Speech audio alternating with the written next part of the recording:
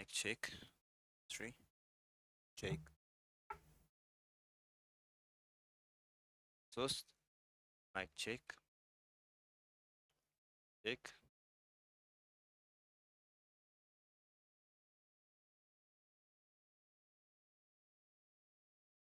Mic check. Mandela's. Check. Check.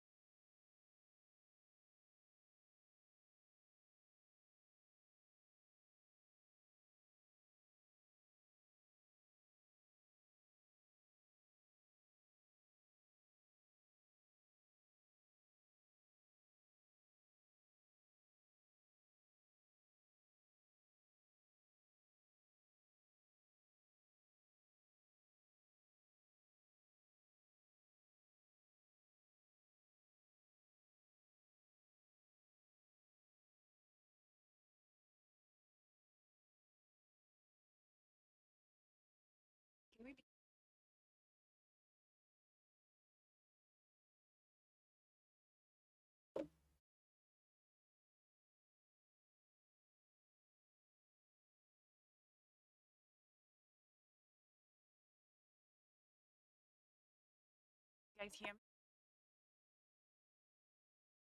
Good. My name is Irene Tudor, and uh, several accessible sharing with you work we've done in the last 1 year. I want to start by acknowledging German um, Development Corporation support process, because if it were not for them, we would. Um, so I will start by seeing my colleagues, but at least we can begin the conversation. I'll start to my right. Uh,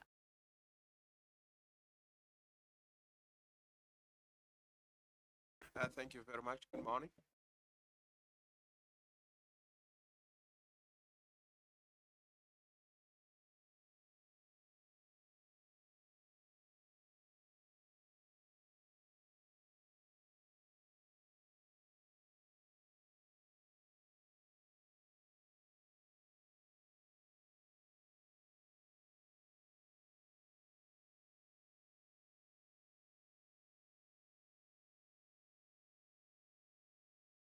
I'm happy to be here.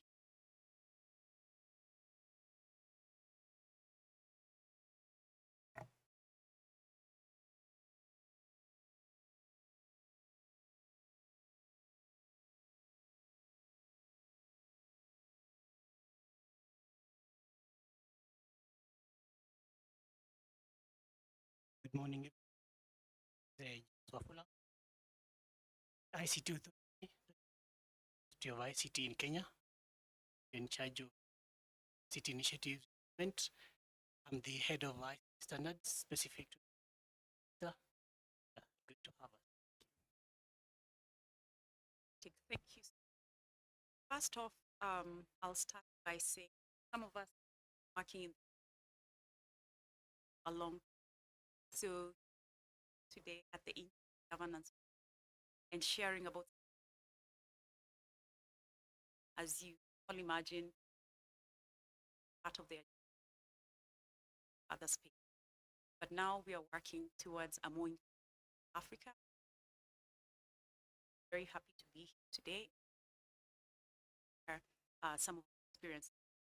So let me start by saying that the whole journey began with work with young children are blind without digital skills, so graduate skills that they just hire them doing higher education struggle, but if they have the right digital laptop, just so with the process, realize that even have the digital in the access. What does access? Access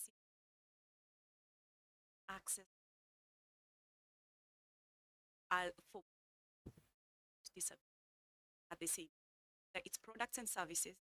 I'm using a money mobile application to use like some, and because work with a blind has been a huge challenge, and as you can see, actually whole arena Africa, the whole all the solutions we are coming up with are on technology, but technology has proved total divide. That's why we are here to discuss an environment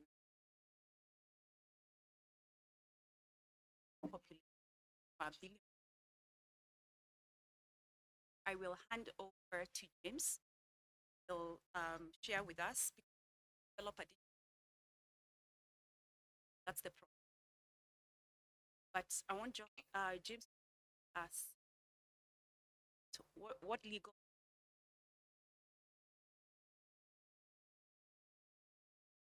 Irene, and thank you to the IGF for this platform. inclusivity with relation to the standards. In Kenya, we started the journey of inclusivity in 2003 with the establishment of the National Council for Diversity. That was an act of parliament which subsequently established the council. And then subsequently, we signed up to the UN Convention on the Rights of Persons with Disability that essentially necessitates us to focus on issues of mobility, access to justice, environment, and most importantly, technology. So it basically emphasizes a human rights approach to activity that permeated into our constitution of 2010 because we actually undertook a review of our constitution, which had initially been independent. And so the cognizance was on human rights to the person with disability. So the chapter, there's a whole chapter in the Kenya Constitution that focuses on rights, specifically Article 54, that specifically focuses on the rights of persons with disabilities, including rights to be treated with dignity and respect. So as the ministry in charge of ICT, we took that up. We developed National ICT Policy of 2019. This again was the second policy. The initial one had been in 2006. So in response to the demands of the new constitution in respect to human rights, we therefore had a whole section on accessibility, which then speaks to commitments of the government in regards to availing ICT information services to the public in alternative accessible format, persons with the disabilities. We also committed to promote the design, the distribution of accessible ICTs at an early stage. So basically speaking to embedding ability in education system, in digital literacy. And we committed to ensure that websites of government, departments and agencies comply with the international web accessibility standards and are accessible to persons with disability. So basically we are supposed to revamp all our government's websites. These are the avenues through which our public citizens access the services offered by the government, so they need to be accessible. We also committed to provide incentives. Okay, so let me just finish up. Yeah. Thank you. Thank you. Yeah, I'll come back to you. I know we've too quickly.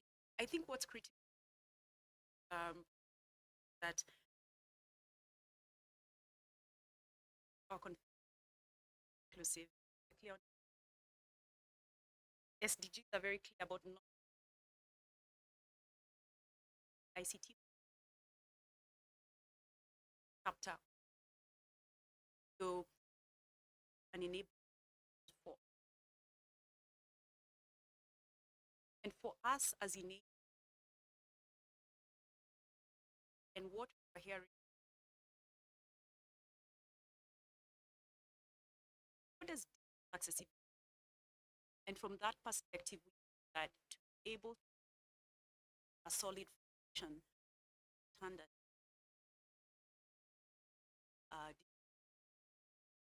and also make it, remember digital side, then that's when we are there. We were, and let me before I get standard, I want how are persons with African ICT access? Why this question? Tell get confused. Assure, and she can share how technology to Thank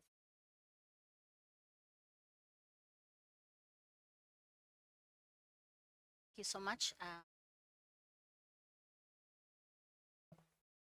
First of all, if you look at stability, poverty, they're married. Talk about technology. As I said before, poverty, major cause when it comes to disability. Now, when persons with disability have a lot of opportunities, for example, like now, as we speak, recently we had COVID, by the COVID pandemic. It really changed perspective, but the way we do work. So if we have improved technology enough, then we'll have a wide opportunity for persons with ability to contribute and also to the poverty.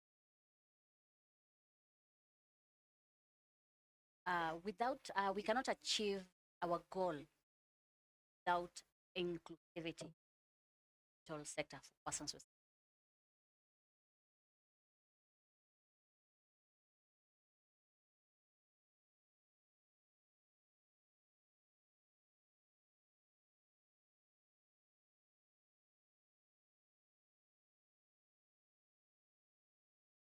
Uh, the major challenge we have, like for example, we are in a meeting, have hard of hearing. You can imagine if we have hard of hearing in this meeting, we don't have captions, so we leave from this information.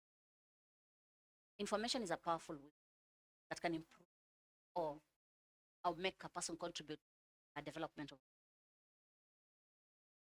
For a deaf person, for example, I'll give an example where I'm sleeping at the hotel. There are phones. If I have any challenge or I'm sick or I have any emergency, how do I call the reception? How do I contact the reception? There's fire. How am I notified? So it means they are left behind.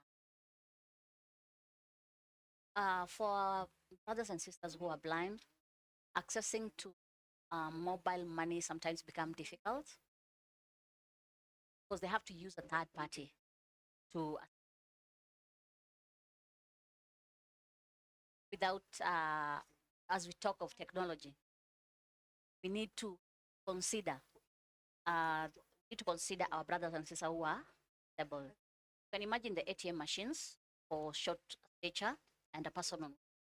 Some of the machines are too high for them, so they also need a third party to make them access. And sometimes we have this product are very expensive, so we really need to regulate on the prices. For example, if you have a laptop, blind person, it's more costly than the normal laptop. So we aren't being fair. So we really need to unity. There's a lot that we really to encourage. I'm so happy that we are here and we are on the way to success. So, for example, how can a blind person water? When we talk about, just don't talk about phones, accessing phones and apps on them. Have so many challenges that many things. Shura, thank you.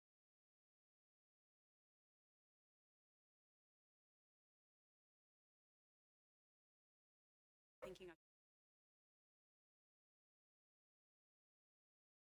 stuff like any actually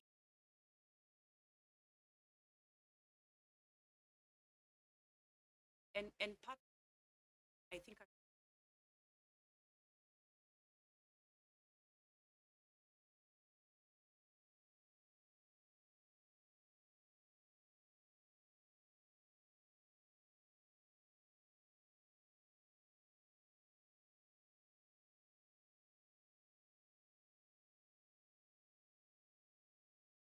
understand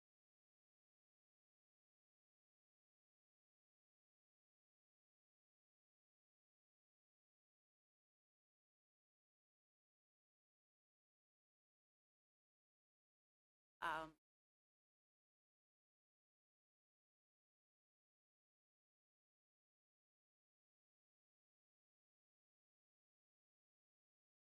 and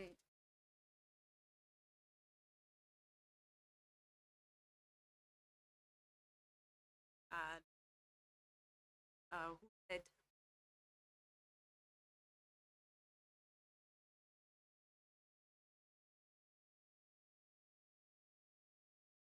uh,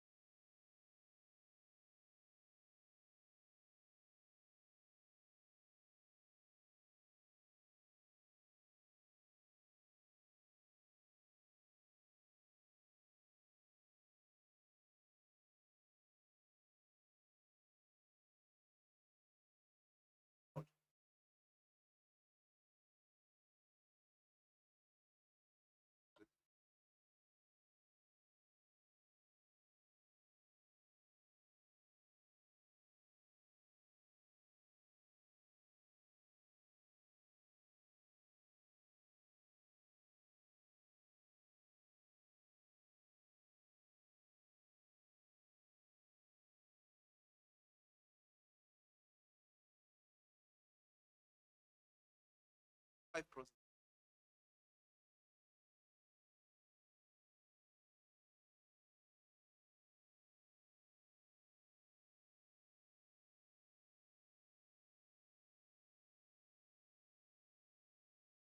Once you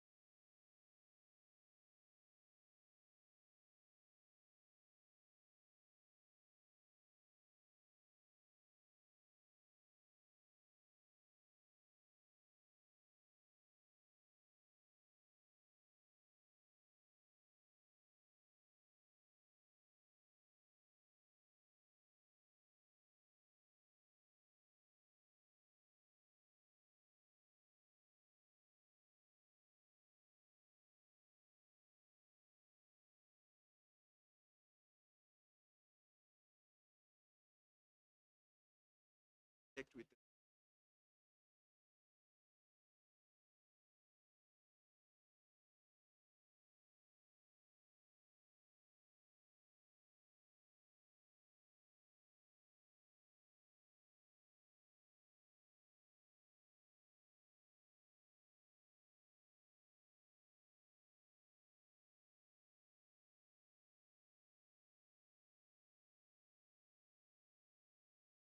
And then from that phase, the next phase will be preparation. There was another question that I asked one. Basically, I mentioned about first step.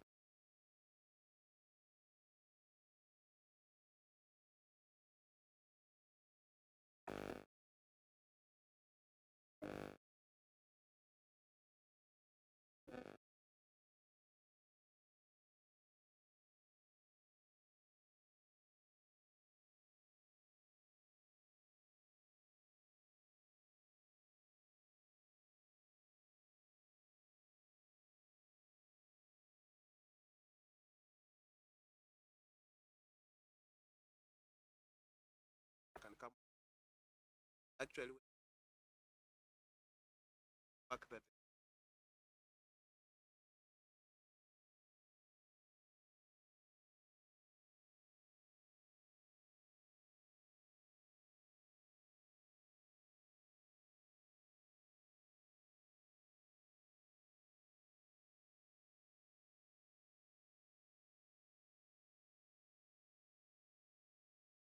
Thank you so much. So actually,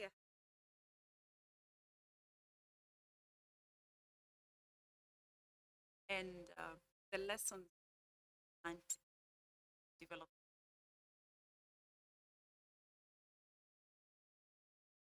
Now, guys, with the expertise, we learned a lot.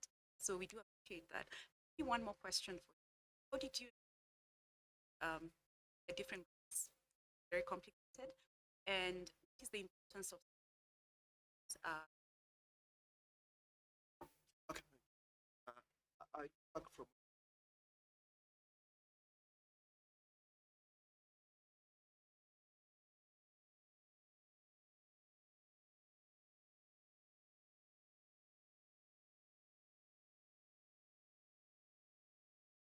therefore for us standards development is a stakeholder.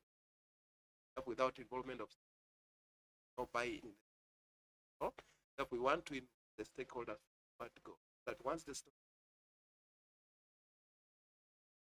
having said that, when we formulated the technical looked at stakeholders, then we found that not balanced. Therefore, we had all to involve stakeholders so that we.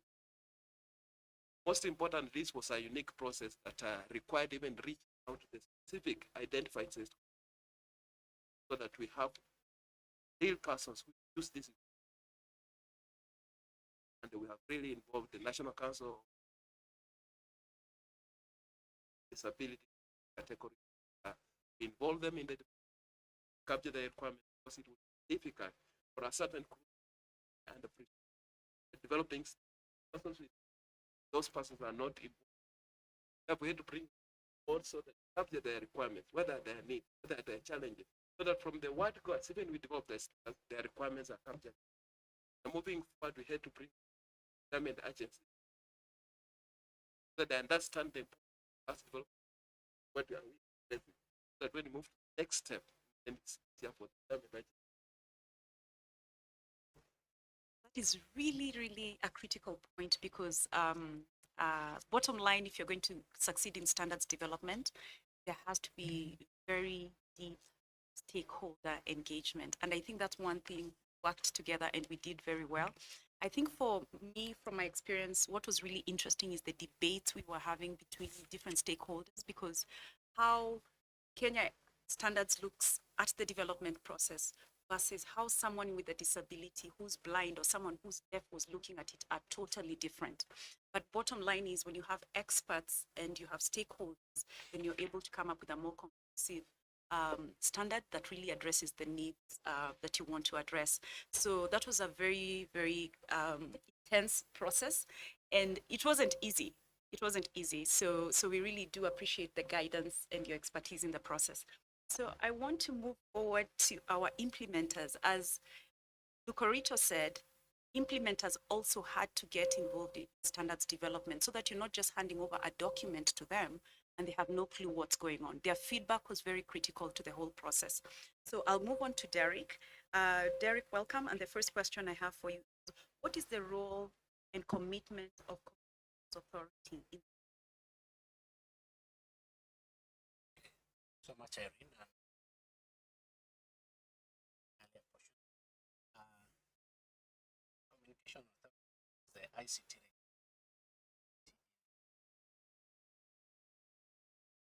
James introduced the ICT policy was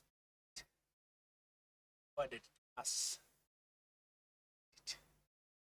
Process on accessibility all. And our motto in Communication Authority is opening your world. So it became apparent that we were responsible for something. But in terms of opening the world, we discovered that our skills and competence to open the world for persons living with disabilities really compromised. So when Enable came about and they told us they have the expertise addressing matters of ability to people with disability, we embraced it. Got the invite to participate in the TT by Kenya Bureau of Standards. So as I said, CA Education Authority is the ICT in Kenya. Our job is therefore to set rules, the players in the ICT sector, and also to monitor their compliance. Once you issue a license, it comes with conditions, and the people who have been licensed are required to ensure they comply with every clause. And these licenses, for that matter now, had to adopt a clause on accessibility. So we've developed this standard as an agency. We were very keen to see what is coming up so that when we go to our licensed entities or in the private sector who offer communication services, know what it is and we will use it. So that's our commitment and that's what we are doing. We are monitoring adoption and activation of the standard. Fantastic. And can you share with us who are your customers or consumers or target standard? Yeah, the regulatory bodies normally provide an opportunity for investors, the communication sector, to come in. When an investor looks at their competence, they look at their resources, they make a business case of what they think they can do, they come to us to get a license. And once they get that license, we expect them to go out to the public, serve them in very specific terms and applications. So our main consumers are vendors of it, people who bring in mobile phones, computers, and all that. they are licensed. So develop and apply this standard. These vendors must comply. Products they bring in Kenya must be accessible. So those are some of the people that we work with. The others are contractors or installers. Those people who are going to do cabling, who are going to install machines. Are they installing in a manner that will enable people with disabilities access them or not? Those are also licensed, and we make them our stakeholders or our customers. The others are internet service providers who provide the content that puts people online. These ones, we want to ensure that they also adhere to the requirements of the standard. So all ISPs are our candidates. The other companies are infrastructure and data center operators. These people who install large facilities want to ensure that in their development of this work, as they do their installations, as they lay their infrastructure, as they operate their data centers, they must comply with the standard on accessibility. Then finally, we have these mobile networks, people who are running all forms of applications on the mobile platform, mobile broadband, voice, and other SMS services. Are they accessible to people with disabilities or not? So these are the entities that we look at. These are the focus points. Fantastic. Maybe one last question. I like the way the type of consumers you have are large scale, so that they have impact in the country, in Kenya, and we are bound to make a difference because accessibility starts with leadership. It starts with the big companies, then everyone else is able to follow. What are the next steps in terms of implementation of this standard when it comes to communication? Yeah, after the launch of the standard, Communications Authority was one of the entities that was handed a hard copy, not just a soft copy, given a hard copy to go implement. So for that matter, we got the responsibility to adopt and apply the standard in-house in the Communication Authority processes and procedures and even the way of thinking. So what we have done is that we have presented this to our management. They have accepted it, and all departments have received the standard and have been required to comply by ensuring that we adjust our website, our forms, our customer care portions, and every department within the Communication Authority to align with the provisions of the standard. As Zakaria reported, that standard comes with requirements, and it also comes with conformance. So you look at the requirement and conform. So that we have practiced it on our own. It's an ongoing process, and we have formed a committee for this. Then we also go out to the stakeholders or the licensees that I've mentioned. The first job we have done is to inform them that this standard is up. They need to familiarize with it and adopt it. Now we've planned a series of workshops and regulatory notices that are coming up, sure that our stakeholders are on. Thank you so much for that. I think we'll try on to James again. And the critical, maybe one thing I can share is that we work a lot with other disabilities, including those who are blind. But one experience that touches on the blind and the importance of this standard is that you find in Kenya, the citizens are required to file their taxes online on the Kenyan government website every year, and there's a deadline. But what happens if you're blind, you can't do it by yourself. Every other Kenyan can do it. Why? Because the website is not accessible. It was not developed with people with disabilities in mind, so it doesn't cater to them. And what happens when you speak to blind people, they complain, they say, hey, and when I don't file my taxes on time, I'm penalized not filing, but it's not my fault. So what we are trying to address, just to bring this home, are those specific services that we provide, whether it's private sector, whether it's in healthcare, whether it's in education, whether it's in employment, to make sure that all the applications you're using, the devices you're using are inclusive. And this means that if I'm using assistive technology can be a screen reader. Blind people use screen readers to be able to read content on a website, that my screen reader can read that content without any problem. But that also depends on the development of that website, the development of that application. So to take this home, because I want to learn more from James, James, can you please tell us who are your consumers at the ICT Authority of Kenya? Because ICT Authority of Kenya is under the Ministry of ICT, correct? So who are your consumers? Thank you, Irene, for that question. The ICT authority plays a twofold role, one regulatory and the other one is implementation. On the implementation aspects, we basically provide common shared platforms for government agencies. That includes data center platforms for them to host their applications. We provide internet connectivity to the government agencies, that is ministries, departments, agencies, and county governments. And we also host for them websites, as you've said, Irene. So that is basically the implementation aspect of it. On the regulatory aspect of it, we work with the ICT managers, ICT professionals within the government agencies, that is the ministries, counties, departments, and agencies, to ensure that they comply with the standards. That therefore ensure that the government is moving towards a common goal in terms of digitization.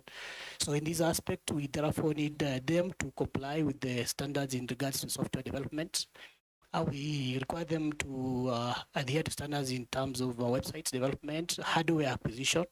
So in this regard, we're talking about having devices that are accessible to persons with disabilities. We require them to ensure that they have programs in place to build capacity internally to ensure that they are conforming to the standards. So those are the two dimensions of our responsibility as the ICT authority. We as well deal with the ICT firms, ICT businesses that are doing business with the government. We basically have a framework for accreditation of the same. So therefore, we also require them to meet certain requirements whenever they are engaging with government agencies to comply with the standards that we set to ensure that we are having an ICT investment that responds to the needs and requirements of the government. Thank you, Eddie. Thank you for that. And as we know, government services are very hard to reach for disabilities. So can you tell us what is your commitment as ICT authority? It seems like you put a lot of government agencies. So what's your commitment to ensuring that the standard is actually implemented? Thank you for that question. We as well participated quite well in the development of the standard. We were well represented. We understand the requirements of the same. And we have already hit the ground running in respect to the implementation of the standard. First is capacity building, because that is quite a big gap in terms of in the public sector, in terms of our software developers and our designers. So we have made training in terms of basically enhancing the platforms we already have to ensure that they are accessible to persons with disability on a pilot phase. Secondly, we have embarked on basically the aspect of capacity building for our MDAs up to the county level to ensure that they meet the requirements for accessibility. So those two aspects are, first of all, initial steps. But nonetheless, we tend to walk through the whole cycle of implementation of the standards. First of all, by ensuring that we conduct regular audits in the MDAs to ensure that there's compliance, and ultimately the issue of monitoring and evaluation at each end of the financial years to ensure that MCDAs or ministries, counties, departments, and agencies are complying to the standard. Thank you, Irene. Thank you so much, James. I think you raised a very important point, and it's about capacity building. Digital accessibility is a very new concept, especially in the African continent. The West, most people have been engaging in the accessibility discussions for over 25 years. So they're pretty advanced. But when it comes to Africa, we are still at the foundational stage. So we do believe capacity building, training, all that is very, very critical to make sure that we understand what is digital accessibility. And when it comes to the technical aspect of this, how do we implement this standard in a way that we actually succeed, where we provide very inclusive digital products and services? So that's an area that really investments long term as we continue to evolve and invest in digital products and services. So maybe I'll come next to Derek. You're right next to me. My last question for you: are there any regulatory tools that nations of Kenya have processes support standard?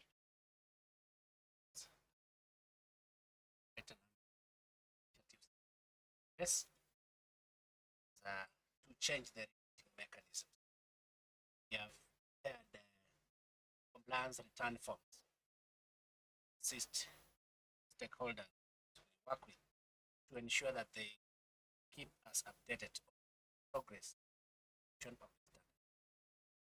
And as return at on annual basis, reporting a chapter about accessibility of their services and products by people with disability. That's the first one.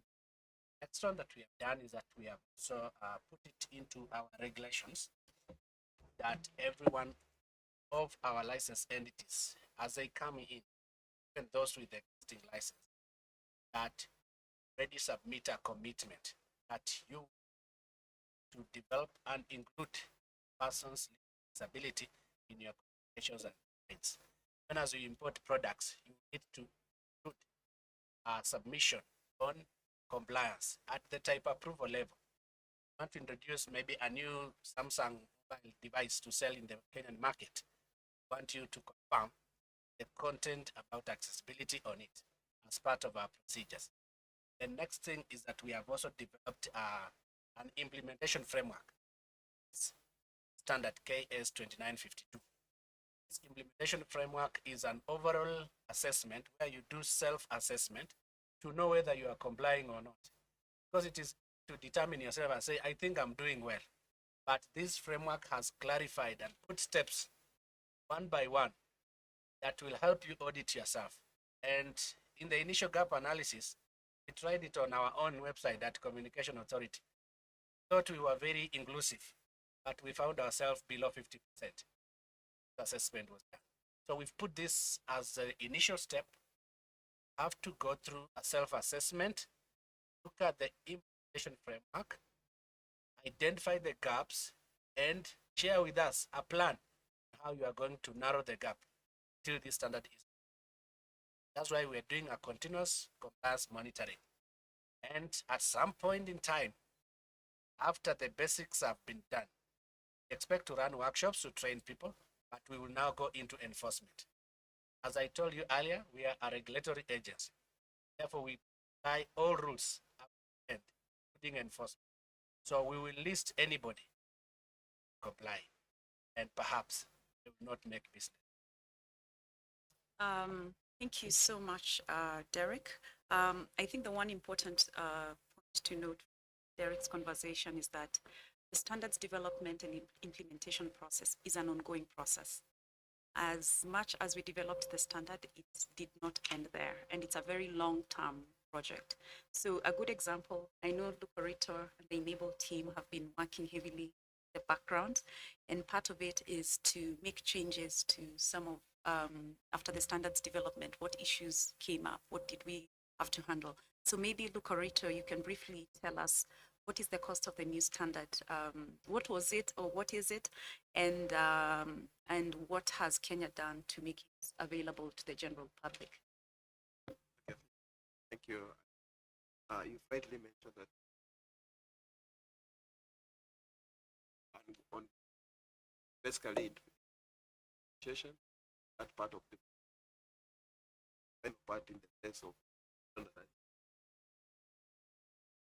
Then having said that, when we start taking the available, why most standards are sold globally, national standards that we have covered some. That's one of the things. Really, but all this, and these are global. Having said that, when you develop this, standards are cost working number of pages, work that has gone. When that total economies that have gone into one of the standards USD, that's part one. Part two cost 60. But during that phase, sale of standards realized that the uptake has been quite low. Some of the costs a bit expensive. That we discussed in as management within how standard to have it also affordable. One of the decisions that have been made specifically for that we are going to that has already been available on our website and buy them for free, no cost. You can download the soft apps when they, but if you want to get a soft copy, it's available online free. It's a unique practice available. You check across, there's no other standards except for trades and so this is the second best that we have available. Those people buy it. That's one of support that actually. Thank you so much, Lucarita, for that. We truly, truly appreciate the support of the Government of Kenya Standard, your entire team, this process. And as we said, as we continue to engage, but most importantly, for accessible to everyone, because with or without a disability, whether you're a small company or a large company, you can go online and download the document, understand, and get to understand what are the technical requirements for you to be able to develop an inclusive product. So we do appreciate that. And I'm sure, I think there's something we discussed when we were having this meeting about if we need to make any changes to the standard, it's an open door. Do you want to say something? Thank you. Standards are living documents. They can be revised. During the implementation, you find that some of the clauses of provisions and the requirements are not implementable. Then we can down at it, look at the document and capture that they are also because you can develop a requirement, but when it comes that requirement was overly vicious and it not be implemented, therefore I have to review it. We are open. We are receiving comments as we incorporate and consolidate all those comments. Then all the technical stakeholders, those ones that we, so that they can relook at those requirements. Fantastic. Thank you so much. I think one critical piece that you've talked about is about stakeholder engagement. And there was a 60-day period for public. And I loved that period because we got so much feedback globally. It was open to everyone. The document was shared globally, and we got a lot of feedback about the document, and we did get together, debated a lot of the changes. Some of them passed, some of them did not. But what was also impressive that for every feedback that we received, actually Kenya Bureau of Standards had to document the feedback that they got. So if we wanted to go back and see what did the public say about this document, we actually have more than enough feedback for that. So thank you so much, Lucarita. So I'll move on to Ashira to give us, from your experience, we spent quite a bit of time together debating about the standard. But most importantly, since you participated in the development of this standard, what was your experience and how are you going to monitor this as National Council for Persons with Disability?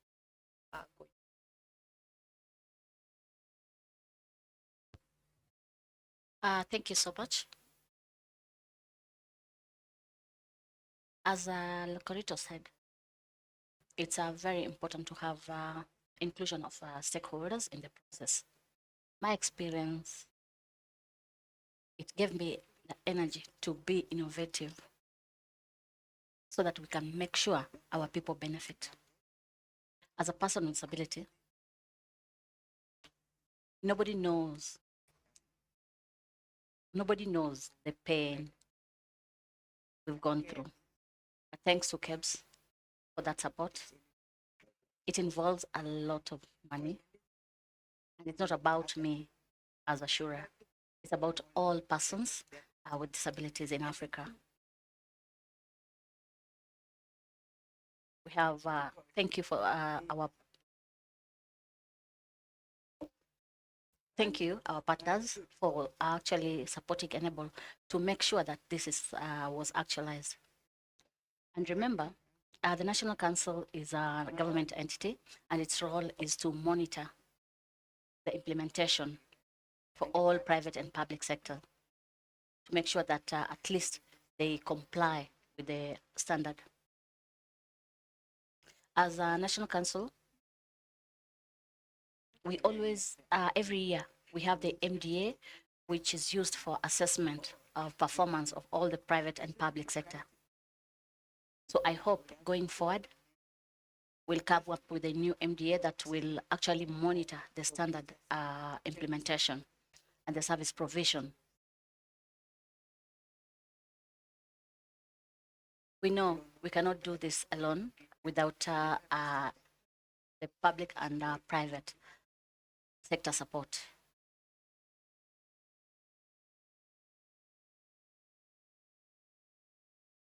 We can better the services when we include all persons with disabilities to make sure that it's accessible to and make life easy for most of us, not just in Kenya alone, but also in Africa.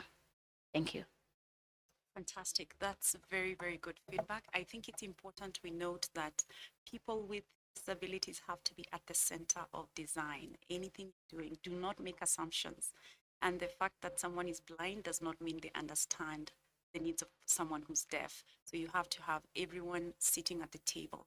We have about 5 minutes before we wrap up, and I want to see if there are any questions. We have about 10 minutes. Any questions from our audience?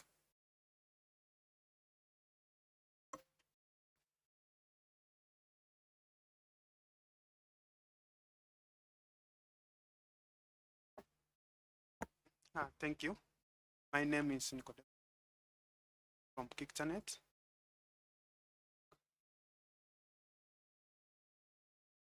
Kenya. First, I'll say thank you.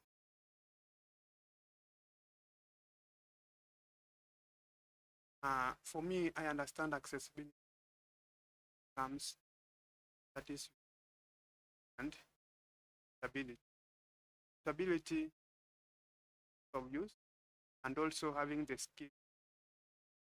And that's where the issue of capacity begins. And the irritability is the availability of the technology techniques of using, say, let's say, of assistive devices, as panels had highlighted that people with disabilities have a great challenge accessing. My first question is that what are the questions help also importing devices for that to ensure quality all online platforms. And another question on the authority. You have said their implementation that standards of ICT development systems and programs are met, but I'm worried that usually the issue of comes as an afterthought. Say that company must have an application that is, but they only include the accessibility bit when they hear that it's a requirement. What are the regulations you have put to ensure that its accessibility and inclusion is part of the development process, and so that it's inclusive and also the app or the system being developed covers all, but not as an afterthought?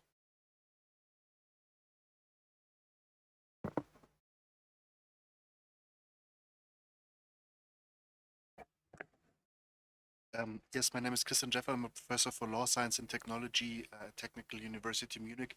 I have to applaud you for your work. It was really interesting how you draw this up and also implemented it. So it's very interesting to hear. My question would go to the kind of knowledge governance that comes with that, because I feel that implementing these standards, many organizations will kind of answer the same questions. So have you already experienced that, or what about how to translate the knowledge between organizations, which is sometimes a tricky issue because it's also business secrets and they don't want to give away certain things, but the other hand, they all have to find solutions for accessibility and maybe some instances it might be easier for them all share how they kind of answered specific questions. So this was my question. Have you stumbled across this topic of governance and sharing space?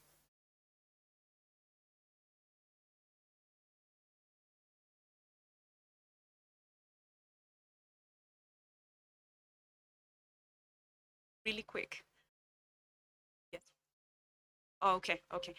Yeah, go ahead. You have like 10 seconds.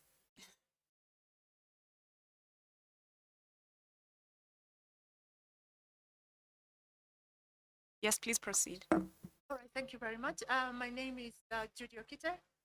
I wear many hats, but right now I will wear the Kenya ICT Action Network, KICTANET. I'm access in project. So my, I appreciate the conversation that is going on here.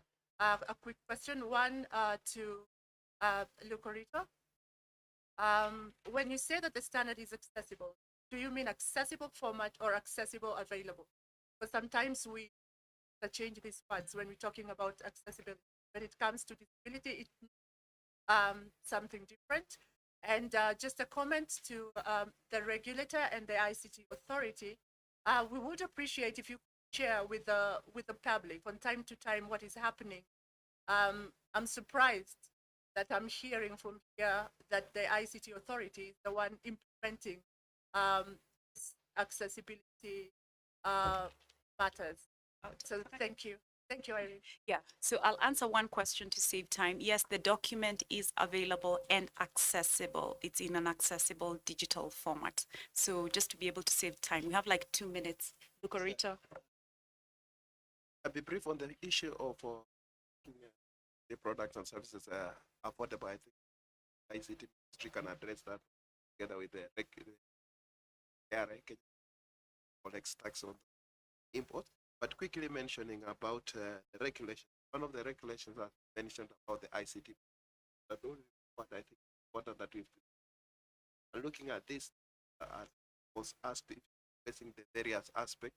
Actually, if you look at the specific, there are functional requirements and there are certain for usage with vision, without vision, a limited vision. There's also perception of color, perception or no perception, and there's also hearing or hearing. There's a vocal or no vocal at all. Those are the requirements that are in the products and the service. Just to address. Okay, on my part, I will want to address Nyakundi. Thank you for your question. Indeed, the usability and reachability is a concern for this. And the main aim is that we want to begin from where we are.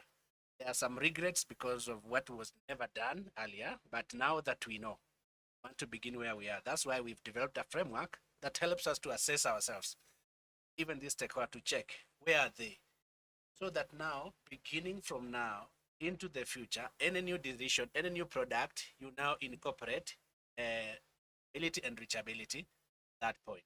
That's why the framework is progressive. And we want to work with stakeholders through workshops, training them, that they can be able to start incorporating and mature to a better platform. As I said, we began maybe checking with about 50%, but we intend to take the standard to 100%, but with time.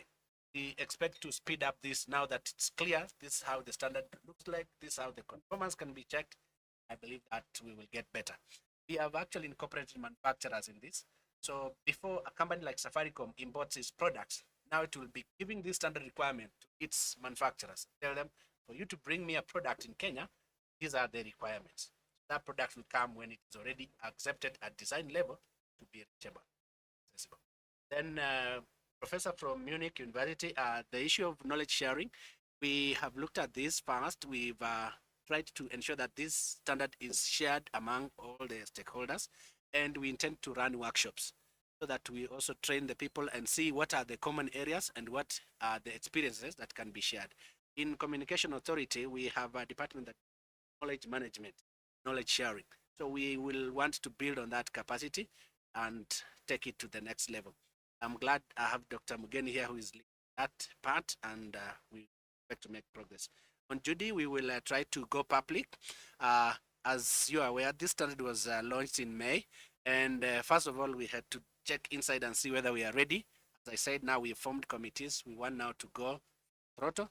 I believe that the Kenyan public will hear more about KS 2952 and perhaps more of the communities, including Ethiopia, be able to listen to this. Thank you so much. I know we are out of time, but I just want to follow up on what Derek is talking about. We are where we are with the standard as a country. We start with baby steps and we keep up and we keep going.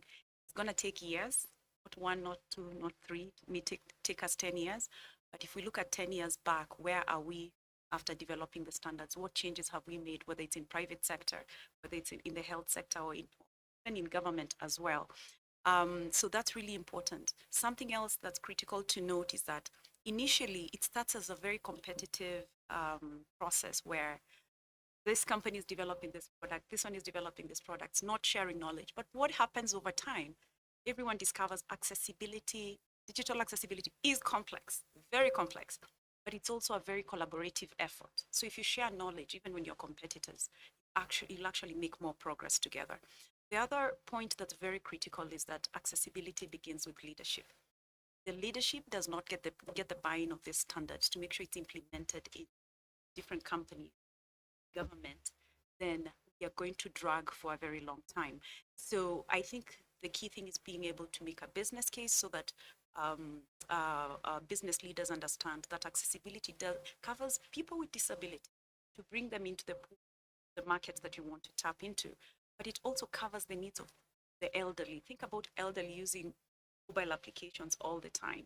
Think about people in low bandwidth areas, and also think about people with low literacy levels. So it covers, and then if a product is fully accessible, everyone tends to enjoy using the product. So I want to end there, and I want to really thank the German Development Corporation, the support you've offered us for the last 1 year. I want to say a special thank you to Kenya Bureau of Standards for the many lessons we've learned, and we continue to learn together. National Council for Persons with Disabilities for all your support. As we've said, people with disabilities have to be at the center of this conversation. Let's debate about it because their input is very valid. Communications Authority of Kenya, we are relying on you and counting on you to help make private sector, your consumers in the private sector, more inclusive. And for ICT Authority of Kenya, government websites accessible so that Kenyans can have access to government services. So we are here to work together. If you have any questions, please feel free to reach out. And thank you all so much for your time and for even making an effort to come and listen to us. Thank you.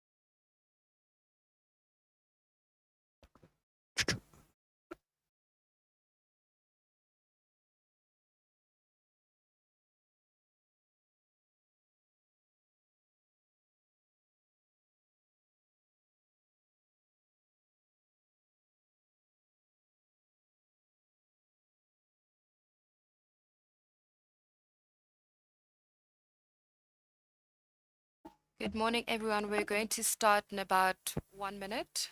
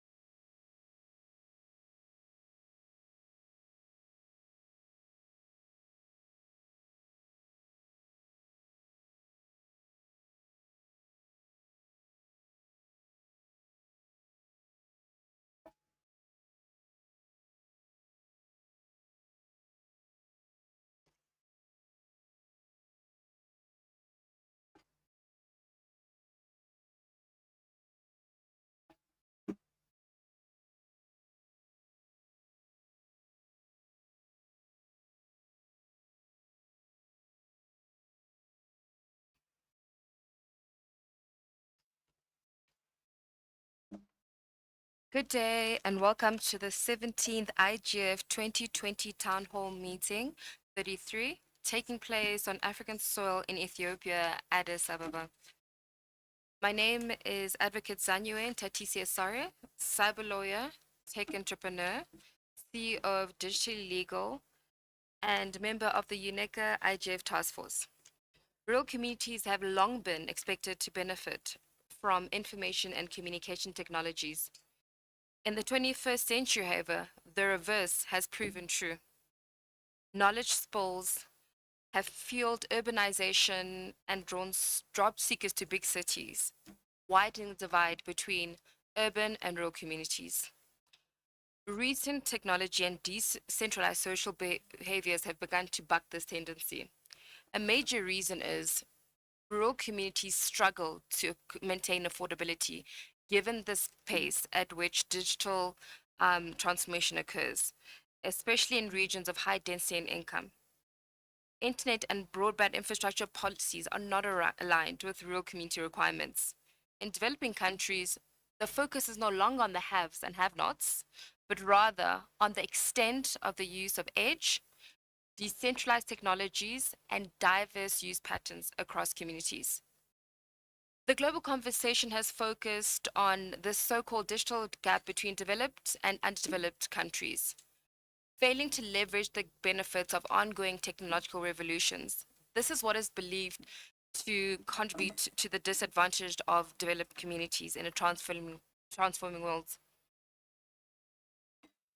Data is obscure and is not giving the right information to create relevant, real solutions. Today, I am going to be your moderator for this session, joined by my colleague Lily Edem Boche. And yeah, so I think what we'll do is we'll start the conversation. So what I just did was just to draw the background and the image of what today's discussion is going to be about. We've got, I'd like to actually thank Mr. Wisdom Donko for this conversation, and then we'll have an opening remark by Professor Lee McKnight. Please take the floor. All yours.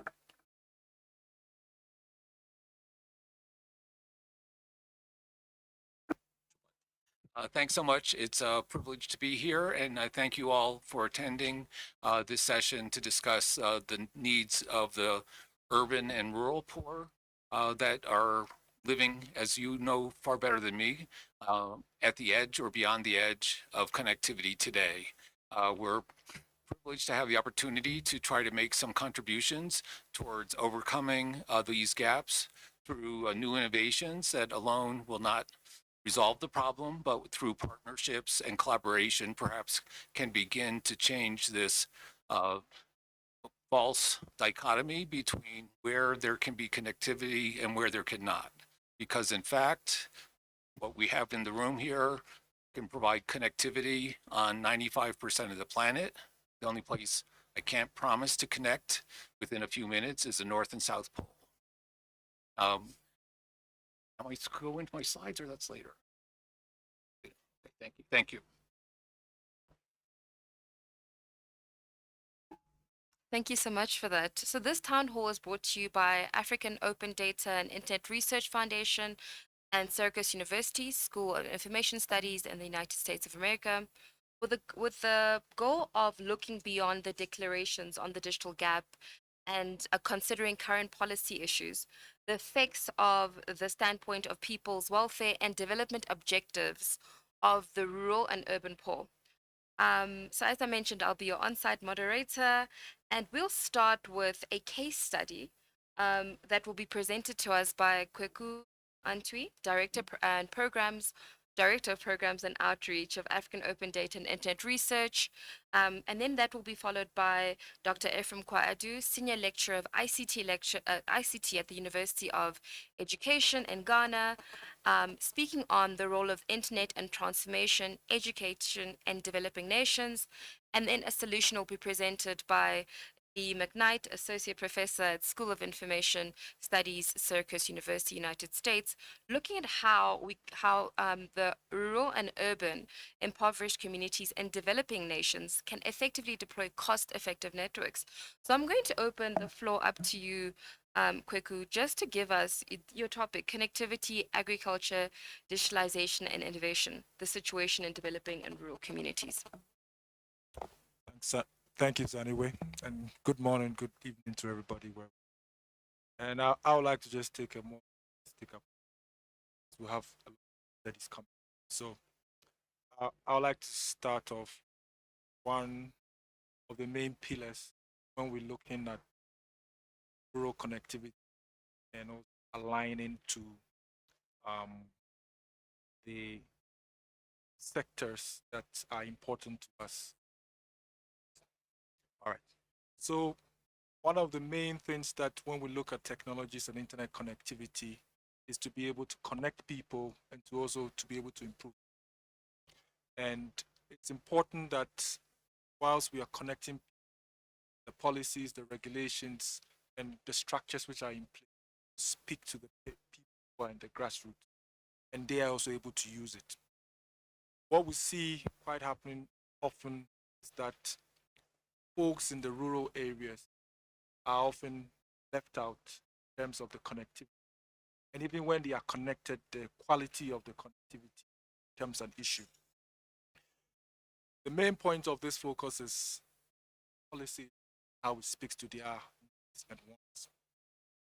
Today, we live in a world which is really connected, but for folks to be able to utilize this connectivity for their livelihoods. For example, what the topic we have here, agriculture. How rural folk, a lot of us to be able these times of globalization where we depend on other foods from across the world. You've seen that they break our value chain is affecting us. So what are we talking about? If I live in a rural place, I'm unable to connect to the internet, and I want to be able to sell something, my produce, out to the people. It becomes a problem for me. But if I'm also able to connect to the internet by myself, creating that network, and also enabling my people in my environment to also connect to the internet. It helps them to also have the skill. It helps them to also have the scale. Because you see, very often when we talk from the high level about the connectivity trickling down, which is not really something which happens, and we're going to talk about the solutions today. If I'm able to set up a network in my area, I would know that I'm planting tomatoes, my friend is planting pineapples, and we need to take it to the city center. Once I'm able to have that network, once I'm able to set up, whether it's a page, it's a blog, or whatever it is, my people can be able to broadcast it, and also that skill set my community. Once that skill set is in my community, be able to spur on and do, because in our African developing, what really happens much is our small scale farmers who are formed into consortium, who are able to feed scale markets. But the most important thing is that when they get a skill and they're able to be empowered, they connect to the larger community in our countries or over the continent. But most of the times, our spectrum policy doesn't empower small groups to be able to connect because of the gap in infrastructure, and they are looking at big telcos, big ISPs. What we would showcase here today is the ability for you to set up your own network, give the skills to your people, country, or wherever vicinity you find yourself, and also market and make money, because that's what we are all about. Once we're empowered and we have this skill set to give people, those are some. Thank you. Thank you so much for that, Peku. So I'm going to open the floor up to the second case study, and this is by Dr. Ephraim Kwaedu, the senior lecturer at the University of Education in Ghana, with the topic, the role of the internet in transforming education in developing nations. The floor is yours.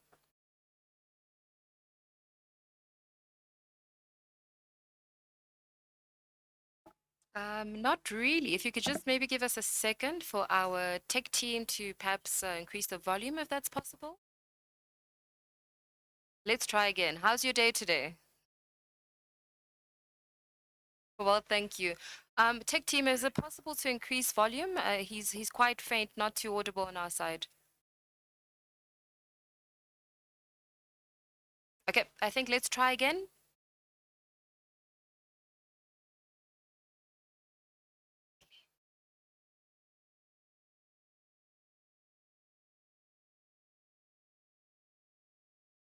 Is it possible for you to get closer to your microphone? Could you try that for us?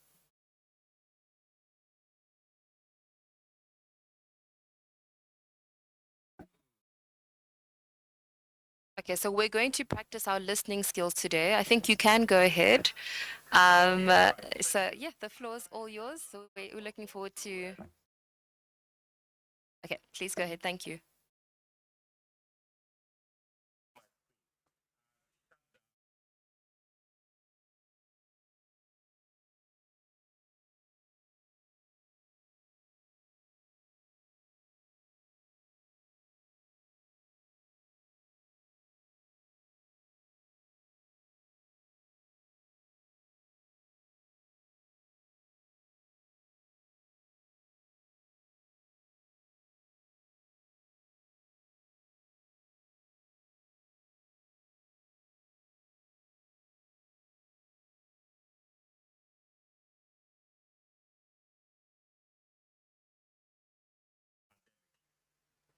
Obviously, due to the nature of the transmission, we have to reduce physical human to human contact. And so the question was to change education in a way where teachers can communicate with students, students can communicate with each other without necessarily transmitting the virus. So in Ghana, March, schools were closed down, and at that time we had only 6 cases in this country. Now, Human Rights Watch has said that many children receive no education after match. There were no instructions, no feedback, no interaction with teachers. And UNESCO is also quoted to say that 9.8 million African students experience some level of disruption to their studies. Now, here is the case: we have about 24% of our population having access to internet, which is a big problem. And even for those who have, connectivity is very patchy, it's poor, and it's expensive. And even if you have internet, there are cases where you do have frequent power interruptions. So the electricity goes up and your internet, your connectivity is cut off. Now, just have a brief look at what I have on the screen now. The median speeds of internet in this country for mobile is about 8 megabits per second and 7.9 megabits per second. Not too bad, but it's probably not the best, as some people can get 200, 300 megabits per second in certain countries. For fixed broadband, the highest you can get for download speeds, or the average you can get for download speeds, around 28 megabits per second, which is also not too bad, but again, by no means in the higher ranges.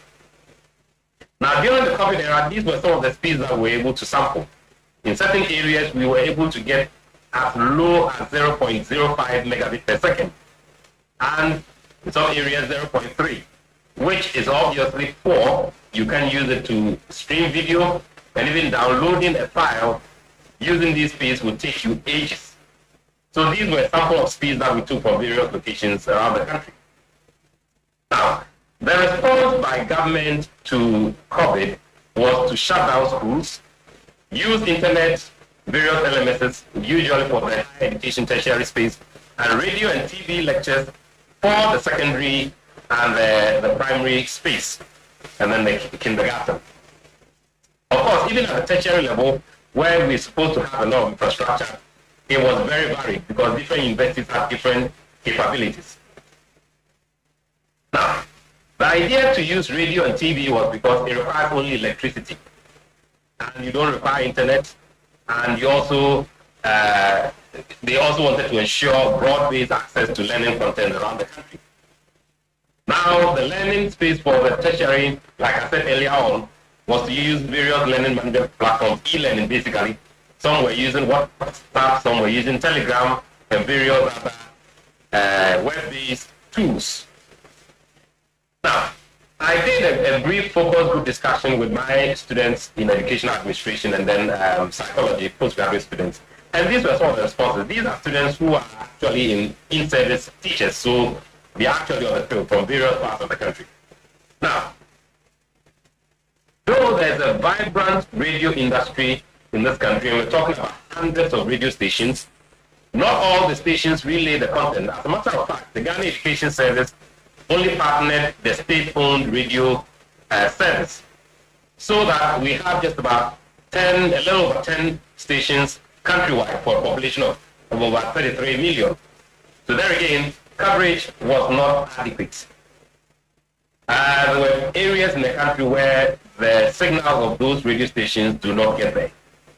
Now, one interesting thing that I observed from this discussion was that mobile phones were fast becoming a substitute for radio.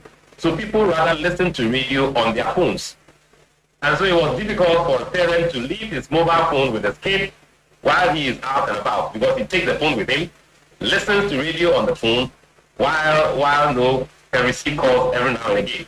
So it wasn't a case where in a time when we were growing up, there was a fixed radio, in a house where you could always go turn it on, and that single purpose device was used to listen to radio. For TV, there wasn't a high availability of TV sets, especially in the rural areas. And of course, there wasn't availability of electricity in the house. Look at how they watch TV in some rural areas, as depicted by the pictures that I'm showing you. In other words, it wasn't all the students who had access to television sets to experience what they used to call the Ghana Learning TV. Then again, I'm sure you've seen this in some villages around, those of you from Africa. The horn speakers has become a very popular thing in this country now, where communities, especially rural communities, install these devices for announcements and to play music.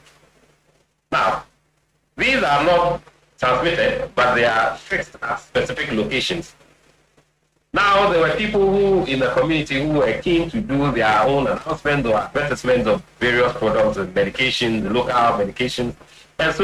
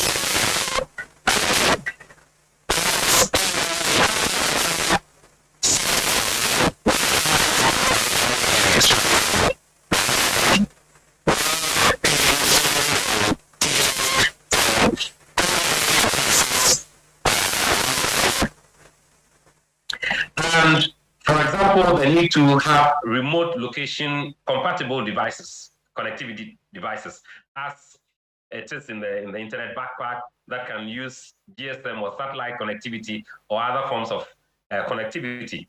Because if you talk about GSM coverage in this country, there are several locations where GSM coverage does not get to. But based on what I showed you earlier, you can always see that there are some rural areas with very poor internet speeds. With the electricity problem, it is important that these devices would have some kind of power, battery powered, preferably to be charged with solar. And it would be useful to have some of these networks, these hotspots in some kind of a closed network loop. For example, in my community in Winneba is not a big city, it's a small town. There are outlying rural areas and there are about 13 libraries around.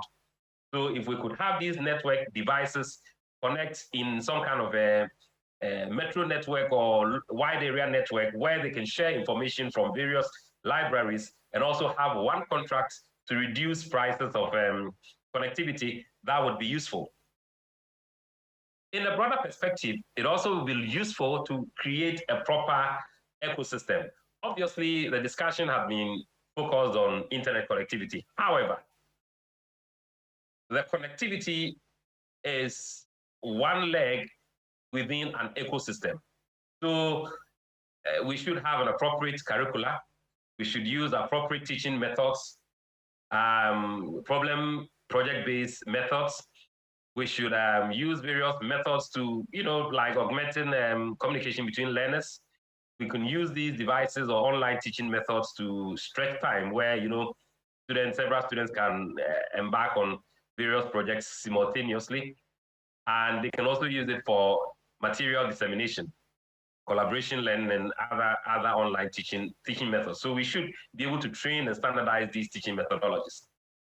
We also should look at ways of enhancing access to devices, because there again, if you have the connectivity, the learners must have the ability to connect to internet, and the teachers must also have ability to connect. Then, of course, skills training, which is very, very important, because they should know where to find materials, how to use the materials, which teaching methods, and so on and so forth.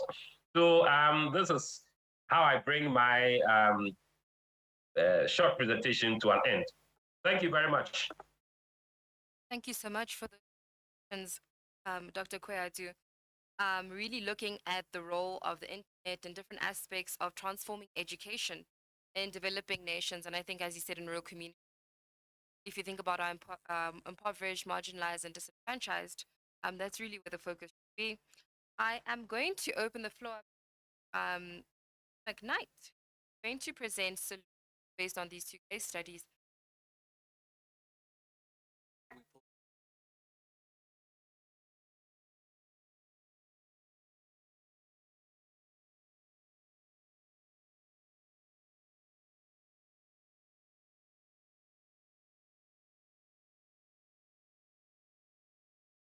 And it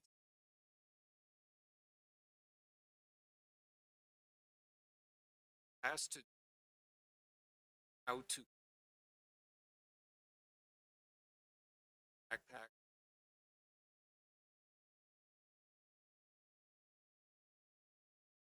community in Costa Rica with an internet backpack and a next slide, please.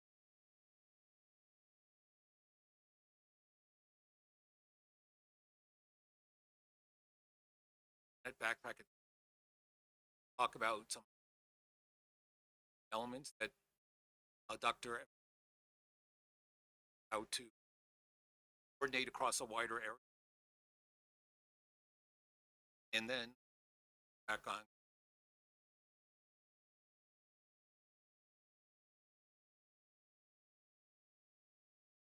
out is cost effective.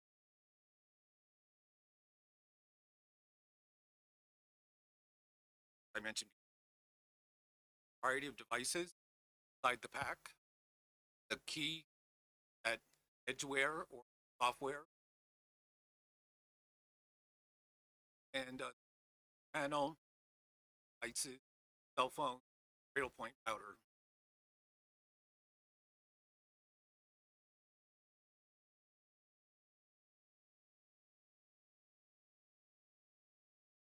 Um,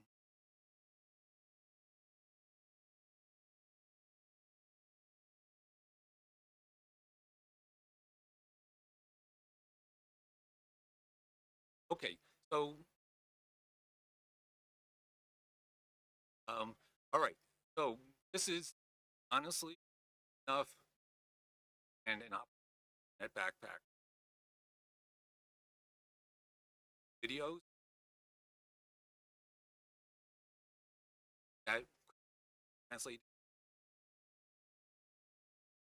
African,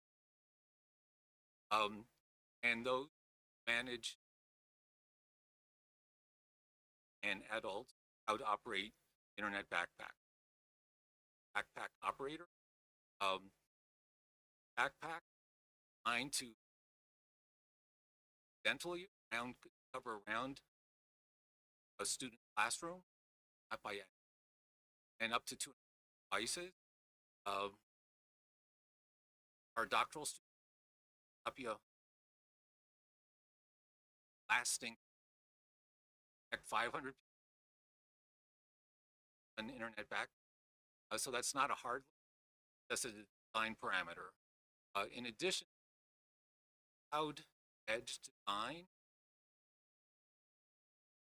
We also have off-grid mesh network references, variety of different. Finally, the connectivity device, it's micro battery, and it's a balance. Doesn't come with a laptop. Laptops a lot of energy. Right now, the model comes with cell phone, but next year, which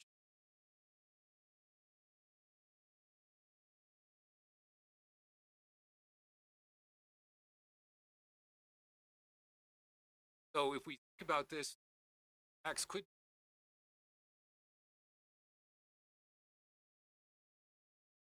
for agriculture work, and they have all of those applications, different, about a dozen countries since production, democratic home of all 2000. They were distant that we not just practically them because they're urgent, not the only past few years. Software, 9 of the packs which are has been So essentially, you can bring, as Dr. Ephraim was suggesting, one community to another, and we scale for expert. You don't need to act. We mainly where the packs have gone. That's an I did out in a minute. Scenario, package gets video, graph are there to other operate backpack.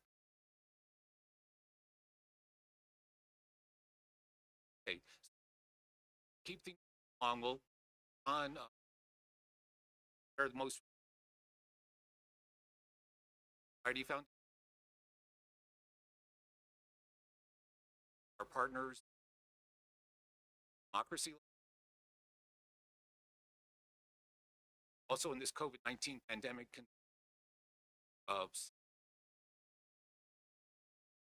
from acts.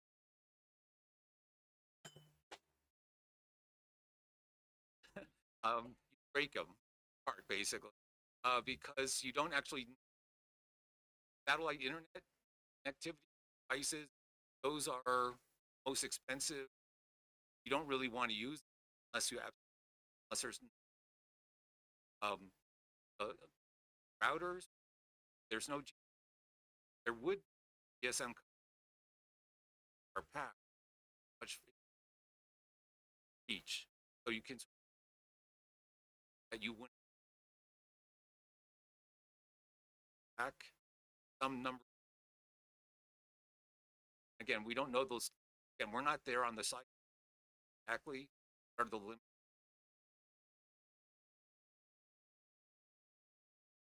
But local partners, democracy, this community, no alternative with the satellite internet. And in that case, being served for the government, one of what government or the community had please connected back up and running. That's never been.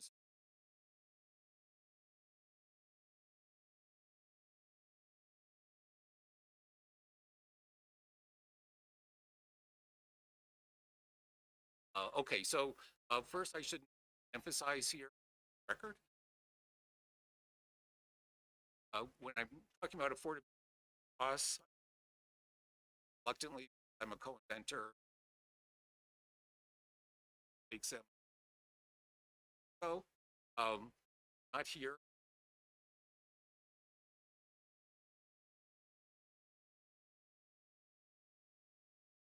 Is at essentially any community about 50 ice plus the pack, but that's like not much. I certainly nothing mind emphasize. How do you have to use? That's expensive, and that's not probably on the. But if you can hours,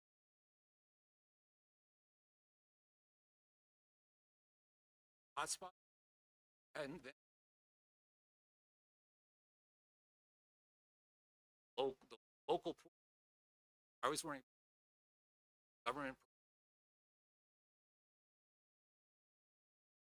or community that they would pick.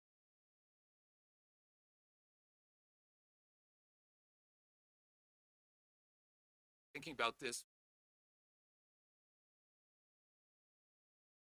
And now you have to divide us several hundred. Now it's a full effect.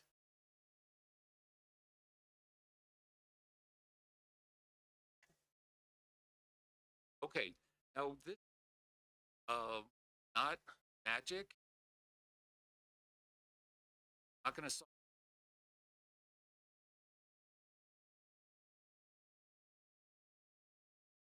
anywhere. However,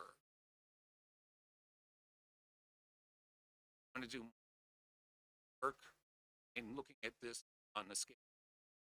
Wireless broadband network out demonstrating have these backpack endpoints where needed, but you can size of wireless backbone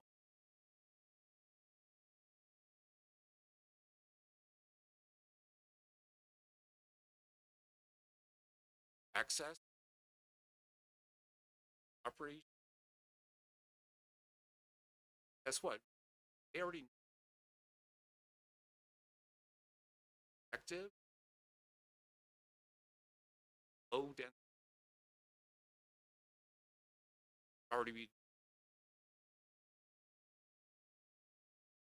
exactly. This is education networks that grew in the United States.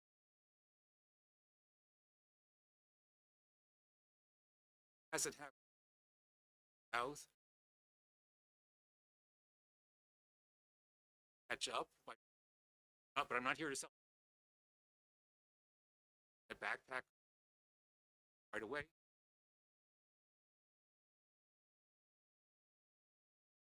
Okay, so what I'm saying is with at the end and by 20.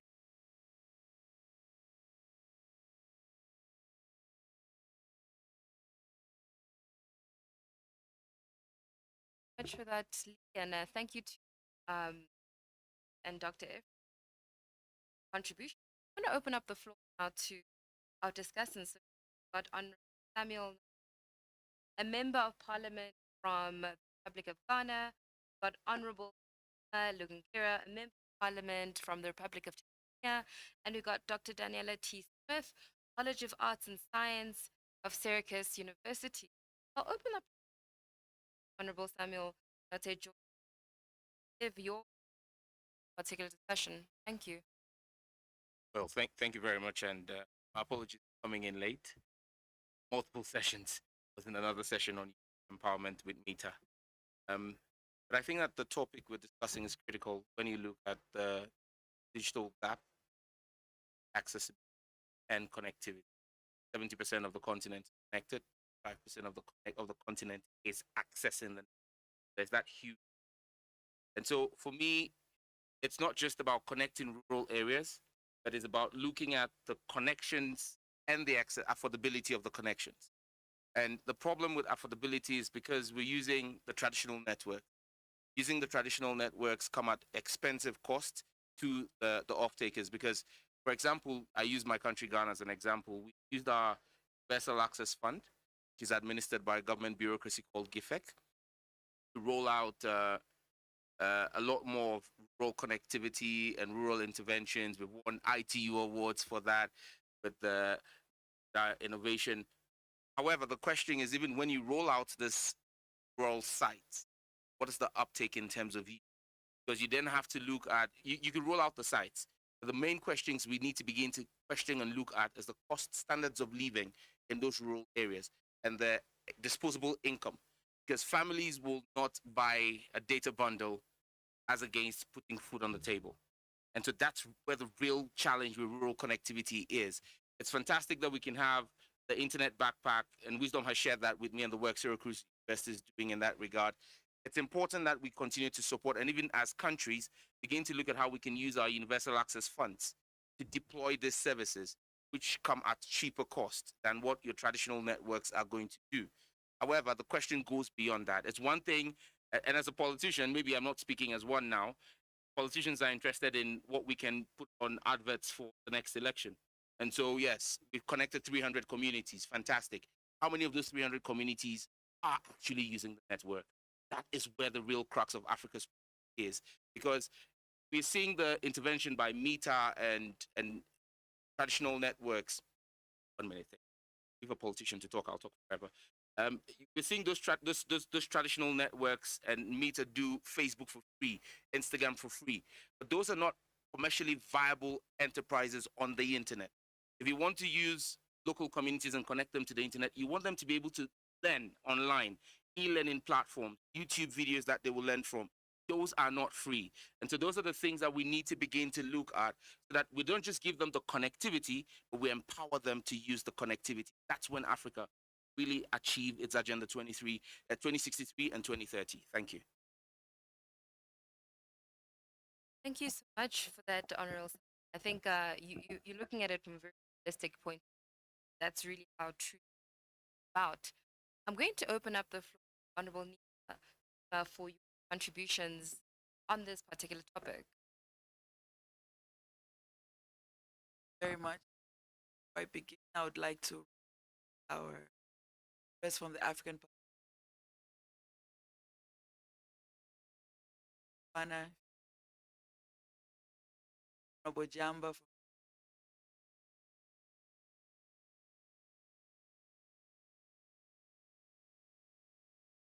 So I'm very happy to the issue of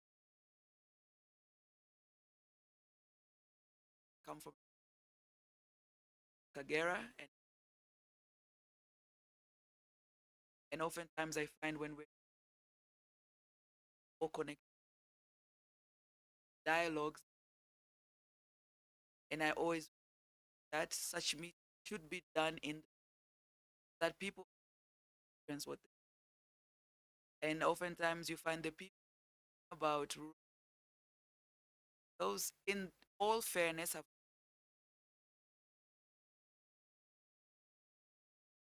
so there's also the need of cities for their voice heard in and when we're talking about I heard like Tanzania there was no but because they're not connected but even if they're connected the connectivity better urban school and it will not be there in rural so something that I'm trying to champion in Tanzania recognition I think the ITU recognized that community networks is take over access particularly last month but in most of our legislations networks are still as commercial so I think targeted that since it's adopted as ITU in most of our countries are ITU and we can critically find ways to one true rural at the issue access to it. But most important the total because if we take computers in our school are our teachers they will if we were saying we want to digitize health system etc our civil servants equal conversant with it these are things that we may take for granted I think we have an active and a massive campaign ensure that we truly achieve connecting the last mile and as my close there's almost a percent gap in Africa and I think in rural in areas it's 80%. I think very happy to some of the further and I hope this discussion will end up here get about them but we'll try and make sure that implement some of these tangible actions and the African parliamentary governance collaborate on. All of you, we currently have 30 members, 25 African countries. So much for that contribution. Name. So I'll open up Dr. Daniela T. Just have you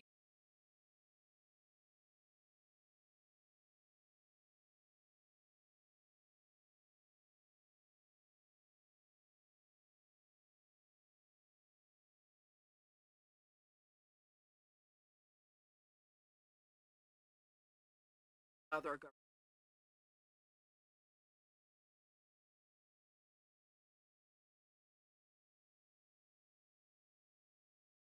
Our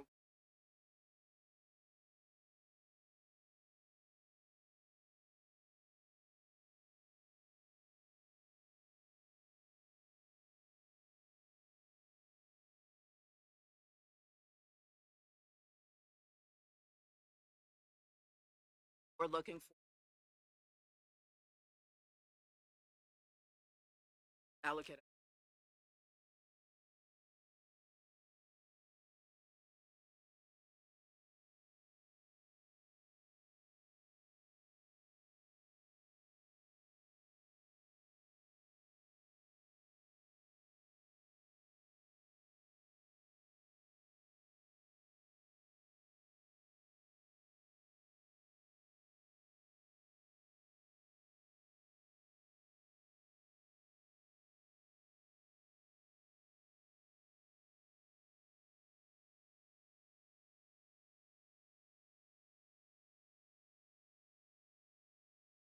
Africa.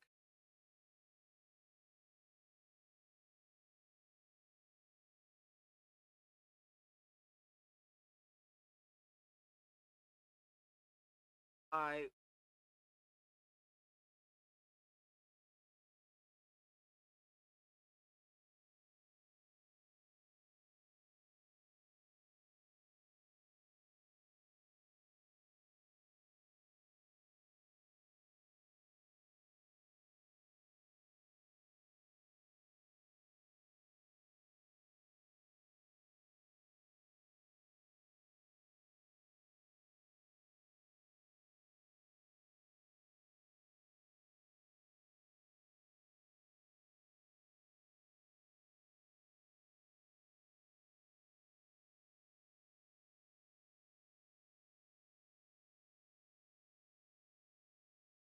I'll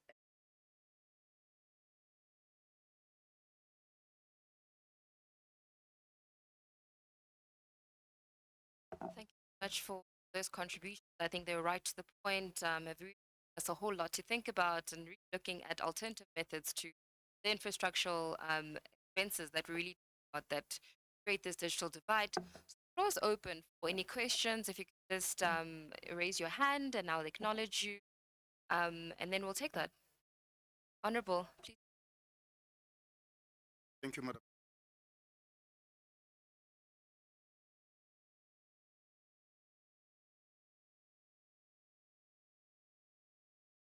I realize that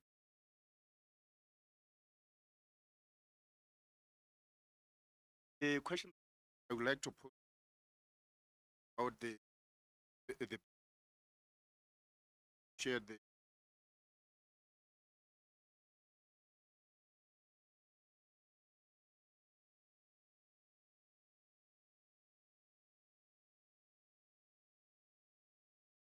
because those are the questions when backpack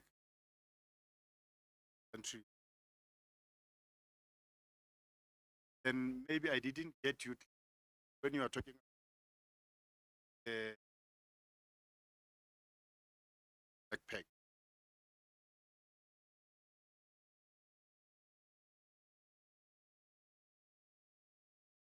I was coming into the and sent a person that I had to up the pack and show questions about the cover.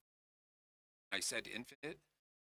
I tried to clarify further. So but I'll try to do. The pack is designed responds. The idea is no matter what, connect.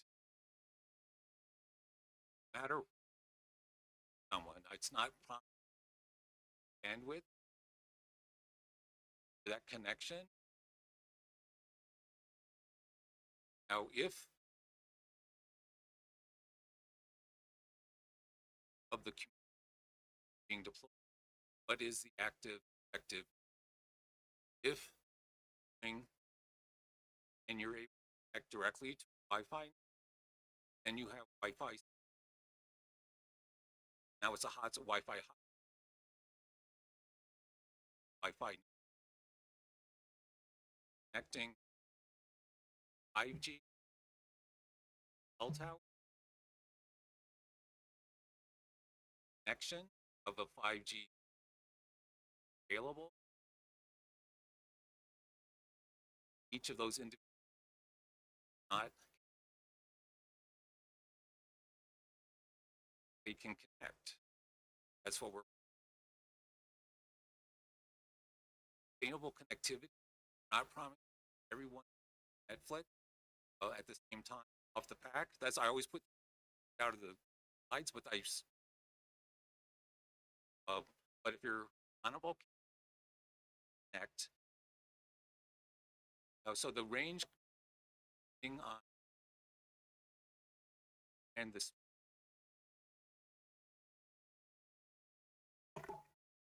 Much for that. I think on that point, I'd like to encourage each and every one of you just to go to the booth. You'll get a lot of information there and ask multiple questions. It is quite an exciting product. Could I please acknowledge you and please take the floor?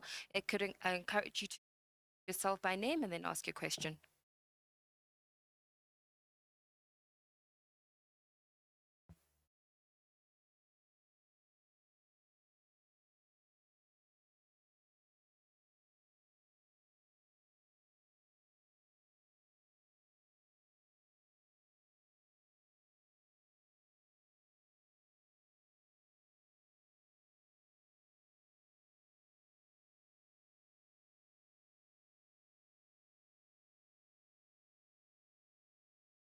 and what effort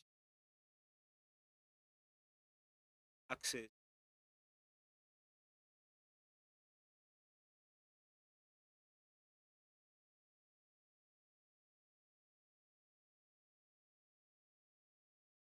just like right if the society chapter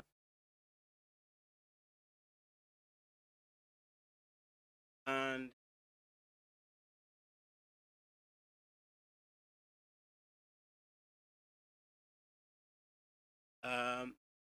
how much and is there a possible actually having Africa resemble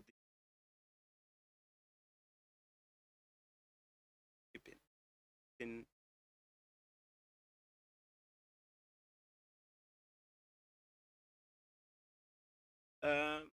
more than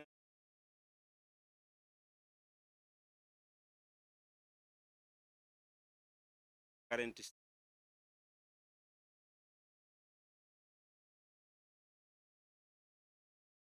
connect everyone takes collaborative and bring everybody at least we are able so that next generation African 80 minutes.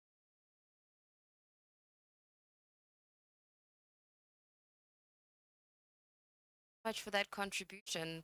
If I could get one question on my right, please introduce yourself.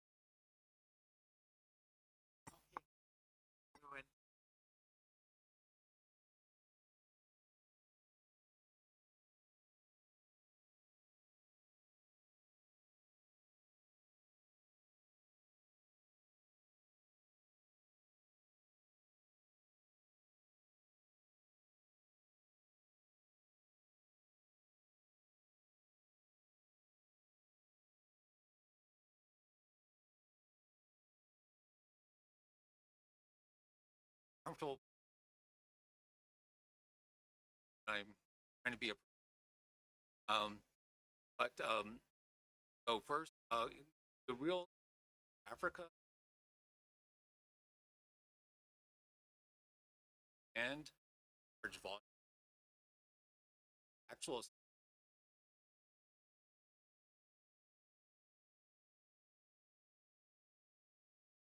Atlanta, near Atlanta. It's our not our what drive the price, not actual, but still, if there was demand, uh, we all succeed with Africa discussion, every different country, all possible. Now the like the like not that's not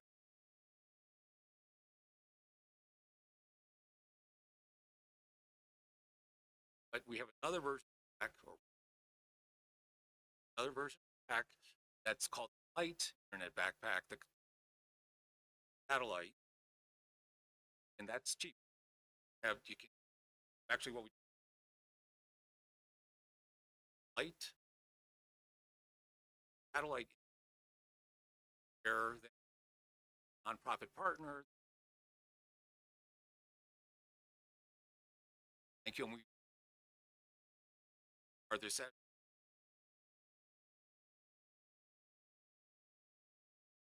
to out how to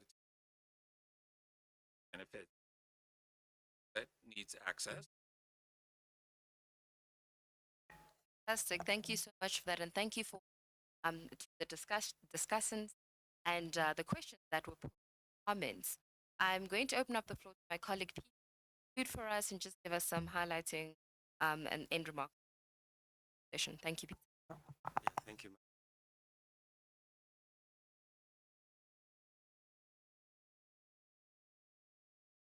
From what we've been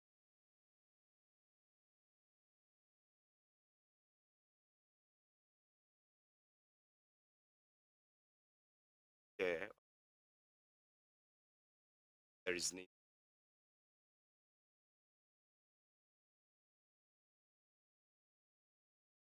by doing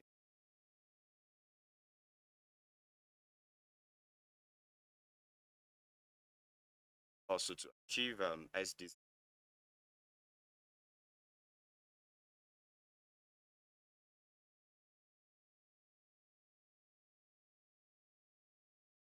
Backpacker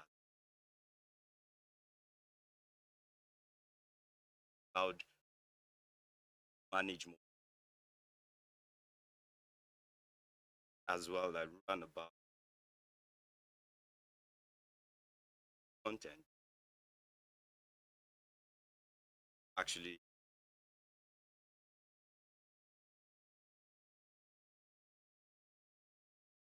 and also from the fallout we could see partnership.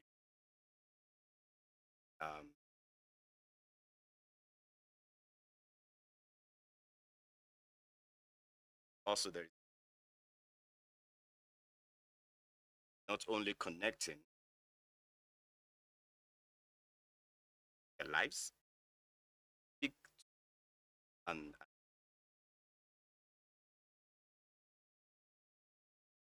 thank you. Thank you so much for the contribution. Thank you so much for everybody joining us today. I will conclude on that note. I think he did summarize it quite well. I do encourage you to go to the booth. I think this was just the top of session we've scraped at the top. There's just so much more to learn. And on that note, I'm going to adjourn this session. Thank you very much.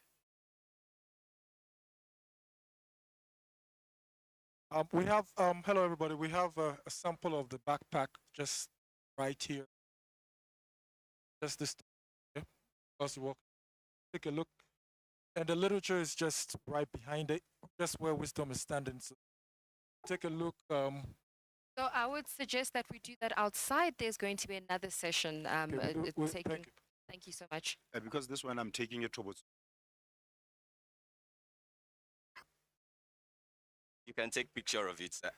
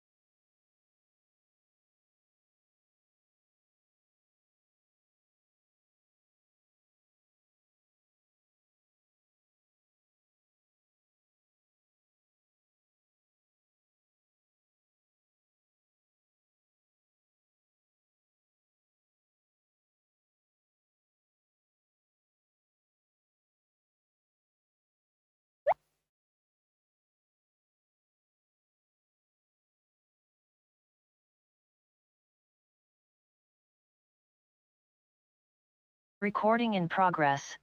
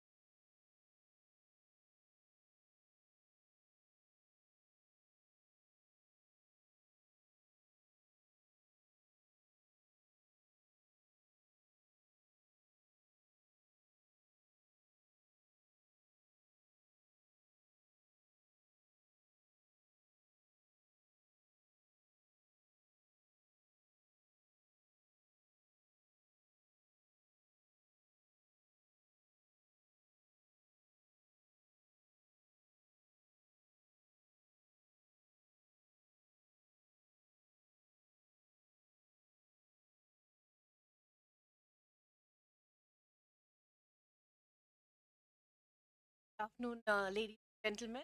Thank you for joining us for the first meeting consultation process.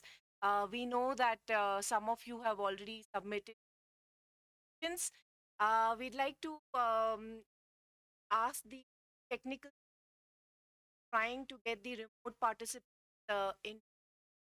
Suren, if you help us, the technical does not know they're not being able get Recording the in Zoom progress. connected. So if while they're doing it, we would like to start the session time. And really thank you for all your input through the consultation process. And today we expect that we will commence from on how we can structure and format and the content. So I can see that the virtual room is open. Michael Hogan, we can see Vladimir is working. Thank you so much. And without any further delay, I'd like to hand the floor to Mr. and the IT.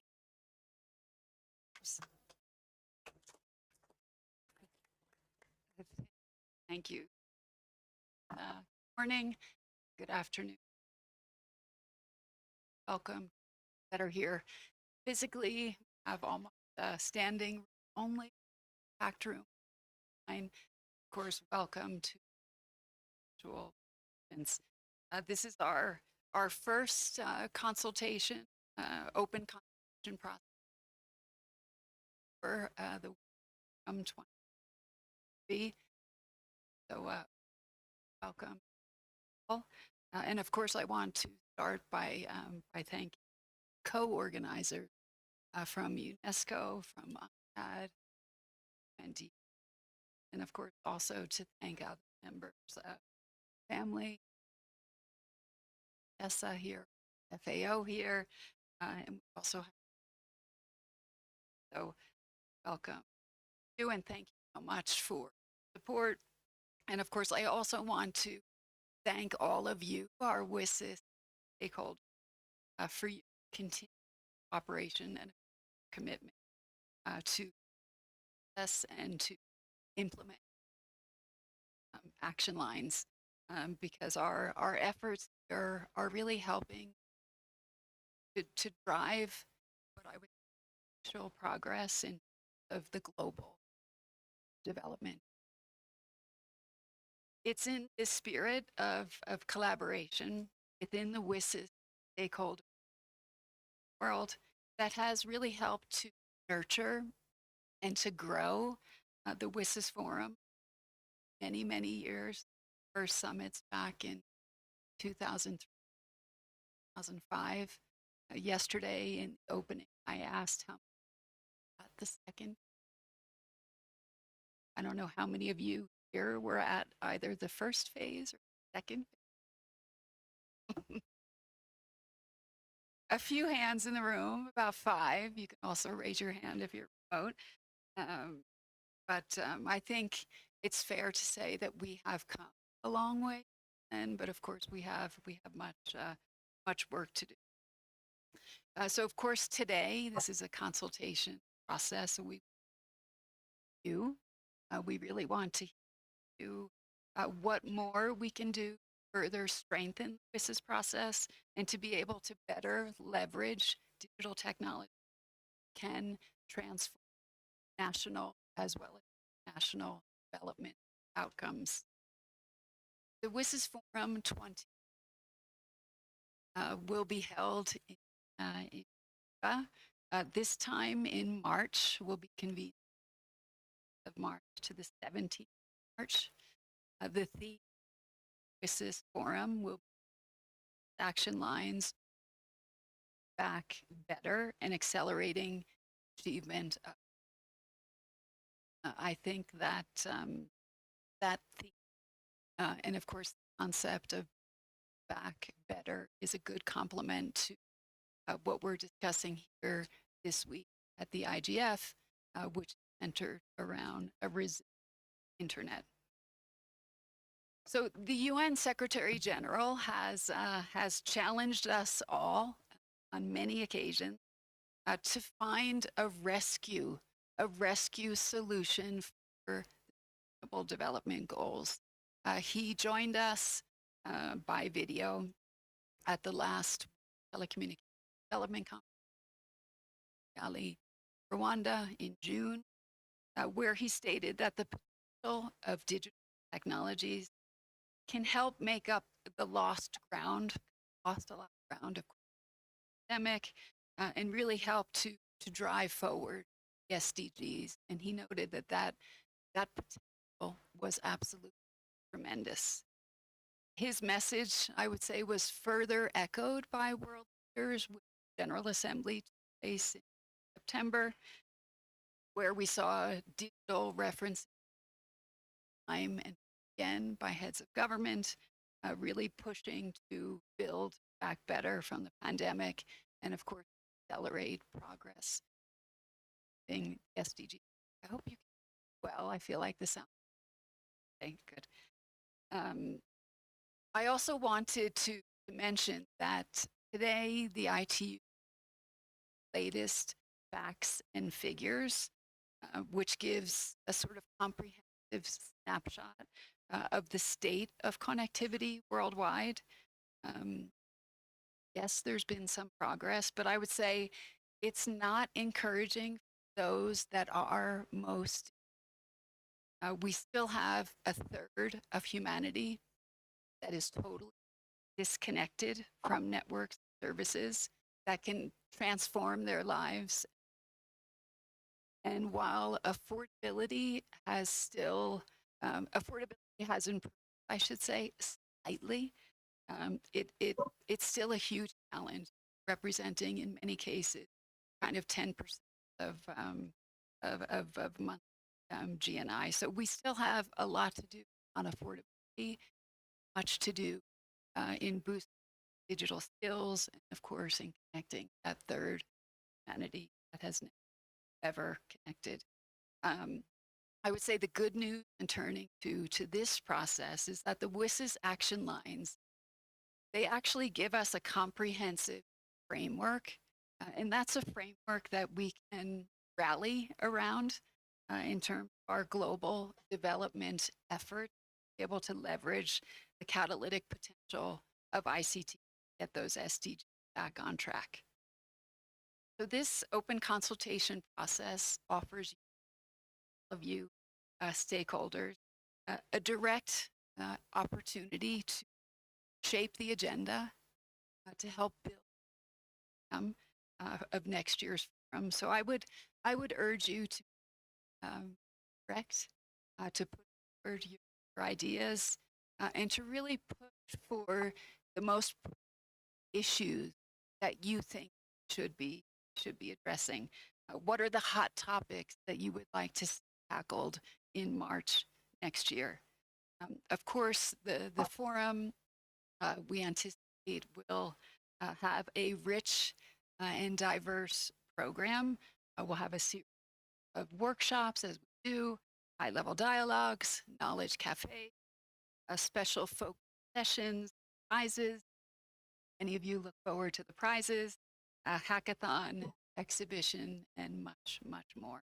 So I do encourage you, and Gitanjali has mentioned that some of you come forward, make your submission as soon as possible, I hope, and really do take advantage of the opportunity directly engaged and to influence the program.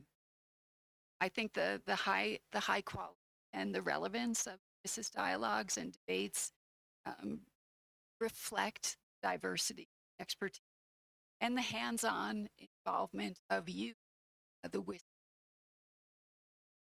Collaboration, of course, has at the heart and soul of the WSIS. I'm confident that together we'll continue to best use stakeholder platform and multi-stakeholder partnership opportunities. We look forward to your inputs and also your contributions to the stock-taking database. If not see 15 lot have an reporting ability. And it's an incredible resource. And so if you're dealing with a challenge or want to see how others have tackled certain issues, that stock taking database, incredible. I do, I have to say, or I'd get in trouble, that the WSIS Forum is an extra budgetary activity for the ITU, for our partners. And so we do encourage you to, we're always grateful for the questions that come in, our partners, and we'd like you to consider ways that you actually partner. And I also want to reference the ITU conference that took place back in September. The UN Secretary General address reiterated the importance of this process. He reiterated the need to further support the World Summit society outcomes and the process that we're at the WISP and of course here at the IGF. I would say also at that conference, it was important to note that our member states unanimously supported our WISP action lines and the links that those action lines have to 17 Sustainable Development Goals. I know Dr. Mencken is with us and a big advocate of linking those two processes. ITU Penitentiary underscore that important linkage. That important linkage. We did have a side session on the process and consultation mechanism that was hosted by our WISP chair for, I believe, His Excellency from Nigeria is supposed to be joining us, Minister. We want to thank him for his very able and capable leadership of the 2020. So let me assure you, ladies and gentlemen, of our commitment, assist process, and of the multi-stakeholder collaboration that's really at the core of this effort. ITU will continue to coordinate very actively with our UN partners in support of the overall review of the WISP outcome. Generally, as you all know, that overall review is expected to 2025. So with that, I will end my remarks and hand the floor back to Gitanjali. Thank you. And like you mentioned, this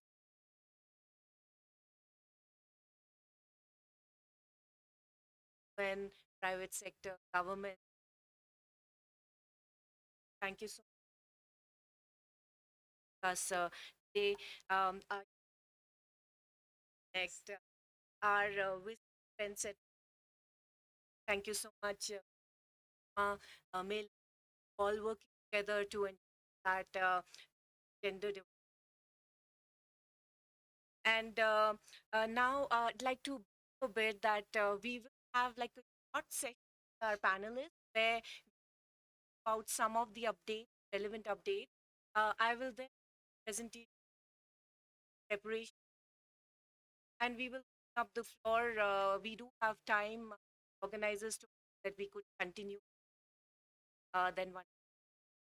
So I'd like to check if Excellent with us from Nigeria.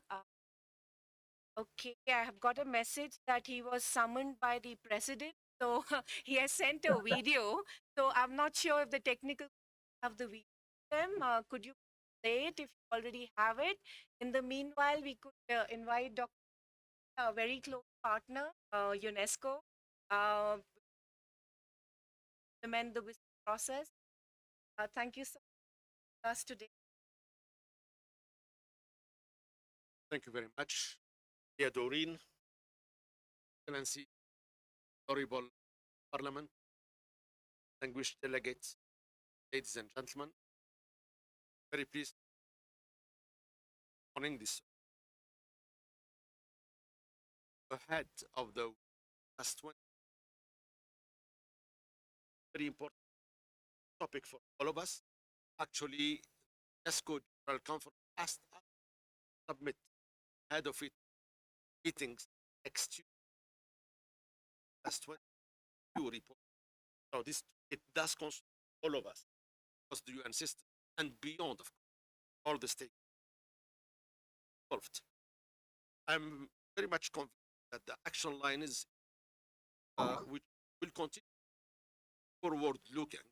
UNESCO is in charge of an action lines, and of course, they are very UN Secretary roadmap. If you allow me, I would like maybe to share with you a few examples what we have as UNESCO as a contribution action line on the access dimension, and for Doreen mentioned and the gap. Some of you are aware of UNESCO X Dynamic Coalition X and Internet Universality. Rome, for are not familiar with it, ROAM, standing for rights, open, accessible, and multi-stake digital. So that's one contribution. On artificial intelligence, you may know that just a year ago, 193 have adopted the UNESCO recommendation on the ethics of AI. It's the first of its kind normative instrument in the world looking at the ethics of AI. In terms of open science, again, a year ago, there was another UNESCO recommendation on open science. Very important make to implement open data and to ensure open access to scientific knowledge, which can benefit many member states in less developed or developing members. On education, I have heard of the transfer, which was by the UN Secretary General. UNESCO was the UN agency in the Transforming Education Summit. He hosted the pre-summit in Paris at UNESCO with 150 ministers. I believe this is very important as part of this and also as part of the SDG. Education with SDG. How can we leverage digital, the future of learning, the future? And I can talk for hours about this, being a former academic man. And we know this a paradigm shift, way we can leverage logical capability. In terms of culture, just 2 months ago, we had Mondia Cult, which is the world's largest conference, cultural. This conference did not take place for 40 years. We were able to organize it last September in Mexico, and we had 135 cultures part of it. And let me here mention 2 other elements in digital and culture. Certainly, digital can definitely advance linguistic diversity, multilingualism. The opening have more language because that will help bridge the digital divide. If people find the language they master, they speak available on the internet. So to say stuff like if you don't French, English, Spanish languages. So we are trying to do our part to linguistic diversity. We are in the process of launching UNESCO World Atlas language. It is a repository of over 8,000 languages, many of which are threatened extinction. For us, it's one way of safeguarding, making them available. And this coming December 13th, we're launching the International Decade on Indigenous Languages, 2020-2030. A decade-long effort by UNESCO, but in cooperation with others, including the Office of High Commission Rights, but also the UN DESA are very much involved with us, but we are the lead implement International Decade on Languages. And maybe finally, as far as media is concerned, I mentioned yesterday in Mark's, I mentioned that we are trying to contribute to a discussion as far as the regulation of digital platforms that influence the public good and not information a public hazard or becoming a public harm. How to regulate digital platforms while safeguarding free speech. That this is truly an inclusive multi-stakeholder, including our 193 civil society, NGO, academia, research, but also very important, involving the technology companies. What is the aim here? Come up with global model regulatory framework for digital that could inform member national and hopefully the commitment and engagement of tech companies, we can have for the first time such a global regulatory combat in cyberbullying, online harassment, and so on. This conference, February 3rd, 2020, and you party this. Let me conclude by saying that more than sharing the vision of, by of course, implementing some action lines allocated by contributing with the other UN organizations and other stakeholders to obviously, hopefully, have a positive review. Being asked who were there in 2005, some of us were, but can take a stock of what has been achieved and what remains to be done after 20 landmark event. So again, we look forward to collaborating with all of you. I want to stress again our commitment at UNESCO and to make sure also that we are here for people-centered, human rights-based, development-oriented. And as it was said yesterday, technology is a means to an end. Technology, not an end. People can get the best out of it. Thank you all. Thank you, Dr. Jalasi. Of course, UNESCO, very, very content as well, culture, ethics, media, access, learning. So it's a whole range. And in fact, a long time back, decided that it's not only society, but in should be called WSIK with the knowledge societies. Thank you so much, sir. We would like to check if the from the Nigeria is, and if you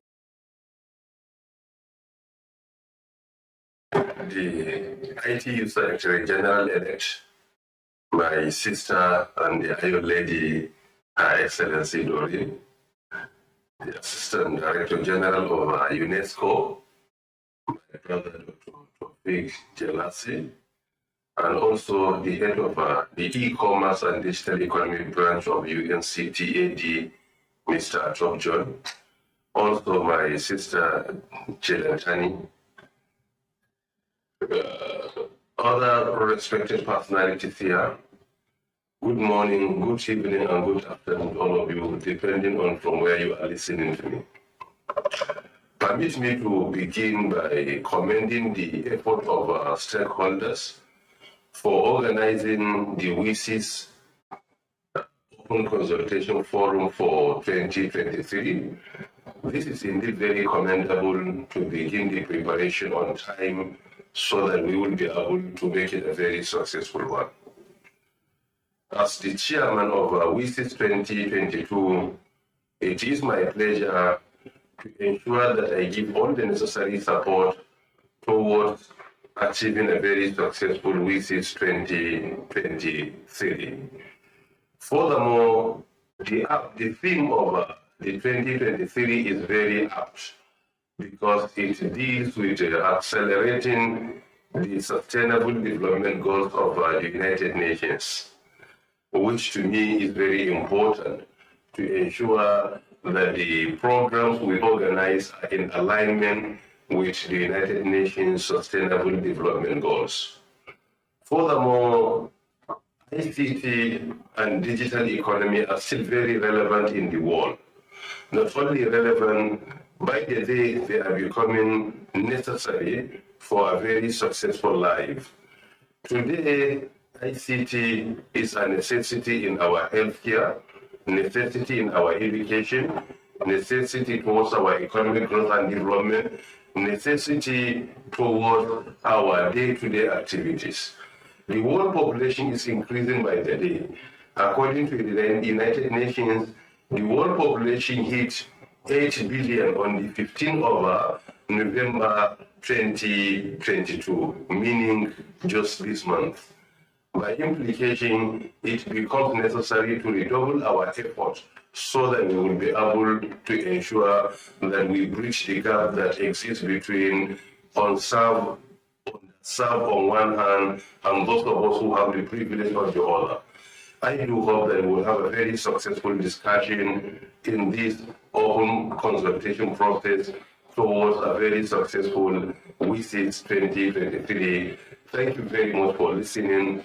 All my doors are open and I do hope we will continue to keep in touch and also accept my apologies for my inability to be with you physically. I plan to be with you physically, but the president of my country has given me another international assignment in which I have been directed to ensure I deliver within this period. Do accept my apologies.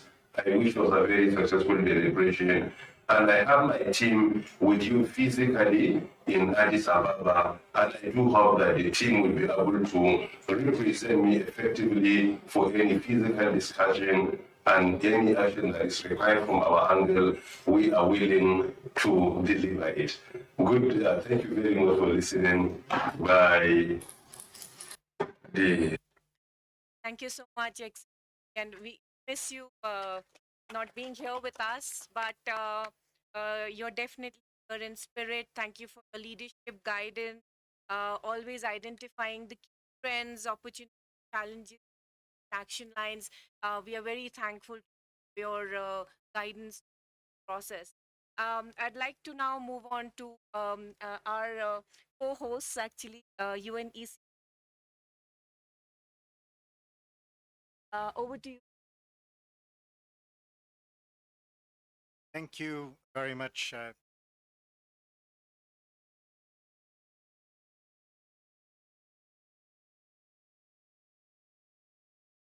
Panelists, amplifying.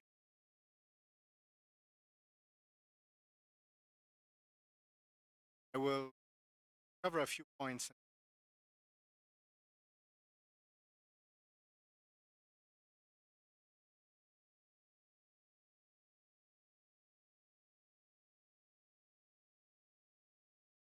Extensively time before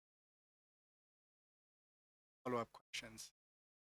Let's start by underlining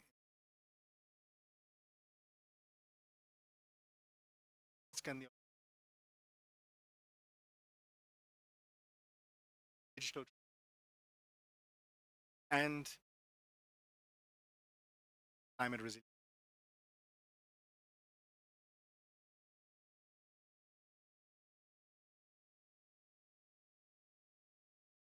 World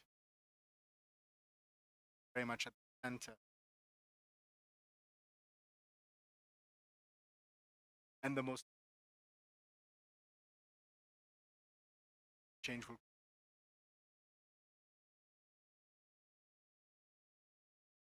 that's based currently on I held it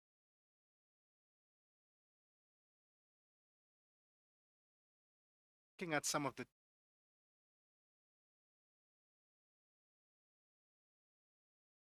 tracks, the framework strategy. Also have the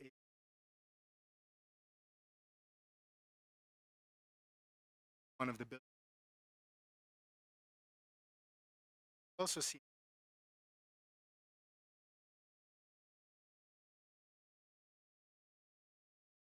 Also, policy, we are really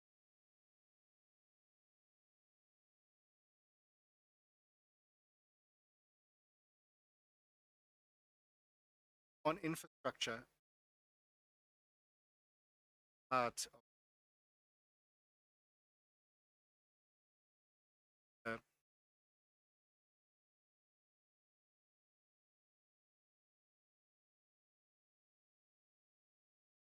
seven out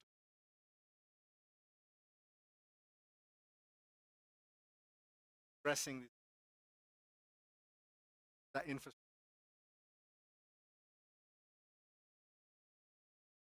of regional capabilities are also coupled with largest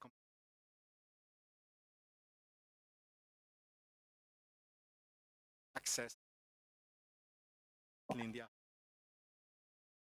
The context of capacity building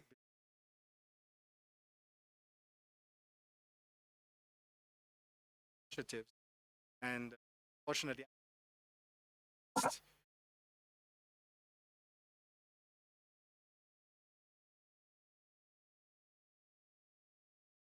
access to nutrition is well skills. Part of the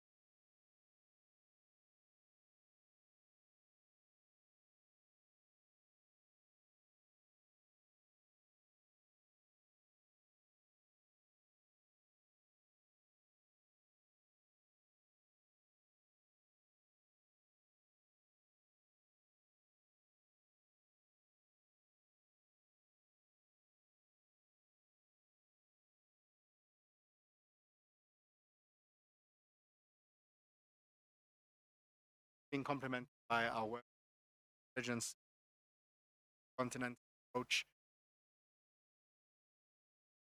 established in 20 intelligence Congo, which aims to connect by artificial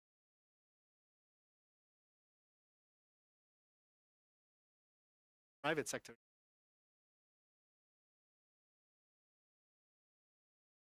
We also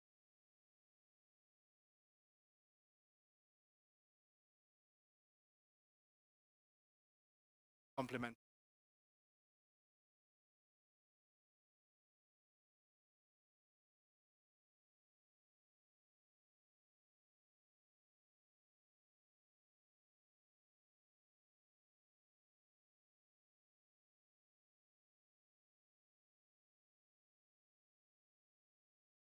conclude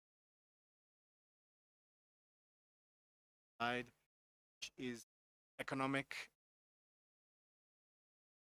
ICT and the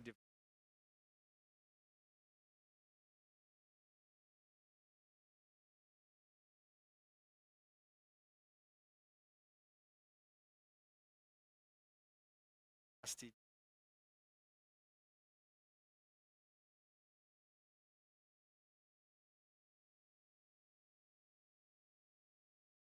I would like to conclude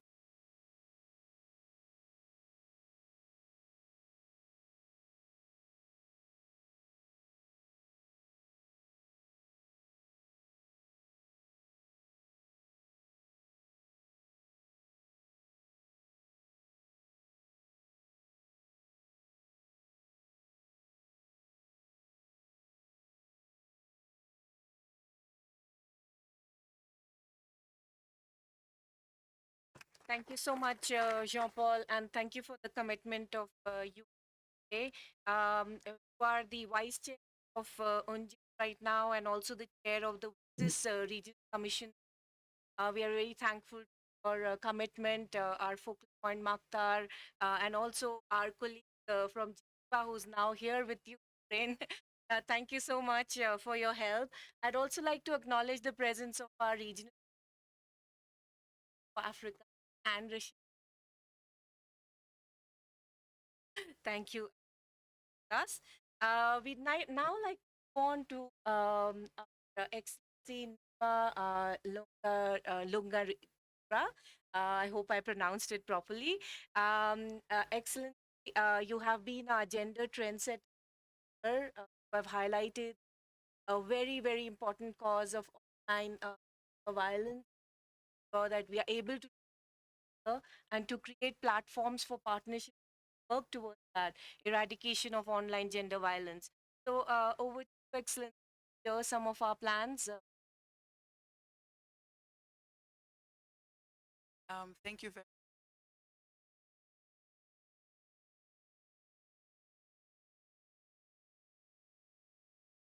and I'm very that Madam and IT. I think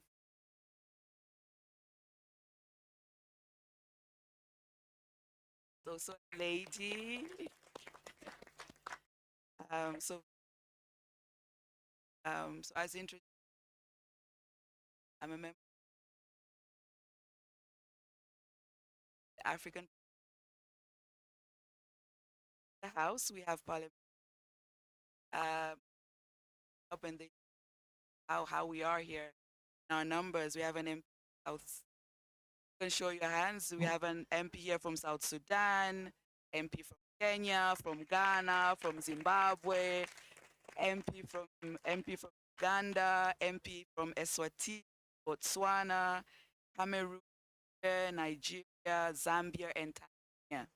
So we have MPs here from 1, 2, 5, 6, 12 countries, and others are in others. And I think this is the first of having African at this that had been often discussions at global dialogues. They were about legislation, but ourselves yet they were seeing things at us that politicians are doing, but those very same Asian are not part of the decided to come together as African parliamentarians and form African on governance. Have 36 African countries, and we're making sure that at the moment west, south, as well as making sure that within members of APNIC there is also party as well as from opposition, that even within ourselves we keep ourselves on check.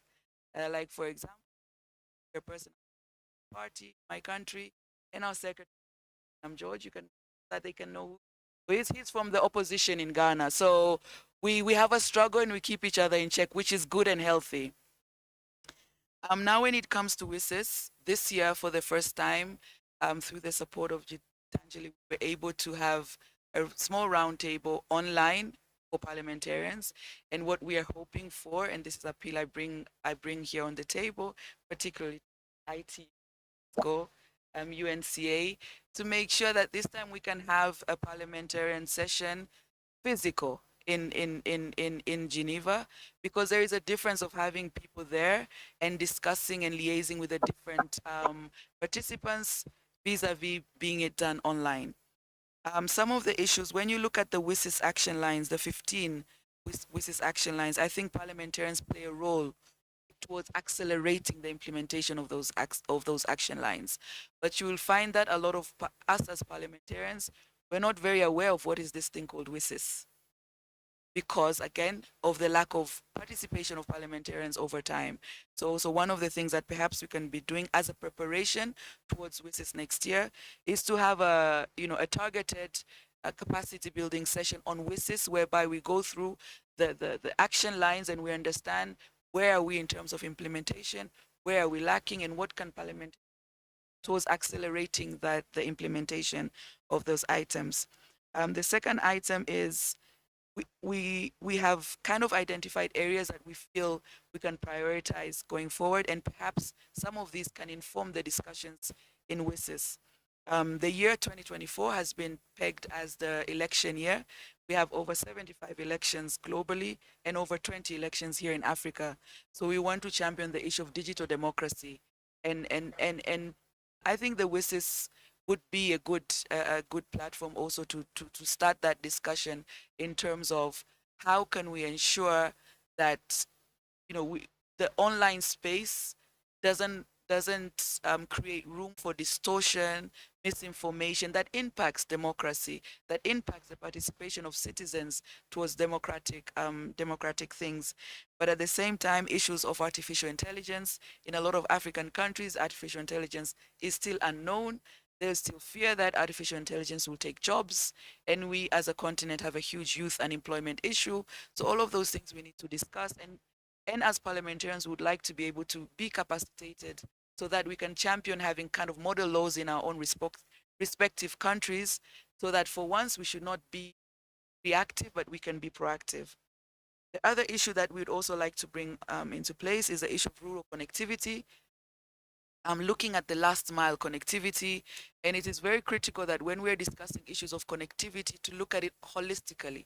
We need to look at the issues of infrastructure, that is electricity, but we need to look at the issues of just the mobile network. I come from Kagera, we're bordering Rwanda, Burundi, and Uganda.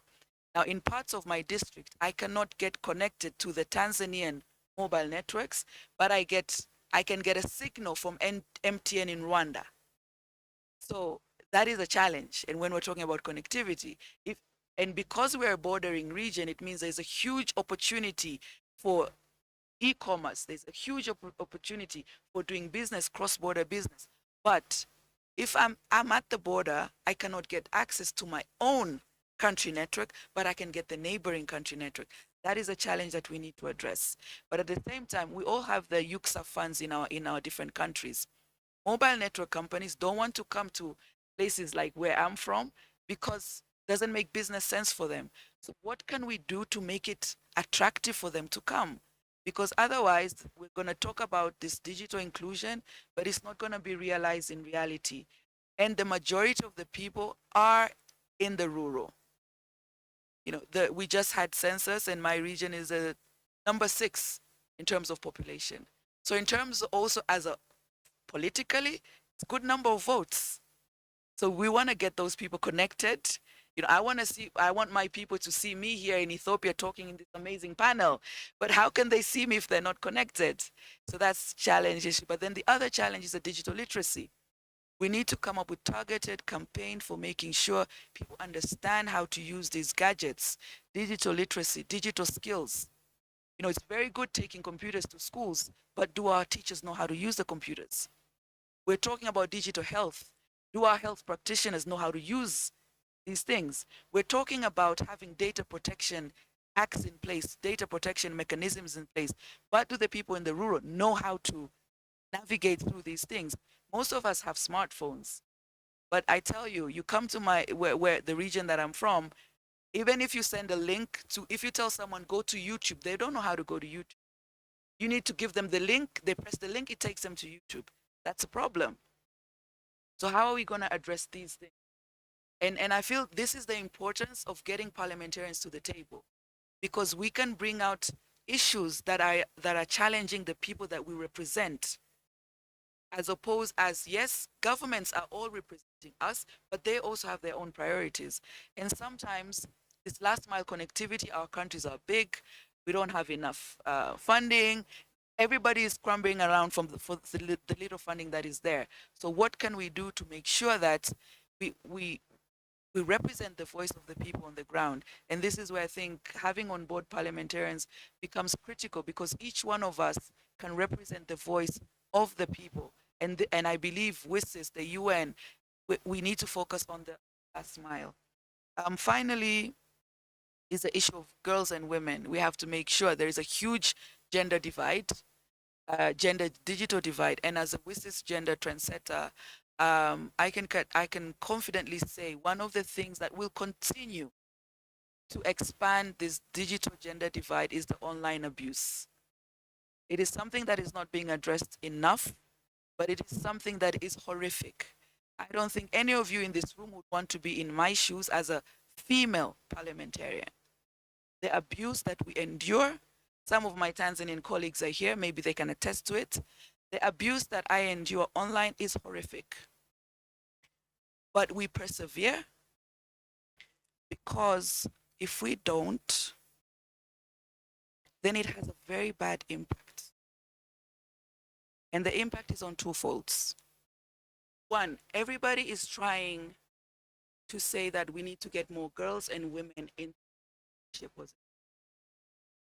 Now imagine an aspiring girl, Nema Lugangira, this powerful female politician who can sit here. But when you're abused, you're helped. And you can't do anything. Yes, there is a cyber law, but it's not clear. How can you get your right? And this brings me to another issue. And I'm really trying not to get emotional here, but this brings to the issue of freedom of expression. Freedom of expression is also used as a blanket to abuse, which is not expressed enough. We talk about freedom of expression. We champion and advocate for freedom of expression, but we forget one critical thing. You should not use your freedom of expression to make me not use my freedom of expression. So I'll give you an example. In the Tanzanian parliament, we have 143 female members. Less than 10% are online. Let that sink in. Less than 10% are online because of their. Yet, talking about bridging gender divide. So we need to address the issue of online abuse. And unfortunately, when women in politics are being abused online, nobody comes to the defense, even the human rights defense. Because you want to know why? They say if you get into politics, you should have thick skin. You should take it. Or you should be able to accept criticism. And what I say, we're not afraid of criticism. Criticize the agenda, not the gender. So my appeal to all of you, and particularly to our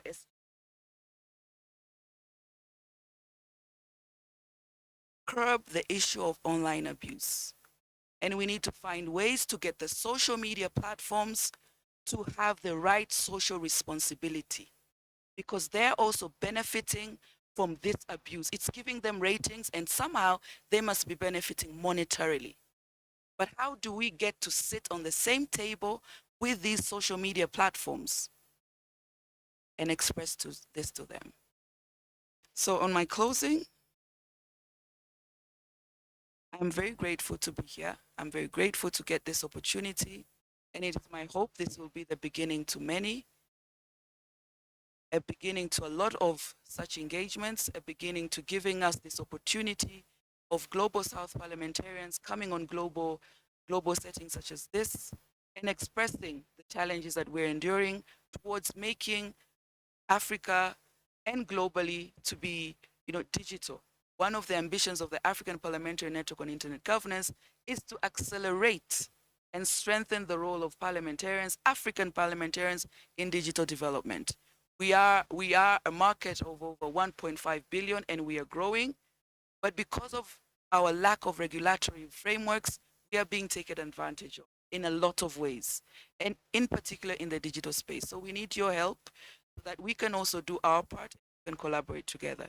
Forgive me if I've taken a little bit of time, but thank you very much for this opportunity, and I'm truly humbled to be here. Thank you. Thank you, Excellency Nima. Your passion is always so infectious, and we'll make sure that we will do things together. There are many people in this room who are eager to work with us on the issues that you have highlighted. Of course, I can see Doreen is also nodding. So we will be working very closely with you on all these issues. I would now like to really appreciate Mr. Michael Hoden for being with us since 4 a.m. New York time. Thank you so much, Mike, for again a very passionate person on ICTs and older persons. We've managed to have our WISIS track on ICTs and older persons reflected on the UN resolution on aging. So this is a great achievement for our partnership with UNDESA, WHO, GCOA. Over to you, Mike, to please present some of the things we are doing and our plans for 2023. Thank you, Gitanjali. We're delighted to be here.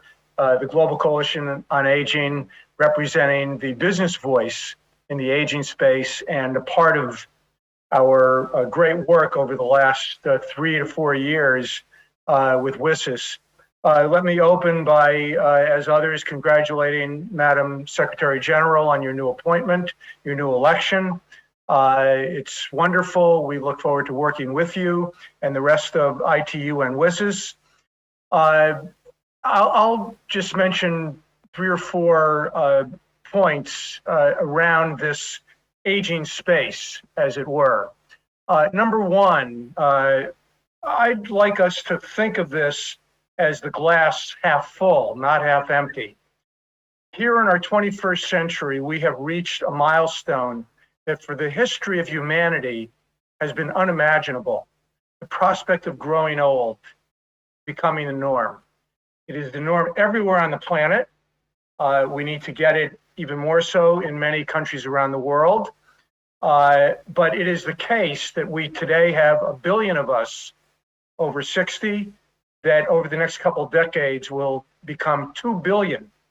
As some of my former colleague speakers said, this in itself is a marketplace for many products and services, including digital technology. The 2 billion people marketplace over 60. Think of it that way, no matter what you're developing or approaching. Secondly, is that this milestone of longevity is largely a function of 20th century innovation. Innovation in sanitation, innovation in biomedicine, innovation in technology. And through the work of ITU and WISIS, we want to continue that, including and particularly around technology. Over the last 2 years, and now for 2023, we've been proud and delighted to partner on a variety of topics. One is we've had the creation of the Healthy Aging Innovation Prize. Last year, we had over 120 submissions in tens and tens of countries around the world. This year, we're going to open it up. We have opened it up, and we expect even more. Secondly, to highlight, Gitanjali, we already said that this is profoundly connected to the decade of healthy aging. It is a decade that represents the recognition of our reaching this longevity, but also that in every society as it modernizes, there are more old than young. Thirdly, I would point out that we can continue to make a difference in the lives of all of us, including older adults around the planet. Number one, what does our digital home look like? What can it be? Whether we're talking about a digital home with respect to healthcare, or a digital home with respect to applications of, for example, streaming services. But we have to have all of it, and we have to have it everywhere. Number two, that we have, particularly in 2023, we can have a cross-generational approach. What is the relationship at WISIS between our older adult track, which we now have fully entrenched, and our youth track? And how can we work together on all sides? And then thirdly, how do we make a difference with respect to the application of disease? We recently had a Silver Economy Forum. Gitanjali and the WISIS team were there. Thank you very much. And we identified a variety of areas. One good example is the application of technology in bone health. We know who 80% of those with the first fracture are, and through digital technology, we can help identify them and then treat and rehabilitate. That will be huge, so that we can bring bone health to the diseases of aging solutions as we're trying to do in so many other areas, whether it's cardiovascular health, we apply to caregiving, and for example, Alzheimer's. So we're delighted to work with you again in 2023. We will open up our Healthy Aging Innovation Prize to all, and we look for new areas of work, including with the youth track. Thank you very much. We are delighted. And again, thank you to Madam Secretary for your new election. Thank you very much, Mike. Thank you for all these new, very important topics in the area of aging that you have highlighted, especially role of ICTs with Alzheimer's, with reality, digital economic access, so e-business for older persons, financial transactions for older persons using technology. So we'll be dealing with all these topics in the track with all our partners. Thank you very much. I see that Scarlett and Mei-Ling have been waiting very, very patiently. Scarlett is our co-organizer, UNCTAD. Scarlett, the floor is over to you. Thank you very much, Gitanjali. I just wanted to say to distinguished panelists, colleagues, and friends, on behalf of UNCTAD, I would like to convey our regret that we could not be with you in Addis to launch this all-important open consultation for the WSIS Forum 2023.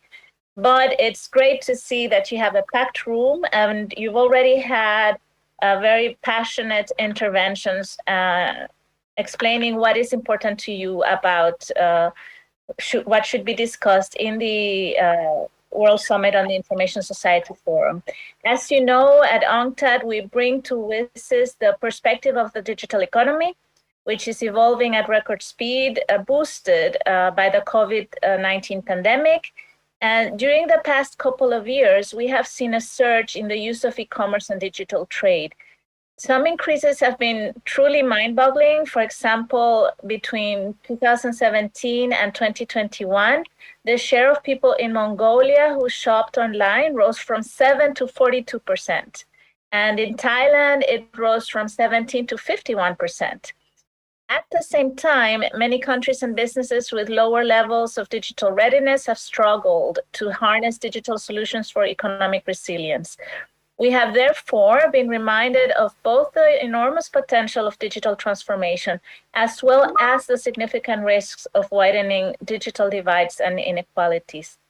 The WSIS Forum offers a rare opportunity for all stakeholders and all countries to come together and examine progress towards achieving an inclusive and sustainable digital economy and society. And we look forward to contributing from that lens.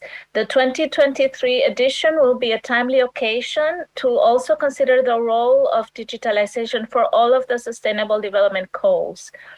Because, as you know, the clock is ticking, and we have the planned UN Summit of the Future in 2024, as well as the review of WSIS Plus 20. So we encourage all stakeholders to use this open consultation process to feed in your views and ideas that can help shape the WSIS Forum 2023 to make it as useful as possible, especially in the current juncture. So together with the ITU, UNESCO, and UNDP, UNCTAD looks forward to hearing from you. And thank you for your attention. Thank you very much, Scarlett. Also the lead facilitating agency for e-business along with UP and ITC. Thank you for your commitment towards the process. Of course, we've saved the best for the last. Thank you for your patience, Mei-Ling. Mei-Ling has been our mentor, friend, philosopher, and guide in terms of the whole digital gender inclusion process. We've initiated an online WSIS gender repository, the WSIS gender trendsetters. We've been able to achieve a lot together. Over to you, Mei-Ling, to share some of the activities we've done and our plans for 2023.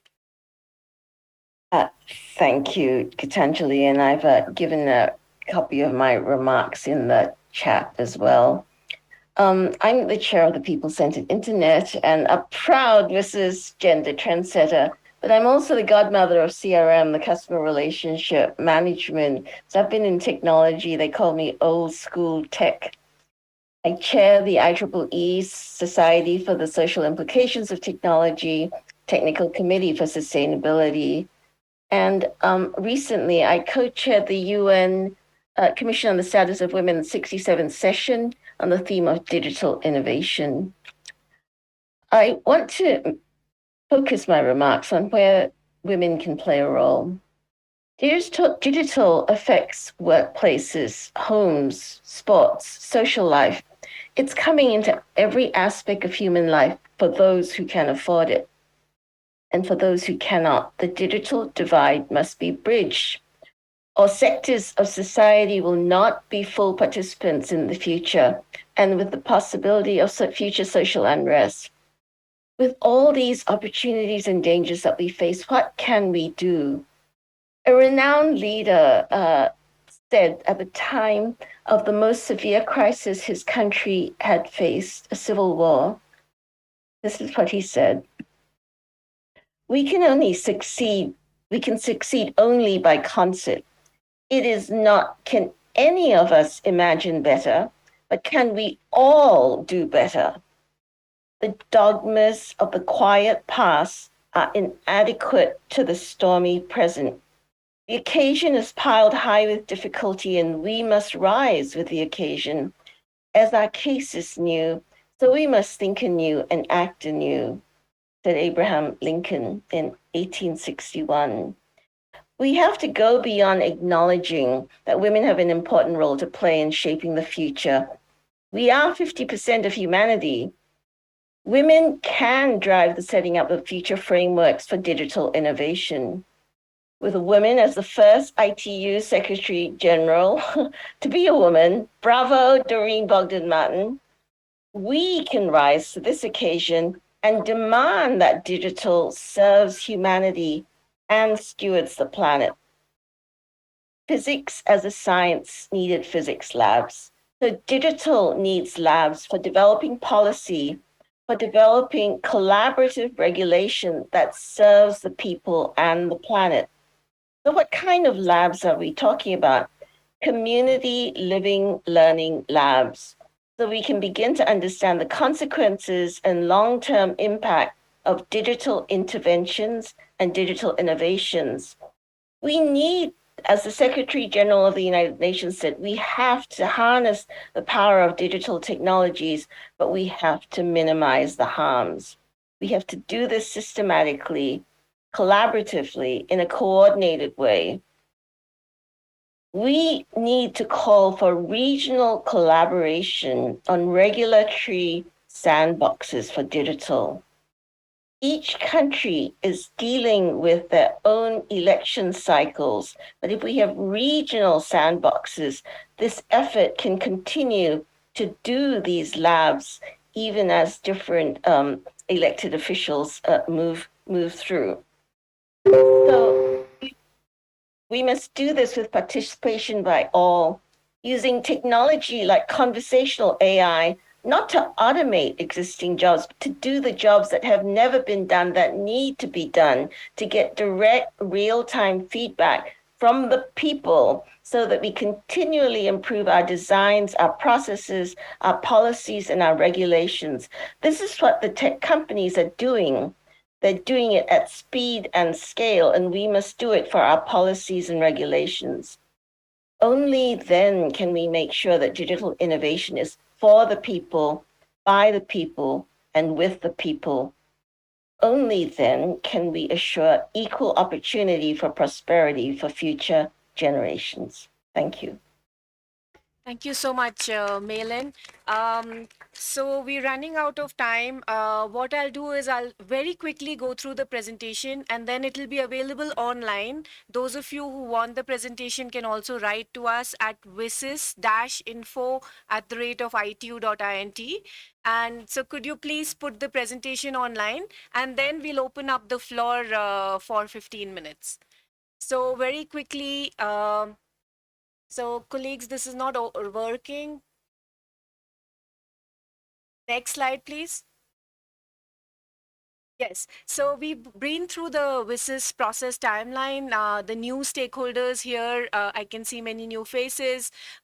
We started in 1998 with the Plenipotentiary Conference in Minneapolis. And then it resulted in a UN General Assembly resolution in 2001, which tasked the UN to have a summit in 2 phases, which Doreen and Mr. Jalasi was talking about. In 2000, it was held in Geneva and in 2003 and in Tunis in 2005. So you can see that in 2015, when the 2030 Agenda for Sustainable Development was adopted, we started aligning the WSIS process with the Sustainable Development Goals. Next slide, please. And we have a mapping. It's called a WSIS SDG matrix, which is available online. UN agencies involved like FAO, ILO, WHO, ITU, UNESCO. We've all worked together to map and show how different action lines actually connected to the Sustainable Development Goals. Next slide, please. Next slide. Next slide. Doreen already mentioned this. Next slide, please. Yes, so please mark 13th to 17th of March on your calendars. And at the request of stakeholders, we will continue the virtual component in April and May. 13th to 17th will be a hybrid model in Geneva and virtual. As you know, next slide, the agenda and the program of the WSIS Forum is built through an open consultative process. This is our first meeting. The second meeting will be on 13th of January. Hybrid again, Geneva physical and with virtual participation. Next slide, please. It's a very simple way to input your submission. Go online, create your account, and submit your official input to the OCP process. Next slide, please. We will have a high-level track. Our chairman, current chairman, will change during the WSIS forum.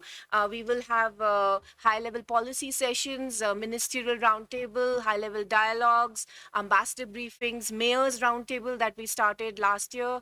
Have high-level meeting with parliamentarians. We hope that all the parliamentarians present here will be working with us because at present we really need your ideas and guidance as to what we could do for an impact. Next slide, please.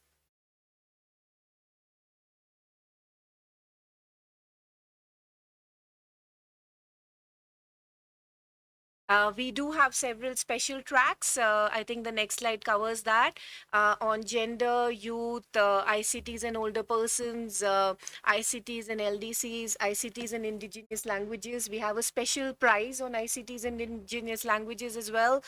In 2023, we're going to launch it soon. Michael Hoden spoke about the special prize on older persons. We're doing a lot of work on clean technologies. Giacomo is also sitting here. We'll be working with you on that as well. Colleagues, I think I'll stop here because we really want to listen from you. We will leave this presentation with the IGF Secretariat so that you can get it from them and from us as well at WSIS, WSIS info @itu.int. So thank you so much, and the floor is open. Do we see any hands raised? We are okay. Yes, sir. Please do introduce yourself first. Thank you very much. My name is Wisdom Donko. I'm from Ghana, Executive Director of Africa Open Day and Internet Research Fund. I have some few things to share. First one is looking at Africa and the issues that we have. First issue that I would say lies on the availability of data. If some amount of effort can go into addressing the data gaps that we have in Africa, that will go a long way to help us. The other issue that I think is also of importance is spectrum allocation. Like the spectrum allocation that we have this continent, mostly favors the big companies, the big telcos. and then leaving out the smaller ones. Example, we have several non-governmental organizations that want to go into the rural community and help them solve their problem in terms of connectivity issues. But then getting some of those spectrum allocations is difficult. And then we all know that the big companies don't find it profitable going into the rural community. And then most times, control. So we need to look at that and see how we can help rural community. Thank you, sir. Any more raised hands? Yes, please. My name is Naza Nicholas Kirama, currently serving as the president of Tanzania chapter, Internet Society Tanzania chapter, and also the project manager for the Tanzania Digital Inclusion Program. I think in Wizis you say trendsetter. If you were to call me a trendsetter, well, I'm a trendsetter in connectivity. And one of the items that I believe should come to the forum are the use cases on the ground. If the connectivity is a challenge, I mean, what is happening in countries on the ground? I'm saying this because if you get a use case, a good use case of connectivity from Ghana, for instance, or from Georgia, it is easier to adopt and to adapt what has been done on the ground. For example, in Tanzania, what we have been able to achieve is actually connecting schools and health centers. And I think for the first time, the local police station to a broadband internet through a community organized digital innovation. So my suggestion or my submission would be to have all these use cases from around the world to ensure that they come and exhibit or demonstrate what is it that they are doing on the ground and it is working. Because if we are talking about, connecting all people, including all schools from the Global Digital Compact, we need to see those organizations or individuals that are walking the talk. So others can also be able to take from the forum to implement in their own countries. Thank you also for allowing me to participate in a high track level session last year. And it was wonderful, and I got a lot of emails, and some people are actually implementing what we are doing in Tanzania. Thank you so much. Thank you, sir. It was our pleasure. I see that Nigel had raised his hand, and then Excellency from Ghana, and then we need to give a chance to the online participants as well. Nigel, over to you. Thank you very much, Gitanjali. Nigel Hickson from the UK government. Yeah. Well, the red light's on. Yeah, it might be part of the aging process, but no. Very briefly, first of all, thank you so much for hosting this session. The commitment of the UK to the WSIS process and to the WSIS forum, I think, is something that the inspiring speeches that we've heard this morning is based on. I mean, the WSIS forum has shown, the WSIS process has shown how stakeholders can come together to try and solve issues, to understand each other, to share experiences, to share concerns, to share joy, to share achievements. And it's testament to the ITU and to colleagues, their colleagues in UNCTAD and UNESCO and other agencies, UN, ECA, that we're able to do this at the WSIS Forum every year, and we should be grateful for that. The UK is committed to this process, and we will certainly be supporting, I hope, we will be supporting financially next year, and we're committed to the process, and hopefully we'll have our minister being able to take part next year. And I think, you know, just to finish, it's as we go towards the renewal, if you like, or to the debate at the UNGA on the WSIS process in itself, I think we need to show, as we do in the WSIS Forum, that all stakeholders, that this is so important, that stakeholders have a forum to come together to talk about how we're doing on the action lines. Perhaps in 2025 we might be able to adopt more ambitious action lines and update them in lines of the important issues that the parliamentarians and others have brought to the table today. So anyway, thank you. Thank you, Nigel, for your personal commitment and also for UK's support to the WSIS process. Thank you so much. Sir, you wanted the floor. Yes, please. Thank you very much. My name is Honorable Sam George from Ghana, and I'm excited to see the presentation you just showed. It had a high-level session for parliamentarians, because on the WSIS website, it didn't have parliamentarians as part of your high-level track. And that for me was a critical problem, because when I look at your action lines, and this is from someone who served in government and now in opposition.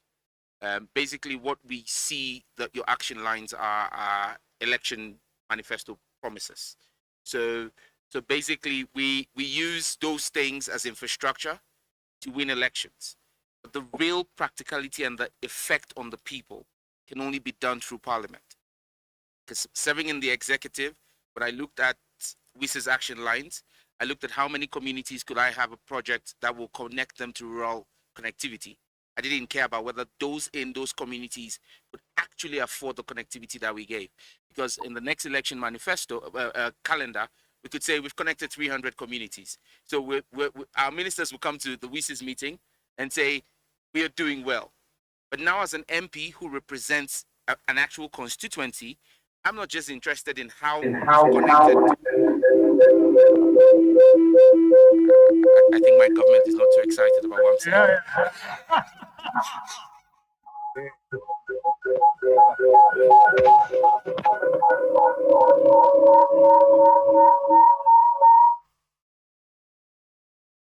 Thank you. Now that I have an actual constituency that elects me and I answer to, and not sitting there by virtue of an appointment by a president, I'm worried about my constituents being able to actually afford the connectivity.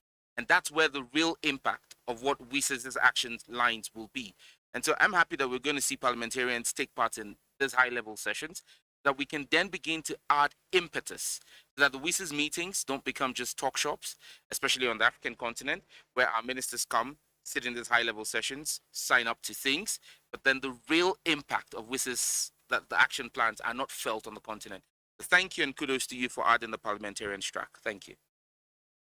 Thank you, sir. Actually, the reason you don't see it there is because we are still developing what we should be doing in that track. So all these comments are very useful.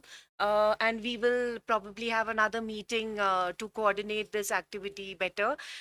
Thank you. We'll take some online questions. And colleagues, we do have the room here. So those of you who have time can stay with us. But those of you who have to leave, we will understand. Andrash, online, Ambassador Andrash is our partner from the Geneva Cities Hub. He introduced the mayor's component with the city of Geneva. Over to you, Ambassador Andrash, if you would like to make an intervention. Thank you very much, Gitanjali. Good morning, good afternoon, depending on where you are. I'm András Szörényi from the Geneva Cities Hub, and we had the pleasure and the honor to work with the WSIS Forum last year to launch the participation of local and regional governments, the participation of mayors at the WSIS Forum. We are very happy to continue this collaboration because we believe that this initiative on behalf of VISIS to include this constituency is very important, and it's in line with our common agenda launched by the UN Secretary General, where we really acknowledge the importance of a broad base of multilateralism, a real multi-stakeholder approach, which was always a signature of the VISIS project. Next year, we also plan to involve mayors from all regions of the globe. Urbanization is a very important challenge. As we saw with the Sustainable Development Goals, we can only reach a result if we localize our impact.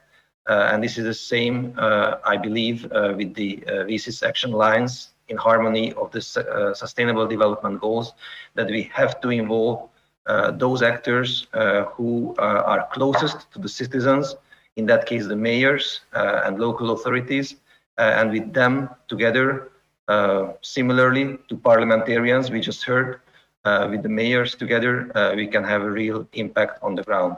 So once again, thank you for the possibility to collaborate. We are looking forward to it, and we are very happy to be a partner of the VISIS project. Thank you very much. Thank you, Ambassador. We look forward to working towards a good engagement, also linking it with smart cities, the work that ITOT is also doing very actively. So thank you so much. We would now like to move on to Professor Vladimir Minkin. He's also online. Professor Minkin, over to you. Yes, do you hear me? Yes, we can hear you clearly.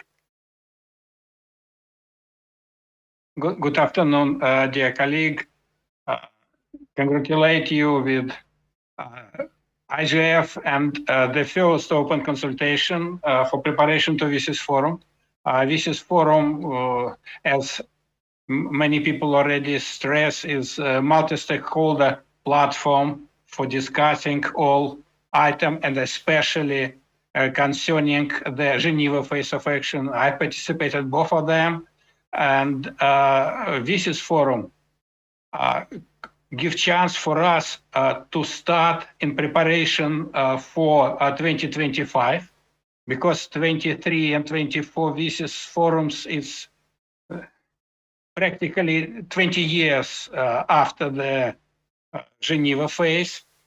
And we should look how we should estimate how they reach action lines globally and regionally, what are the success, where we have challenges, and how to strengthen the cooperation and to help the achieving SDGs up to 2030. It means this may be necessary to prolong for that, but it's for discuss in 2025. And of course, I fully support Nigel that we should be ready for considering what should be VISIS beyond 2025, what will be new challenges based on new technology and new surrounding and so on. Thank you very much. I wish you success for that. Thank you. Thank you very much, Professor Minkin. I see that a hand is raised both virtually and physically. Over to you, sir. Thank you. Sorry, the short note is actually listed to Jean-Paul on the academic. I see that we have lots of high levels, but I feel that the academics are underrepresented.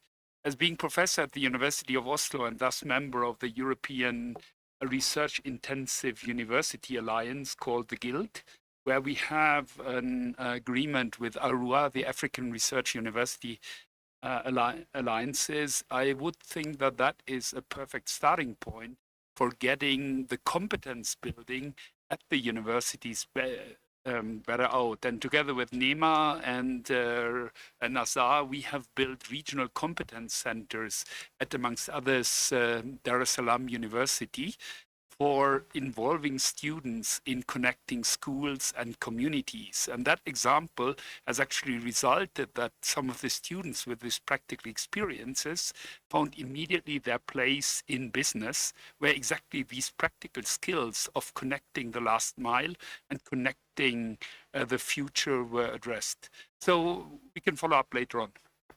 Thank you so much. I think you also attended the academia roundtable that we had at WSIS Forum. We plan to continue that, and we look forward to your support on how to, continue with it. So thank you. I think Vladimir, if you could please help us with some virtual participants who are there online. Yes. Yes, thank you, Gitanjali, and hello to everyone. Before I report on some chat questions and information shared, I would like to invite Elliot Christian, who also raised his hand, to take the floor. Thank you very much. So I just have a quick comment, which is that despite today's amazing ICTs, too many people in harm's way still do not get timely and effective emergency alerts. This is especially the case in developing countries. Sadly, these, of course, are the most vulnerable. So an action plan has been put together for that in the next 5 years to get early warnings to all. This is from the UN Secretary General, announced in March. Now, his focus was on weather because of the climate crisis ongoing, but we should be talking about all hazards, and this should be all media. And I mean analog, over the air, broadcast radio and television are still very prominent, all ICTs, digital and analog. Thank you. In the chat, I've put some more on this topic. Yes, thank you very much, Elliot. There are other questions raised in the chat requiring more information on the open consultation process. I would like to inform everyone that this presentation that Gitanjali shared, and the recording will also be uploaded on the WSIS Forum website in the dedicated page to the open consultation process. The other calls and deadlines are also available on the WSIS Forum website. The one question on the WSIS prizes, it is an ongoing call, and the deadline is 7th of December. So please take your time, promote this opportunity, and submit your projects. We also have our hand raised back to Michael Hoden.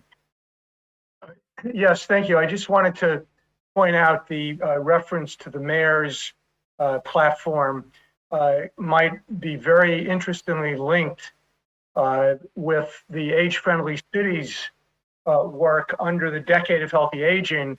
And maybe we do something in 2023 with the older persons track and the mayors through the age-friendly cities work, which we of course covered at our Silver Economy Forum 2 weeks ago.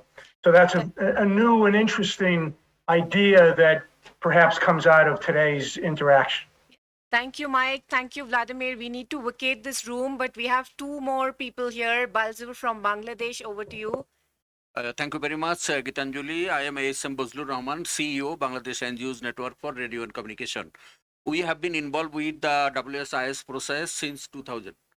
We are implementing and contributing to the WSIS action line C1 to C11 in Bangladesh as a WSIS action line focus organization. As a result, we received 8 times WSIS prizes as the winner and also champion. My question is, UN Secretary General already declared the Global Digital Compact. From the WSIS community, what is our harmonization plan to adopt to the Global Digital Compact? Thank you. Yes, sir. Over to you at the end there.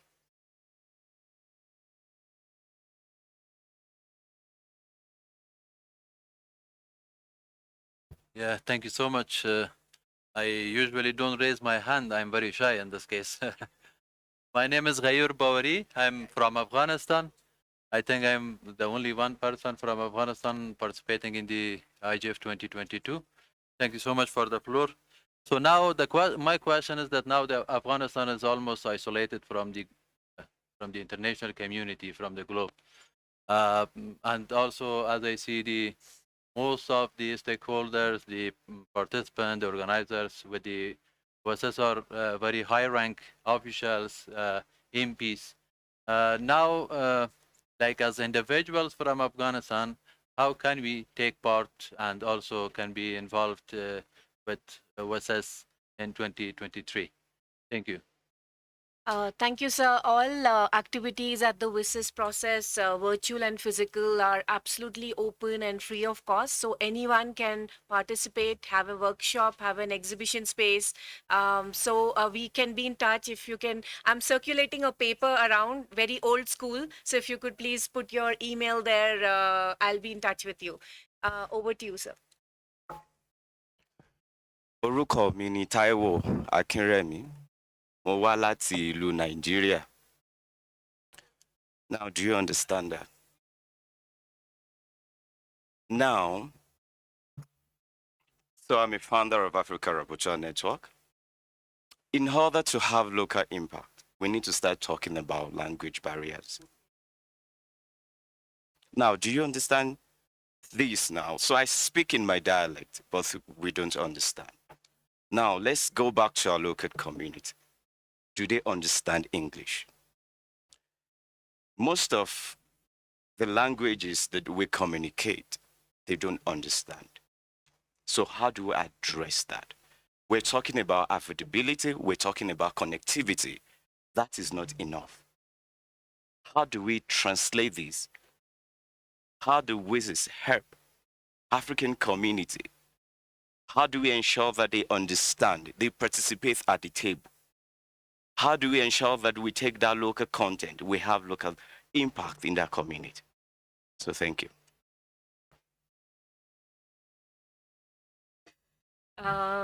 Thank you. That's a very important point. Fortunately, we still have Dr. Jalasi with us, UNESCO. Well, thank you for your comment. I think in my opening remarks, I did mention the crucial importance of making cyberspace as multilingual as possible. I also mentioned the work that UNESCO has been doing to foster linguistic diversity and multilingualism, including in cyberspace. And I mentioned some of the initiatives that we, as one organization of the UN, has been carrying out. Of course, we need collective efforts by all, including other UN agencies, ITU or UNDESA or others. Your point is well taken. And I think you made it very clear when you started your intervention, speaking a language that many of us did not understand. This is the case in cyberspace. Thank you so much, Dr. Jalasi. And many of you have this question: what is the deadline for binding deadline for requesting for workshops? It's 1st of February. We will not accept any requests after 1st because the Secretariat needs to consolidate and give all of you an opportunity. So please do submit them today as soon as possible. Madam, please, the floor is yours. Yes.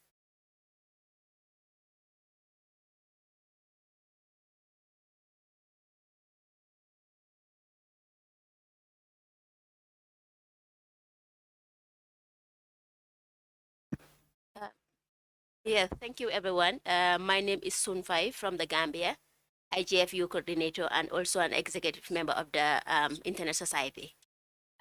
Basically, looking at the track that has already been mentioned here, I think when we are talking of internet and connectivity, it's a fundamental human rights now.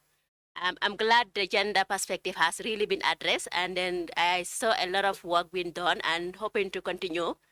But also looking at the inclusiveness of it, people with differently able, do we really have a track on that? If we don't, then we really need to look into it. Because if you look at the garden here, I saw few people with differently able, but I think the participation is lacking, and I think they're also part of our society. We really need to think of that and have a special track on that so they can at least not only connected, but meaningful connection for people with differently able. Thank you. Thank you very much, ma'am. In fact, we do have a special track on persons with special needs. However, for some reason, we lack committed partners to join us to organize the track every year. So please do leave your email on that piece of paper and we'll make sure that we get in touch with you as well to continue the track. I think, yes, sir. You wanted, ma'am, sorry, I could not see you from there. That's Kenya. Over to you. Thank you very much. I'm really very excited to be here and really appreciate you coordinating this very important session. My name is Caroline Murianki from the Communications Authority of Kenya.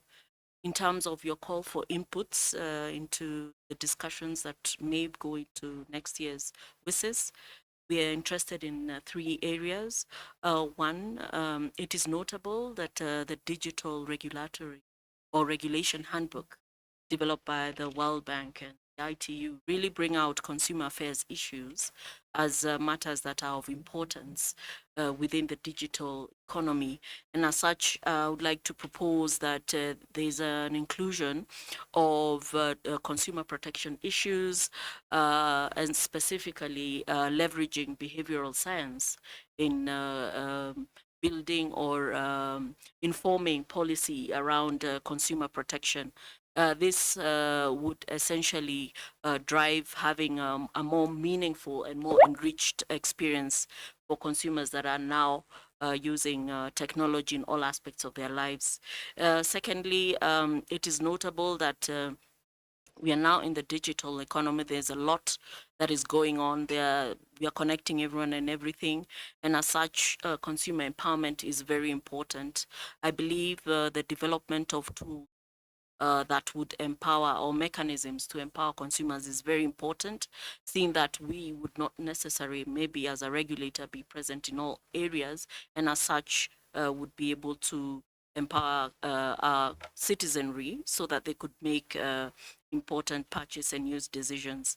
Thirdly, this is an issue that is at the helm of our leadership, the creative economy, and as a country, it would be desirable to see how technology the linkages between technology and the creative economy can be able to spur growth of that economy with a view to determining what kind of the case studies are there, what are the experiences from other countries. Chair, that my submission. Thank you.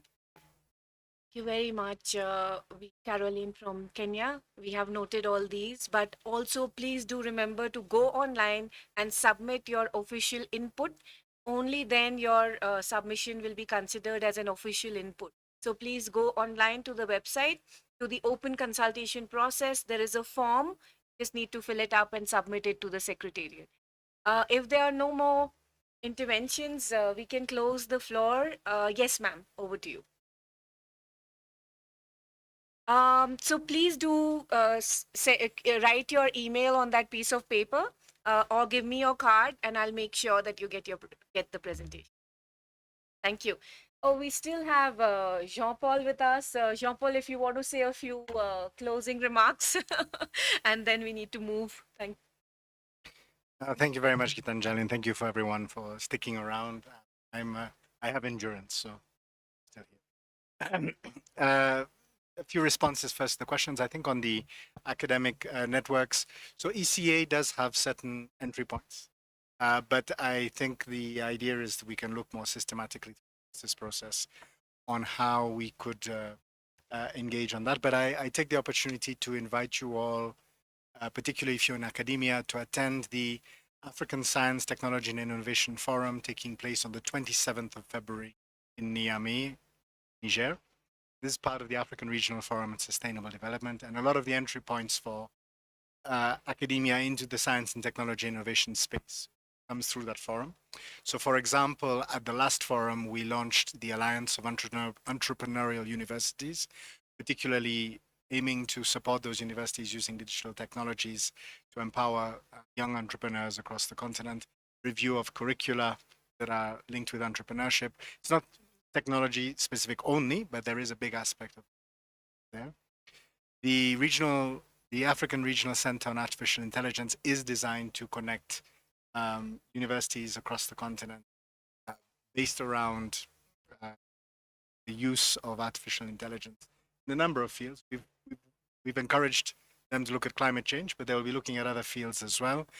And the shortly to be set up African Regional Center on Cybersecurity to be hosted in Lomé in Togo, will also, as it will work to popularize the model law on cybersecurity that we have developed and which will be presented at 3 p.m. today at IGF.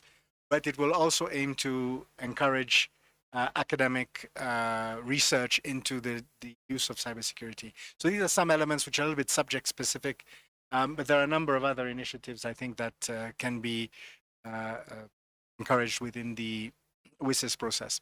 On the, if I can briefly cover the aspect of access and voice, I think it would be remiss not to mention a fantastic African innovation. There is an application called Lenali in Mali, which actually uses voice related artificial intelligence to allow non-illiterate persons, also persons who are visually impaired, to use the internet. Actually. And I think part of the WSIS process is where we can use these best practices. And this gentleman called Mr. Sidibe actually has made the software for this free. It is actually available and it can be replicated in other African countries. And these are the kind of initiatives that we do showcase at the Science, Technology and Innovation Forum in Niger. So again, I would recommend everyone to register and attend. And then just to summarize and thank everyone, I think there are many things happening actually on the African continent. We do sometimes have the risk of fragmentation and duplication. The idea of the WSIS process is to try and reduce that. And I think that's where it's useful. We bring these ideas in the Internet Governance Forum. We encourage everyone who has ideas to then put that into the process online, which then allows us a process for follow-up and continuation. So maybe I'll stop there because I've spoken a lot. Thank you. Thank you so much. We'd like to thank nearly 70 participants who were here physically with us, and virtually we had over 100 participants joining us. So thank you so much. A big round of applause for virtual participants. Thank you so much. We missed you here, but thank you for joining us. The technical team in there who has really helped us with our video presentations and everything. Thank you so much. And the usherers and our Generation Connect Youth Delegate. Can you introduce yourself, please? Thank you. I'm Atanas Bahizire from DR Congo, a member of the Generation Connect Youth Initiative ID.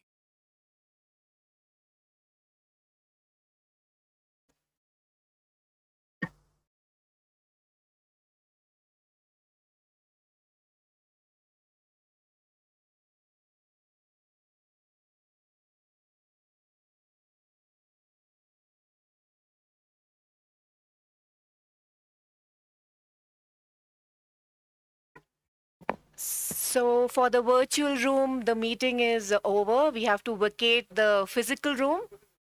Thank you so much for being there with us today. Thank you. Thank you.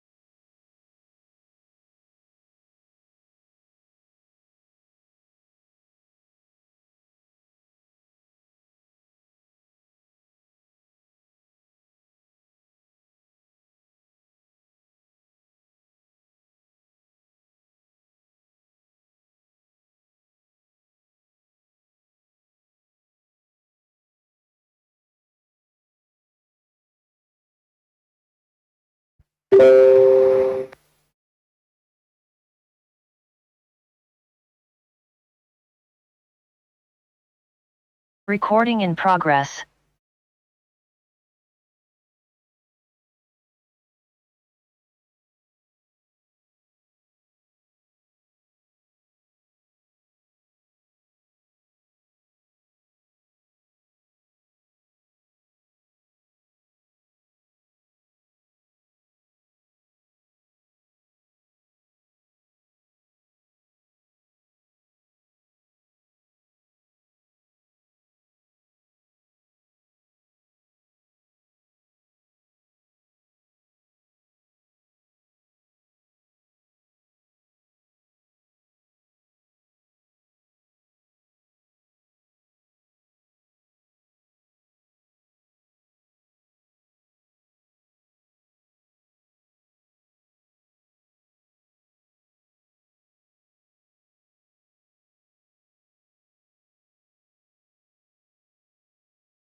Hello, hello, good afternoon. Microphone testing.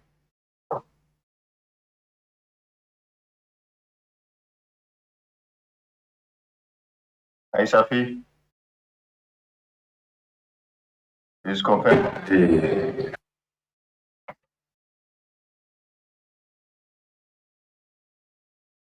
Hello, Safi.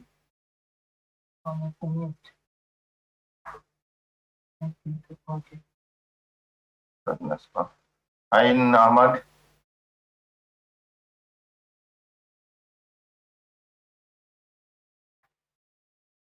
Hello. Can someone confirm if I'm audible?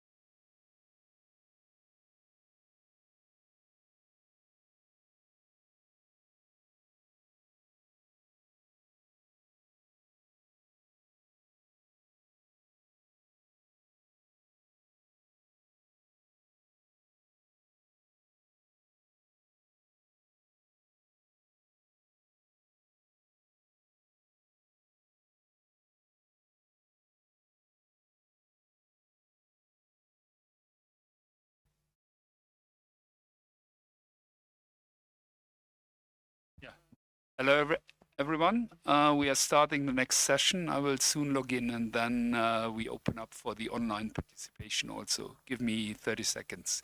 We're very late because the Business Forum 2023 process took the room and took more time here. So please excuse the delay.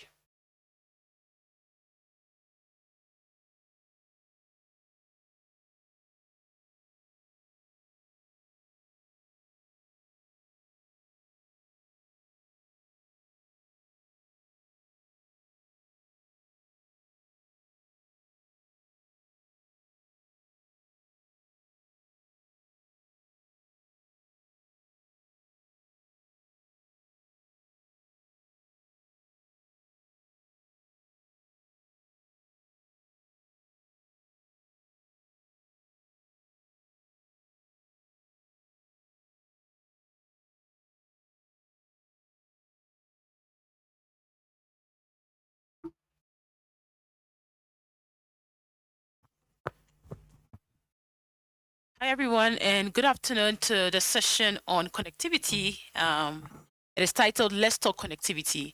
In a very short while, we're going to have panelists respond to issues around connectivity, particularly for schools, and then we'll have a blend of both online and offline. So we'll take turns to ask the questions, and also to just at the end of the session to see how we can get responses from people also here.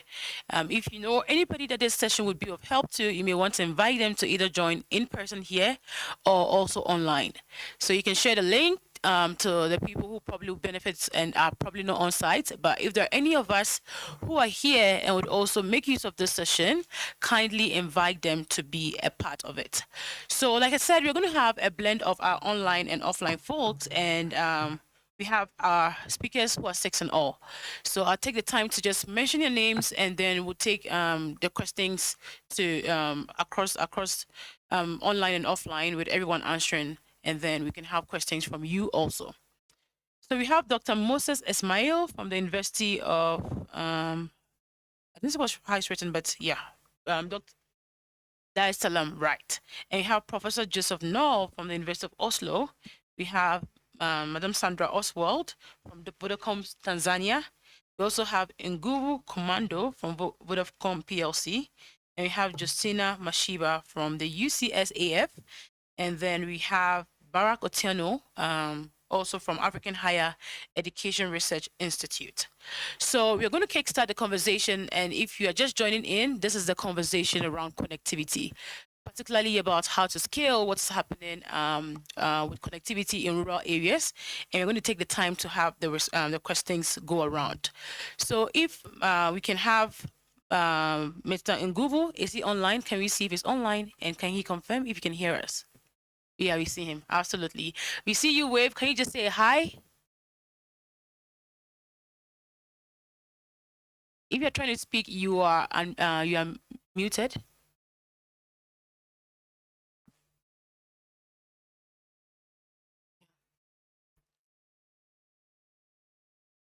Just a few minutes or seconds, should I say, we'll try to see what the issue is, because we can see you speak, but we are unable to hear you. Just to confirm that you are unmuted and you can try speaking again. Yes, I'm unmuted. Absolutely. Can Yes. you hear me? Yes, we can, loud and clear. And good it's afternoon from here in Ethiopia. We're excited to have you join us. So just by way of starting of the conversation, we want to know what Vodacom's plan is around 3G and 4G availability in Tanzania. And we want to just have the perspective from your background and the work you do, and essentially to have the conversation move forward from there. Oh, thank you very much. My name is Nguvu Commando. I'm the director for digital for Vodacom Tanzania. Vodacom, as you know, is part of the Vodafone family, whereby we do connect for better future. And we believe into our social contract that is digital society, inclusion for all on the planet. Now, on digital societies where you can double click and they get all the other areas within the infrastructure, platforms, and the solutions. So when it comes to infrastructure, we do have our plan to ensure that no one is left behind on the digital economy, whereby we've been rolling out our infrastructure in terms of 2G, 3G, 4G, and even 5G. And when it comes to broadband, we are really focusing on ensuring that we provide the super quality network to end users with over 3,500 2G sites and over 3,000 3G sites and over nearly to 3,000 4G sites. And we've just started 5G. We are approaching 200 sites on 5G. But all in all, our real aim is to ensure that we provide reliable connection with availability of over 99.999 on radio side. And this is due to the fact that we have got enough capacity on the backhauls and have got ring connections to ensure that all the challenges when it comes to transmissions and other passive infrastructure related are being taken care of. So when it comes to internet connectivity, we are still growing. Yes, thanks to what has been happening for the past few years, in average in our country now, we are ranging over 30% smartphone users. and the remaining is on featured phones. However, our solutions are not really segregating. We do also consider those who are not lucky to have smartphones. So I think as an introduction, that's in the nutshell of what Vodacom is doing on addressing connectivity with regard to Tanzania. Thank you so much, particularly the sharing on the efforts in expansion of 2G, 3G, and 4G, and pretty much not leaving anyone behind. I love how you mentioned that it's not just focused on people with smartphones, but essentially extended to others who can get it, and the initiative that you have in place to try to connect those as well. So that is a good way to start. Now, riding on the back of the expansion that is ongoing on 2G, 3G, and 4G, we want to come to you, Professor Noel, and ask about 5G, and particularly how can we tap into 5G for school connectivity? Now, we want the focus to be also around device and infrastructure. Somebody may argue, are we there yet? Yeah, I think that's a very good question, and I really like it. Actually, I think it's a catch-21. It's like a chicken and egg, which came first. So we understand the challenges that is happening not only in Africa, but also in most part of the world when it comes to affordability, especially on these very high-end 5G devices. Now, to give you an idea, in Tanzania, even the availability of the devices is an issue. So what we've realized, and as a company, we saw that as a challenge, and we want people to enjoy the super quality because we understand all the use cases that are being unleashed on the 5G capabilities. So we came with a solution of 5G routers, whereby with the same devices, people will be able, or customers will be able to enjoy 5G using Wi-Fi because of the router that we are offering. And those routers are very high capacity routers. For example, one has got capacity to connect up to 300 devices. So we see that is a very good solution, and it will be a game changer when it comes to not only home, but also to the office. So as we continue addressing affordability on devices, our partners, definitely our routers will be the best solution in the future. Sorry about that, Mr. Ngubu. We are trying to have the support team mute the other voice so that we can hear you clearly. But we got the basis of your conversation right now on maximizing what resources are available to be able to provide the 5G services. We'll come back to you in a short while, and thanks for the submission. So I'll just go to Prof. Noel now to build on the same question. So we want to see also, just right on the back, as we've heard about 2G, 3G, 4G, and now what the efforts are for 5G. I want to ask if you are there yet with connecting schools, especially in rural areas, with 5G. I'd like to take the opportunity to actually say that 5G has a very strong technical perspective, where we, amongst others, have a network slicing concept, which would allow us to think completely. And the thinking completely new from our academic perspective is to allow on 5G a network slice for the free access to information for everyone. That is the number one.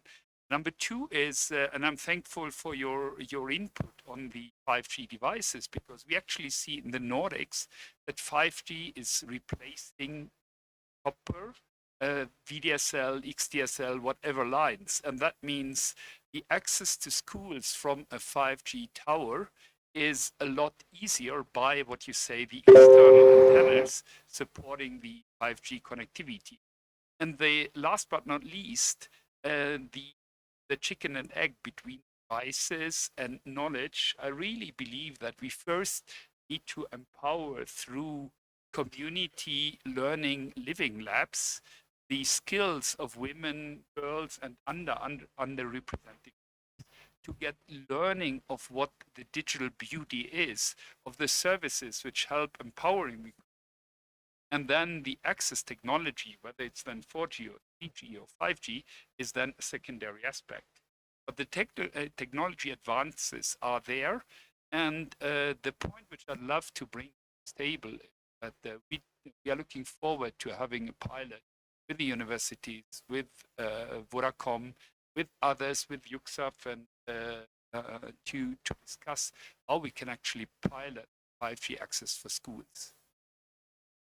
That is spot on. I love how we build up on what is already existed for the community, essentially by empowering first and trying to move on to the technical aspect, which is the advances in 5G. So right now, trying our hands but through a pilot would be pretty awesome to see what can happen, what needs to be done, what ought to be done, and to see the resources that probably would go into scaling this up in the near future. So thank you so much, Prof. Noel. And then also we move to Dr. Ismail, who will bring us a research perspective to our conversation. So Dr. Ismail, I believe is online, and if you can hear us, we want to know, in fact, can we check if Dr. Ismail is online yet? He can say a word, he can say hello to us. Right, we don't seem to find him online. Right, so technical team, if you can give him permission to unmute, please do, or unmute him. And Dr. Ismail, can you say hi so we can hear you?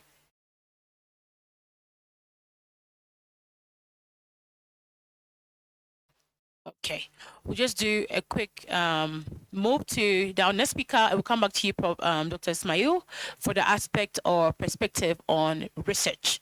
So we'd want to go now to Madame Sandra, who is seated right next to me, and oh, sorry, she's online too. So I want to know, just also know if Sandra is online. Oh, she's seated by, yeah. The Vodacom team decided to meet in one space, which is pretty awesome. Yeah, so we see you. And Madame Sandra, we also have a question for you. We just moved from what you've seen when it comes to essentially the conversation on 2G, 3G, and all of that, and want to bring it back to Vodacom's efforts. So we want to know how Vodacom is working to ensure devices are available and are affordable to facilitate or advance connectivity.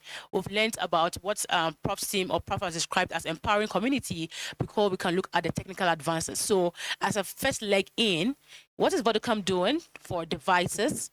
And also just to make sure it's affordable, what are some initiatives?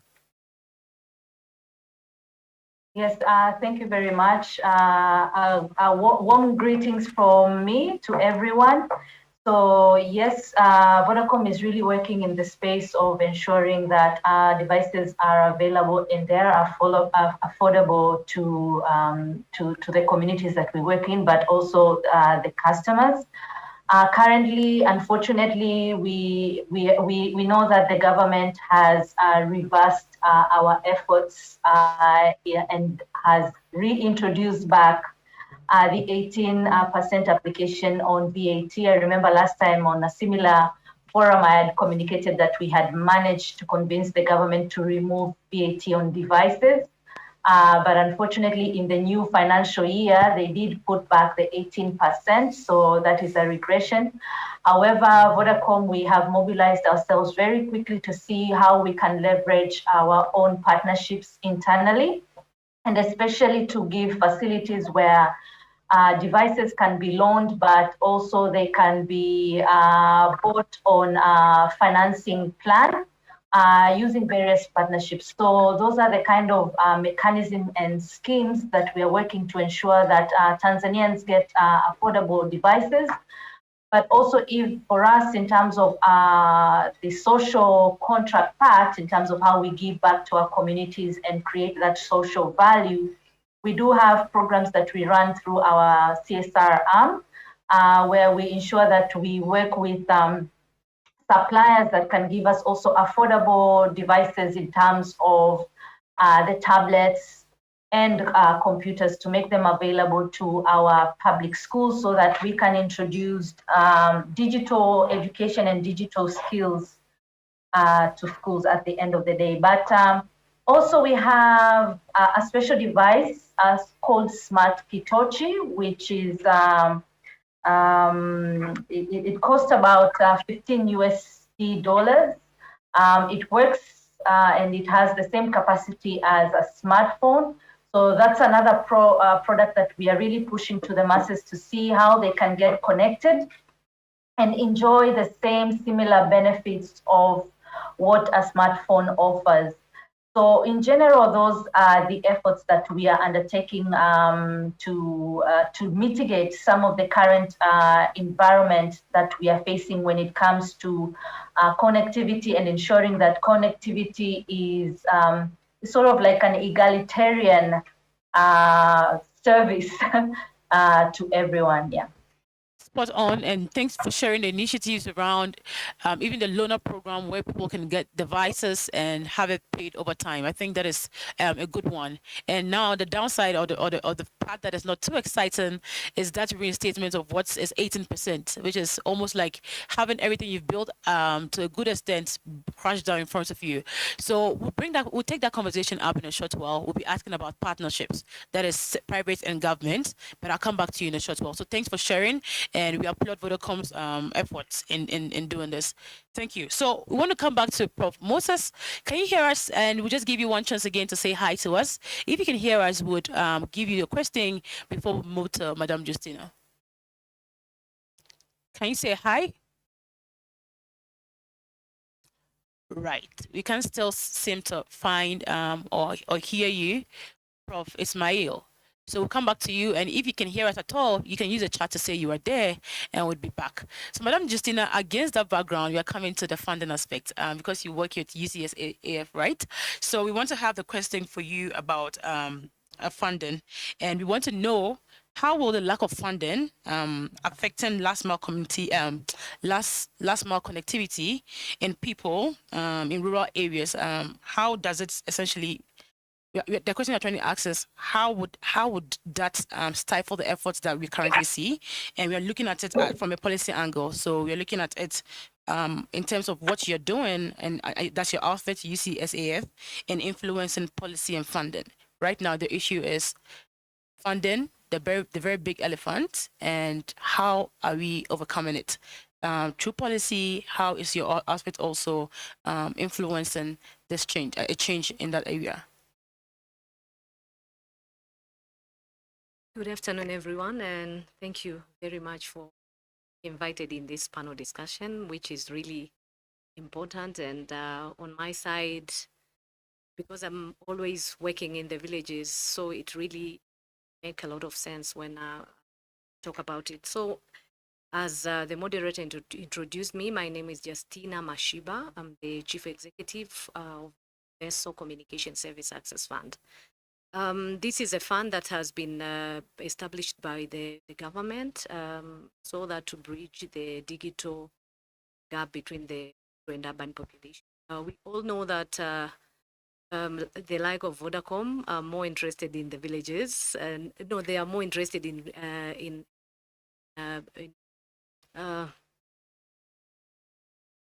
urban cities, and they have less interest in rural areas. So the government decided to establish this organization so that we can try to, bridge the gap of those living in villages and those living in urban areas.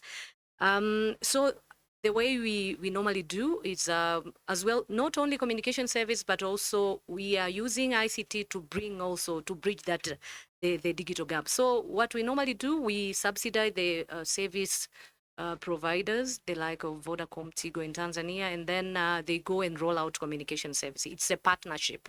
And when we are doing that, it's not like the government is giving the operator the whole amount of money.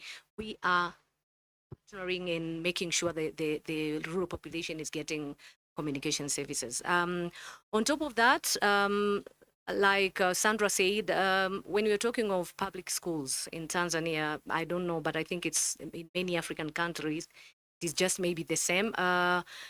They really don't have gadgets. When you're talking of computers, laptop, iPad, it is very rare to find them in some of the government schools. Not only government school, but when you're talking of government school in rural areas, that is another story. So we decided to take the challenge of trying to connect those children in public schools, especially in villages. As I said, when you're talking of public schools in Tanzania, they're like all underserved, but you can think more about the children in rural areas. So we have tried to do it's not much, but we are really trying to give them gadget, and at the same time we are partnering with the operators and the like of African Child to connect the gadget that we're providing with the internet. So as I'm talking right now, we have provide internet. No, we provide gadgets to more than 1,000 schools at the moment, and we have also connected those schools with the internet. Thank you to Vodacom. Thank you to African Child, because by ourselves there's no way we can do it. As a government, we cannot do it by ourselves. We need a collaboration. We need a partnership with the private sector so that we can make sure, like every Tanzanian, every child, not only in Tanzania, but every child has access to internet. You know, nowadays when you're talking over internet is everything. You can get money out of it, you can learn, you can do anything with the internet. So the government is really welcoming all the private sector to partner together so that we can make sure all our children in particularly in rural areas are connected, and they have a better future and better education. Thank you. Thank you so much. So we see the efforts in connecting historically underserved areas, and she mentioned the reality that there may be schools that are underserved. But to think about underserved schools in rural areas, then it gets even it becomes a dire situation. So thank you for the efforts in connecting people, and for also mentioning the need for partnerships. Government on its own can do all of it. So the private sector and all others to show some commitment, and then to have some progress towards connecting people across board. Now, on the background also of partnership and moving things forward, we have Mr. Barack Otieno, who has done something around connecting schools in Kenya, and has some work around the space. So now, Mr. Barack, we have a question for you, because you have done work in this area. You just want to know what you have seen as challenges, opportunities, and maybe you can share best practices essentially. And then we want you to also hone in on the issue of partnerships. How can we get government buy-in in some of these initiatives? Thank you very much. Not easy questions, but I'll try to answer to the best of my ability. First and foremost, morning, good afternoon, good evening, everyone, especially those who are following us online. As the moderator has indicated, I represent on this panel Aherinet, which is a community network working in the western part of Kenya. And Aherinet has indeed, in partnership with the Basic Internet Foundation, represented by Professor Noel here, connected 50 secondary schools in Kenya. It was an interesting project in that in 2019, 2020, when we met Professor Noel, together with my colleague Robert, who is here, we signed a memorandum of understanding to work together. We didn't know what lay ahead. And I think there were many issues that were at the table which we had to unpack. First, there was the issue of what do we want to do? What is the objective of the partnership that we went into? And it was in bridging the digital divide, ensuring that information communities that were unable to access information are actually able to access this information affordably. There was an interesting model that I met for the first time, connectivity that had freemium and premium model of connecting to the internet. And a freemium model, it assumed the concept that any information that is for the benefit of humanity, especially on health and on social related issues, should be accessed for free, the internet. And of course, the internet itself, given the role that it plays in social and economic development, at least something should be paid for it. So it fell under premium. But it was one thing for us to discuss this. It was another thing to take this to the community. And the first lesson we learned is that the community entry process is very important. Fortunately, in our team, we had community development experts. Hopefully, my colleague later on will speak to this, which made sure that in a way we were able to penetrate the community. Of course, we leveraged on an already existing community organization, community initiative support services. The other issue was community engagement. It's not enough to just get into the community, but you have to engage them. Communities have had ways of surviving. They've been using smoke to provide direction.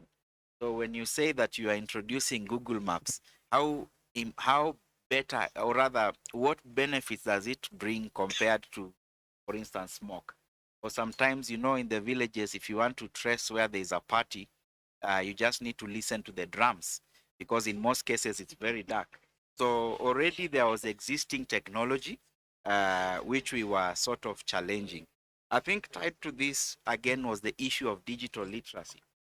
We are bringing gadgets into the community. All of a sudden, children know more than their parents, because parents don't have time to go through the gadgets and understand how they are operating. You go to school, the students know more than the teachers. Basically, technology is challenging the status quo. So how then do we normalize this abnormal, if I may use that term? Then there was the issue of infrastructure design. Initially, Professor Noel would send us equipment that was fully configured, but the moment it landed at the port, it would take us 6 months to get the equipment. If at all we are able to get it, sometimes it would disappear. So we had to change strategy and ask ourselves, are we able to configure this equipment and deploy it? So first we had to learn this technology, because it was coming straight from the factory. And secondly, we had to figure out ways of deploying it in the community. So it was, and remember, even as we deployed in the community, it is such that in the rural areas, a primary school, where you see a secondary school, most likely there's a primary school, because there's electricity in that place. If you're serving a primary school, you must also consider the need. They are joining public facility. A school, probably that hall is where public participation is done. A lot of things are done within the community. So we had to consider that in infrastructure design as we looked at the project. And when we landed in the communities, we realized that we have to pay for this service. So it is not just about the glitz that you have brought the equipment, but there are bills to be paid. And because you're the one who brought this equipment, the community expects you to advise how the costs will be taken care of. So as you can see, it's not an easy journey or a straight journey. And just following on what our speaker from Vodacom has said, the more we started connecting people, our able government also noticed that there's a new frontier for income. So they not only introduced VAT, but they also introduced excise duty, which we are expected to pay faithfully and to pay promptly, regardless of the fact that we are ensuring that communities are connected. So that also meant that we have to arm ourselves with advocacy skills to be in corridors of government, to meet policymakers, and also to understand how people arrive at VAT. Try and negotiate on behalf of the community. In any case, if you take away VAT, then how will government finance its operations? So even as we clamor or request government to take away some of these costs, we must have answers on how they will also be able to ensure that they are able to continue. So I think those are the few that I would wish to submit, and thank you for the opportunity. Thank you so much. Yeah. So essentially, we have had a roadmap sort of laid out for us on everything from entry to engagement to literacy to cost to re-strategizing, right? We see here how even at the cost of innovation and connectivity, I mean, there can be hurdles that can come from governments and what can look like tax and all of that. So this is pretty much what we've seen as this a way to launch into communities, scale up, and then to also have local partnership and international partnership like he has with Prof. Noel. So that is really spot on, and thank you for sharing hands-on what's happening in Kenya.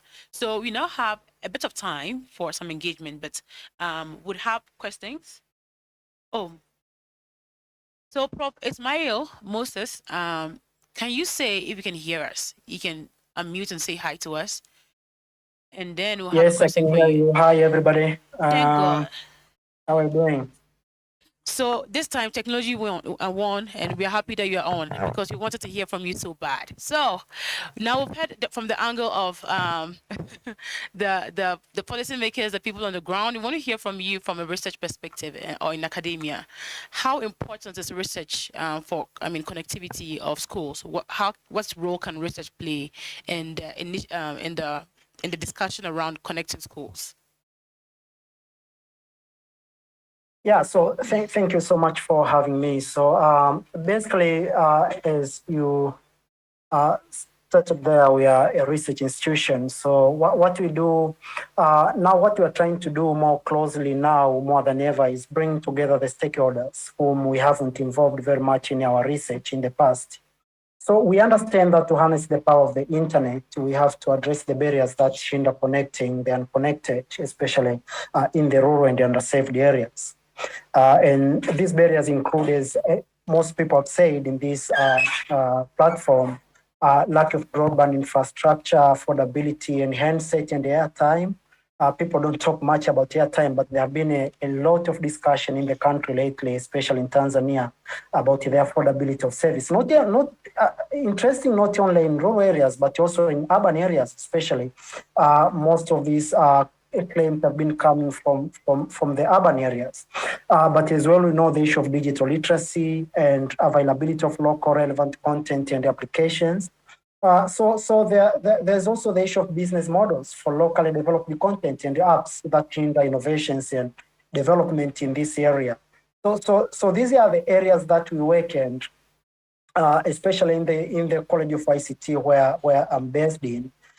We have the research groups. We have, for example, the wireless research groups that specifically deal with these kind of challenges. And last year, we started visiting the stakeholders, for example, TCRI, who are dealing with the regulation and policy. We have visited the UCSA, for example, who deal with rural connectivity. And what we have tried to look at the operators as well, like Vodacom, we had a session with them, Nokia, Siemens as vendors, Tigo. So in this operator space, we have been engaging them. So what we've been looking at is how can we come up with the affordable means of connecting the unconnected, especially in the rural areas, because when you talk about connecting the rurals, the business comes in. These organizations, these operators are working commercially. And one of the reasons why they fail to deliver these services at the rural is the lack of commercial attraction, I would say, for these areas. So they wouldn't go there. And that is one of the reasons why we have UCSA, for example, to subsidize this kind of services for the rural areas. So we want to look at how we can come up with affordable solutions, so affordable technologies, for example, connectivity solutions and technologies in the broadband infrastructure. And people don't talk much about the transport network solutions, for example, for the backhaul and front haul. I'm using a bit of technical jargons here, but basically that means we have to not only reach the last mile, but of course the transmission of that information to go to the switches, for example, and the core network, in this case, servicing and provisioning of those solutions. So we need to have, like, how can we come up with affordable means to provide all these solutions? Because if we address all this in entirety, that is when we can come up with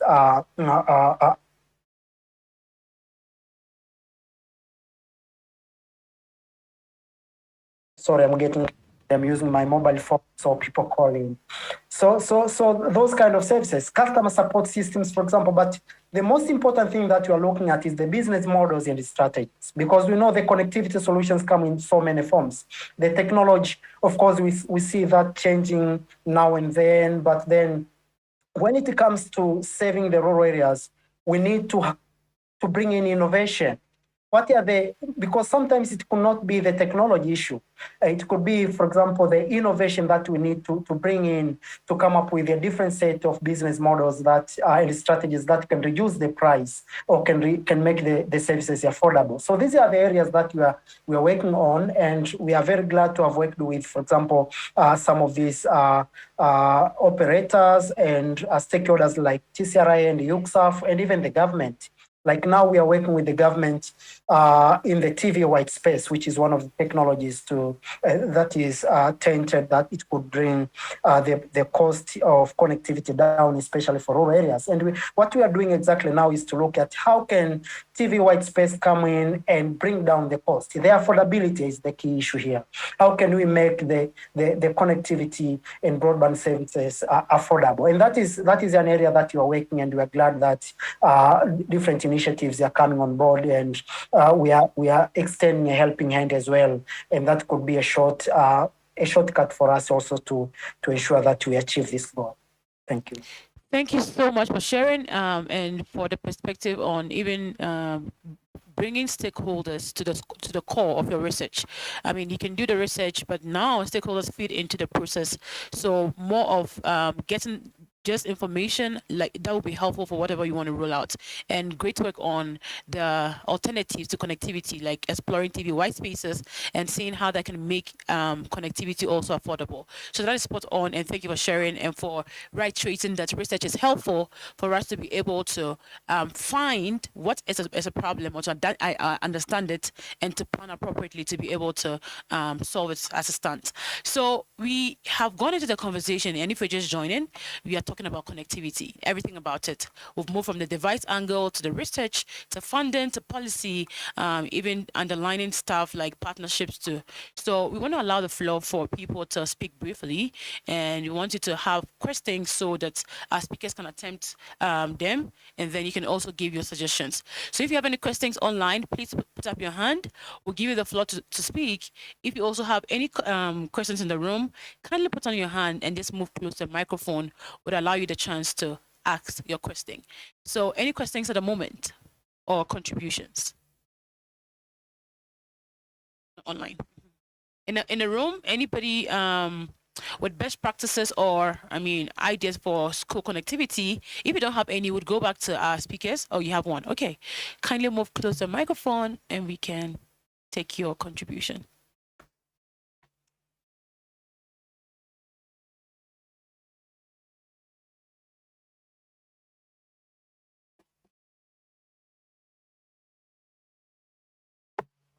Good afternoon. My name is Robert Owino. I'm a co-director with Barack at HeriNet. And our experience, I think there's some reflections that I would like to share on our experience in Kenya. The first one is to reiterate that this is not something that one entity can do. You have to identify or map out the institutions and what aspects or parts they need to contribute to achieving connectivity. I will draw parallels probably with Tanzania and Kenya, I'm relatively knowledgeable about. And we have to speak to power and ask the powers that they need to support connectivity. It is to their own benefit, it's to the benefit of the society. Secondly, as much as we have spoken about the freemium model, I don't think from a development perspective that there's anything that is free. It could be free, but somebody has to pay for it. And so this is a challenge we have with communities, particularly rural communities, because the gaps are so diverse. If you think of one entity sorting it out, it may not be possible. One school may not have a fence, the next school doesn't have electricity, the next school doesn't have a teacher who is knowledgeable. So, and that brings me to the last point I want to reflect that whatever solutions has to be flexible, meet the various needs of each community.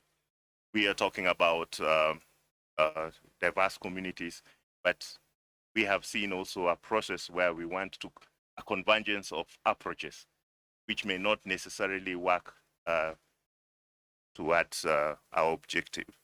And finally, I'd like us to consider internet as a public good.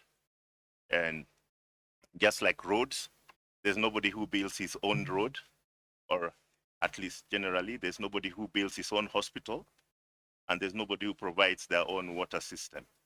So internet is a public good, and we should then contribute, and all partners need to contribute to this. And finally, we need to have a policy framework, be able to accommodate all this, because then, like we're talking about connecting communities, and it's not just about connectivity. What are they using the connectivity for? We have schools, then use it for learning management systems. If it's communities, that they will use it for economic benefit or improving the economic status. If it is health, that we will be able to share health information appropriately. So at the end of it all, let's look at usability of the connectivity. Thank you very much.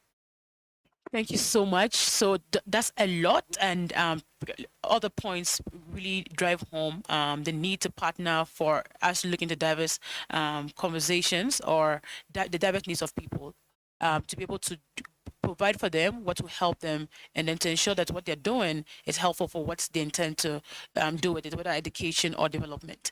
Now, while you were speaking, Prof. Noel signaled he wanted to add something to what you said, I guess. So.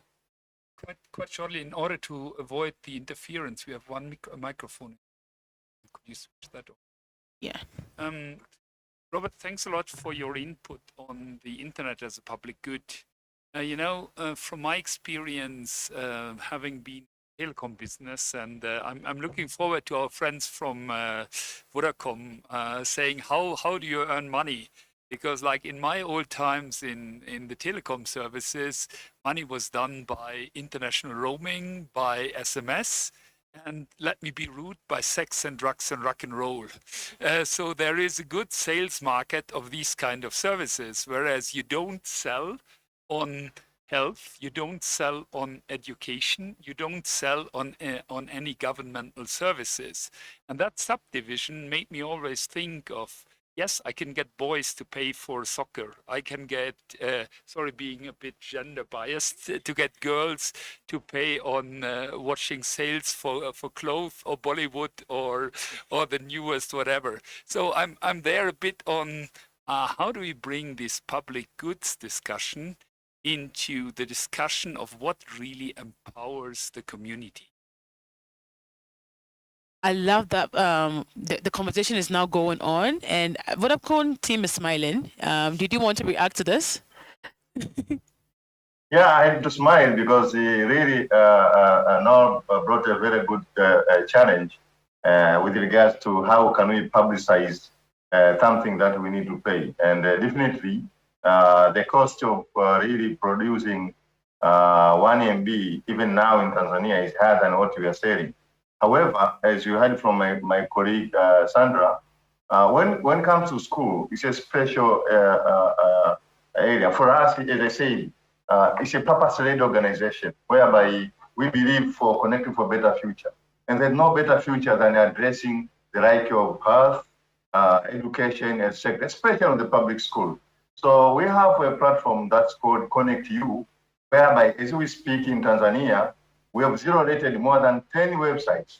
Out of those, 7 are from education, 3 from health, and this happened all the way when we had the pandemic.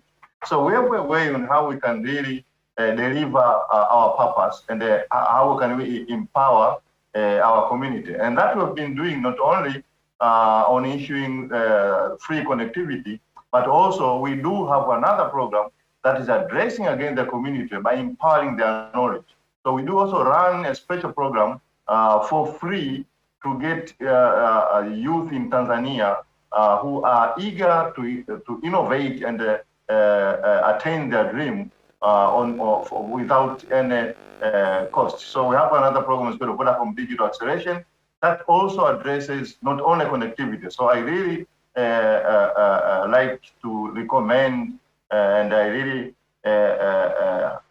like the comment from Robert that we need to go beyond the connectivity. And for us, we are more than a network. So we go also beyond the connectivity. We provide more use cases that addressing and get the users to believe that and hence adopt the solution. We've seen when we introduced mobile services, the adoption was remarkable, like bushfire, all the way from urban even to the rural areas. So we want to get the learnings from where we had the milestone and make the same on the internet adoption point of view. So we have the way to get those, not for the lack of better term, not vulnerable, but those who are on the disadvantaged side when it comes to accessing internet. As Robert said, I think internet, I heard even Madam Justina, the CEO of USAF, reiterating that internet now is the new oxygen. So for us, we understand that, and for sure, using what you have said and what our fundamental when it comes to such a contract, we'll be able to deliver while providing back to shareholders for sustainability. Otherwise, we don't want to close our company in the near future. Thank you. Thank you. So, like I said, the conversation is ongoing.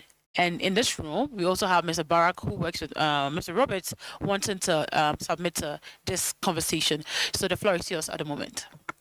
Thank you. Thank you very much, Madam Chair. Just to pick up from where the previous speaker has left, we are dealing with a very complex subject, and I want to touch on a few things. If you look at the history and the progression of the internet connectivity, initial deployment was heavily funded, subsidized by public money, public interest money. And I think as we move on, one of the things that is evident is that first, spectrum is a public good, and the interest of the public should come first when we are deploying spectrum. And there should be an element of openness in how spectrum is handled at local. It needs a bottom-up approach, for lack of a better word. Because when you think about it and when you look at the scenarios we are dealing with, where the confusion is coming in most of the economic models that we are using are not homegrown, even when it comes to deployment of the infrastructure that we are talking about. Currently, we are talking of the Universal Service Fund. The truth of the matter is, and I hope Madam Chair can correct me here, most of the countries in the African region and in the global south are struggling with how to put this Universal Service Fund into proper use. Not because the funds have not been collected, but because we do not have adequate mechanisms of ensuring that this fund is actually utilized at the ground. And we at Aherinet in Kenya are engaging with our regulator, the Communications Authority, and of course the other community networks under the Community Network Initiative to make sure that we rethink the way the Universal Service Fund is actually used for the benefit of the citizens. The elephant in the room has been those who have been contributing to the Universal Service Fund feel that they are the ones who should be able to utilize this Universal Service Fund, which is fair enough. But on the other hand, most of the time, these are corporates whose core business is return on investment, not infrastructure. And I underline return on investment. And so I am struggling to figure out how they will go into these areas that do not have any return on investment. And we see cases of a lot of infrastructure deployed across the continent, which is unused, dead infrastructure. We set up towers and we switch them off as soon as we've set them up. And community members still have to climb on trees or walk long distances to find connectivity. In this day and age, when we are talking of 5G, yet we are talking of public resources. or public money, which is very opaque. So I think the issue of spectrum has to be bottom up, just the way we discuss boundaries of land. We should discuss spectrum and related boundaries. Currently, most community networks are using the industrial, scientific, and medical band, 2.4, 5.8. They are clogged. Yeah. Most of this, there's too much noise in those spectrums. There are conversations around opening up 6G and 5G. These are public resources. They should be subjected um, to public participation processes so that the public then determines how best they can be used. In any case, most of these regulatory bodies are a creation of constitutional processes that are in themselves put in place by citizens. So I think what I am trying to drive at is that community has to come first when we are discussing infrastructure. Community has to understand the spectrum that is available and what is being done about the particular spectrum, and community has to be involved from the onset in any solutions that are then designed for them. And I think if we are talking of that, the little universal service fund that we are struggling with will triple it or quadruple it to millions of shillings, and the grass will be enough for all of us. We will not even be fighting about who should be apportioned what amount of universal service fund. I submit. Right. So I love the mention of, right, how complex this is and the conversations that should go into it and who should be involved. And even the particular mention of things that have been deployed but probably not being used and what happens after these funds have been secured. So while you're speaking, I also got a signal that Madam, who is the CEO of the UCSAF, wants to respond, and then we'll go to Catherine. And just to say, the online folks, we allow you to also ask if you have any questions. Please prepare to do so. Thank you, Baraka. I want to start where Baraka ended. When he was talking about the Universal Service Fund that is available, in Tanzania, I'm running short of fund. What I can say, I'm telling you, I'm running out of fund because we have a lot and we are doing a lot in Tanzania. For us, we have a very good cooperation with the operators. So like we don't have any white elephant. In Tanzania, we don't have any white elephant because what we normally do, we engage with operators and we discuss and agree on a way forward. So we just don't go and put an infrastructure and no one is going to use it. And I guess maybe Tanzania USF is one of the USF that is doing very good because we have a lot of benchmarking visits in Tanzania. Like last week we had somebody from Uganda, and we have a request from Sierra Leone and everyone. So I think it's one of the USF that we are really trying very good to engage operators and stakeholders in whatever that we are doing. And what I can say, when you're talking of population in rural areas, we should really think of, when you're talking of internet, a person don't even have a shilling to buy a bread, and now you're telling him to go and buy internet for whatever. So from this point, I think it's very important to, keep on educating the society, keep on engaging the society, so that at the end of the day, when we go and roll out the project in the villages, in the rural areas, it will be easy for them to accept and, sometimes be willing also to contribute some amount in getting the service. So what I can say, even for those who are doing business, we know that it's a business, but at the end of the day, as one of the contributor was saying, it's like it's now a public service. When you're talking of public good, it should be very cheap that everyone can afford. But once you make it expensive, and when you're talking of rural population, I'm 100% that at the end you just get having a lot of white elephant and no one is using it. So thank you very much. Thank you so much for that. And the conversation has been ongoing. Now, Catherine, I want to take you quickly, and then is there any question online? Okay, so good afternoon, everyone. Thank you all for joining this session, very interactive.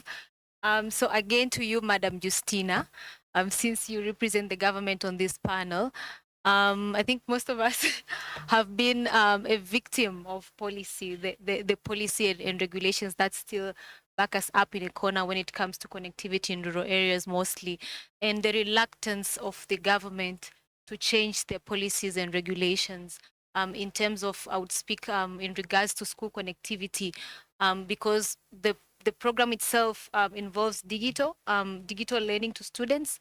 And then you'd have a program such as school connectivity involves multi-sectoral or different ministries that are involved. You find Minister of ICT, Minister of Education, and I would say also Minister of Finance.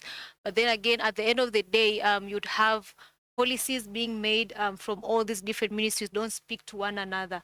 When it comes to sustainability of the program, implementation of the program, even the lifeline of the program after the donors exit, I would say from the goodwill of maybe Vodacom or Basic Internet after the exit plan, what comes next? And also we have different policies that are still working against us in terms of sustainability of the program, but then again, even implementation, because we have good policies on paper, or in some countries we don't even have good policies on paper, but still the reluctance of the government to change in accordance to times that we are in on how do they embrace digital learning in schools. Because I think there's one time we attended a meeting in the ministries, and they would ask us, if you were to choose between building a class and paying for internet, what would you select? So I think it's questions like those that still makes us question, like, is the government really embracing technology in this time and era, or is it still a battle from your end? What's your take on that? Thank you, Catherine. That is a difficult one, but I'll really try to answer your question. You know, as I said before, a person maybe in a village don't have a shilling to buy a bread. So now when you're talking of internet, we are now trying to, change the mindset, and in Tanzania, for instance, because of the need or the importance of having an ICT, that's why we have now a full-fledged ministry. You can remember before it was just a section, what I can say, it was just a section within a ministry, but now we have a full-fledged ministry that is dedicated in issues related to ICT. So when you're talking of, for instance, school connectivity, you have like, how many ministry do you have to go? 3 minutes, because we have Minister of Finance, we have a local government, Minister of Education, local government, and then we have a Ministry of ICT. So it is really sometimes very tough. Everyone has his own priorities. When you go to the local government, for them, they want to build classrooms. When you come to the ICT, it's now at least we have ICT. The minister, they can stand and you say, we have to push this agenda of ICT. When you go to the Minister of Education, he's interested in getting maybe the books, whatever, that it's important for the ministry. So what I can say, stakeholders engagement is key. And I do remember, Catherine, we were starting this project. We really needed to engage all the stakeholders.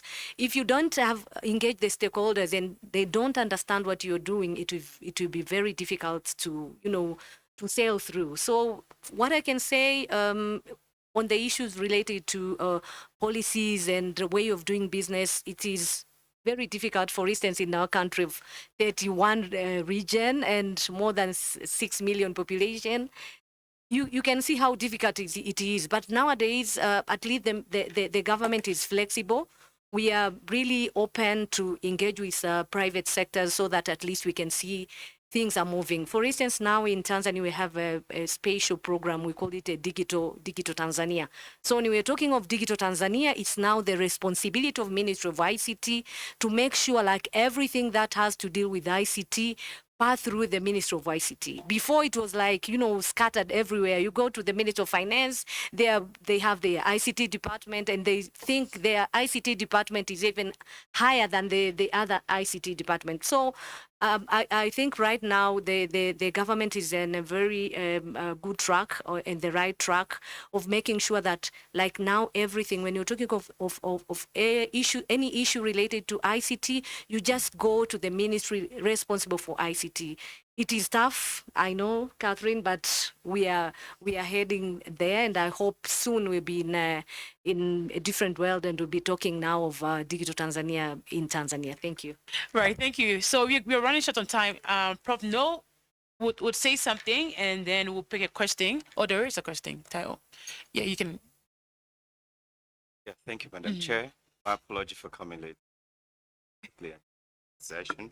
So let me, before my submission, let me quickly use this opportunity to invite every one of you to actually visit our booth, African Open Data and Internet Research. We actually had a discussion here talking about internet backpack that you can take to your remote villages, rural, to connect the people in your remote environment.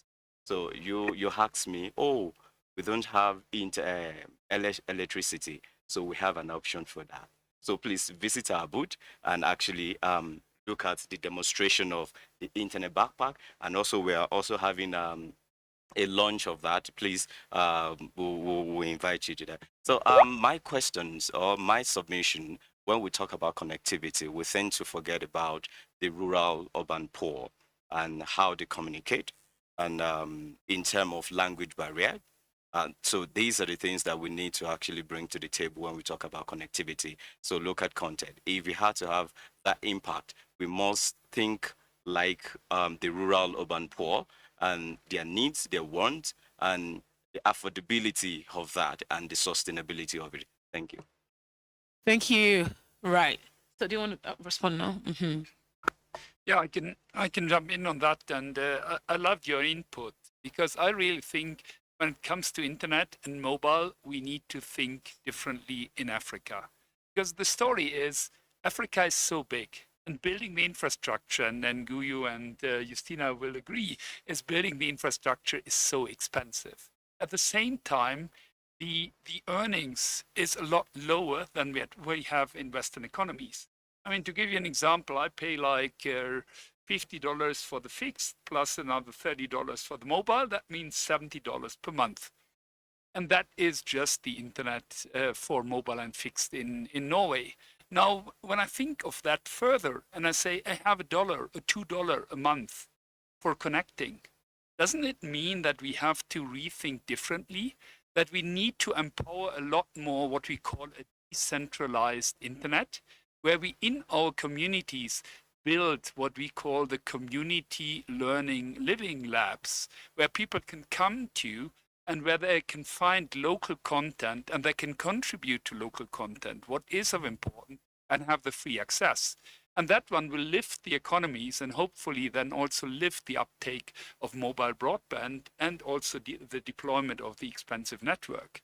But that is a different work where we currently, together with Barak and Robert and some others, work on a scientific paper. And I'm inviting you to join us there with some data from Vodacom. I also got the commitment here from Safaricom in Ethiopia to help us with some data that we really, from the science perspective, can underlie the different culture. Right. So on that background and essentially what you've heard about thinking differently when it comes to the African continent, we're going to, I know we'll be sharing a report on this session. So for people who are looking at expansion or looking at extension of connectivity to rural areas, we've had some points here which are pretty generic but can be contextualized for your particular situation. So we're going to move the conversation further, and like you said, there's an invitation to join even a research paper, and it will be exciting for us all to see what we found out by way of just moving forward the connectivity, and especially connectivity in schools in rural areas. Now, a special thank you to all speakers, those online, the Vodacom team, and also Prof. Ismail. And as we are going to now come to our speakers here, who will just give us in one sentence a take home. So you're going to round up on that because our time is already up. So if I say anything we should remember out of this session, Mr. Barak, you go first in one line. Thank you. Research should precede policy, and policy should guide infrastructure deployment. Those are my concluding remarks. Can someone tweet this quickly? Right. Yes, that's how we go. What I can say is partnership is key. No. For me, it's really the youth empowering our dreams. Absolutely. So thank you so much. Vodacom Vodacom team, one line each. Sandra and you. For us, connectivity or technology without human is nothing. We'll continue connecting for a better future and changing people's life through our technology, and they will go beyond the connectivity. Right. Okay, that can fit in the tweet. Now let's see you, Sandra, one line. For us, we believe technology can address some of the most pressing issues in our country. Absolutely. Prof. Ismail, one line. Yeah, so for me, basically, it's innovation. So we know the solutions exist here, they will keep on existing, technology will advance. But of course, African challenges can be solved through innovation and not reinventing the wheel. Thank you. Thank you. On that note, we just want to appreciate you all for being an awesome attendee, audience, and for just listening and contributing. So thank you all. We end with a clap of applause.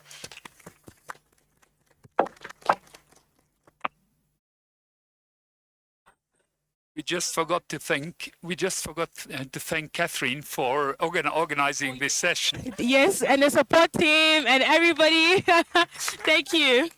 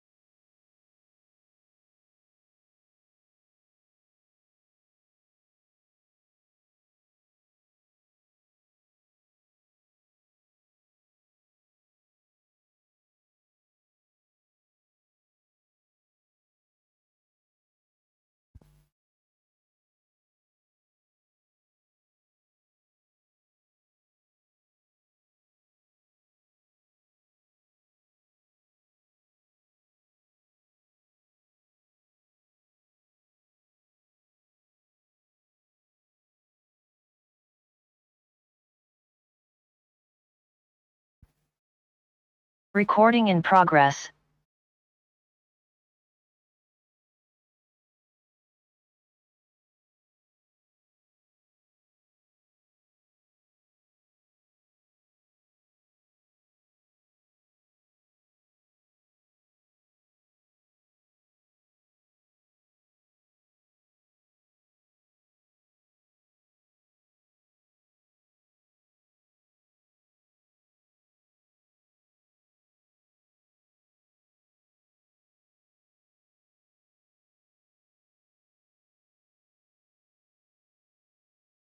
Hi, everyone. Hi, everyone. Please permit me, just give me 1 minute of your time. Just wanted to tell you about NUMCOM. ICANN NUMCOM is actually looking for leadership, people that want to take leadership opportunity in ICANN environment. I will direct you to NUMCOM website in ICANN environment. Please just quickly look at the portfolio that is open. You can step forward and submit your application. This is just an outreach. Thank you so much.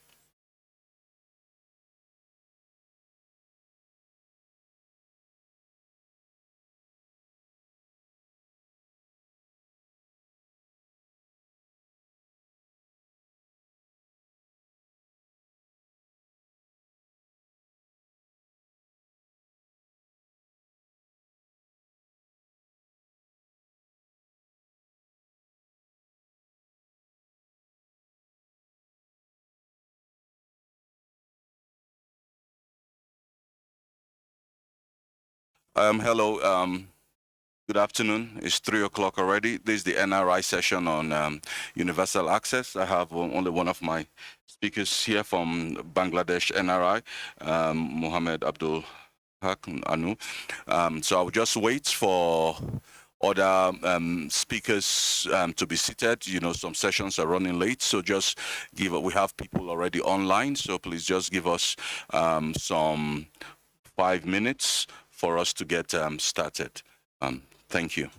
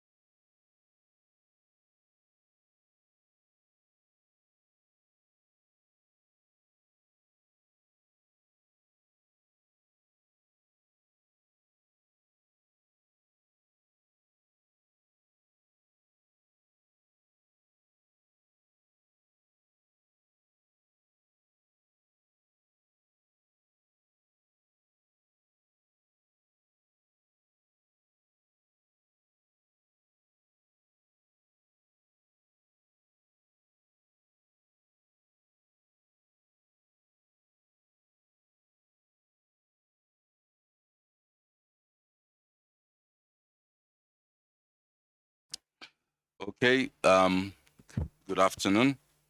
As I said earlier on, we are here for this NRI session on how do we achieve universal access in the short term. We have NRI speakers from Bangladesh, from Bolivia, from Georgia, from Ghana, Kenya, and Tanzania. And we shall be looking at a lot of things happening. On our online, we have Mr. Kosi Amisu from Benin IGF, who is rapporteuring, and we also have Mr. Jang El Haj from Internews, also moderating. So without much ado, I think I will get started soon, and I will allow my panel of NRIs to introduce themselves before we start. So please introduce yourself, starting with you. Thank you very much, Wisdom. And good afternoon, everyone that is attending to this session. My name is Roberto Zambrana. I am from Bolivia. I am also a third-year MAC member, and I am related with the coordination of our governance forum in country. I'm also involved with the academia and technical community in my country, and that's why we are so interested in expressing our position regarding what is internet, universal internet. Thank you. Thank you. Good afternoon, everyone. This is Mohammad Abdullah Onu from Bangladesh. I'm looking after Bangladesh Internet Governance process. I'm a Secretary General of Bangladesh Internet Governance Forum. And also we are organizing last 1917, we are organizing School of Internet Governance.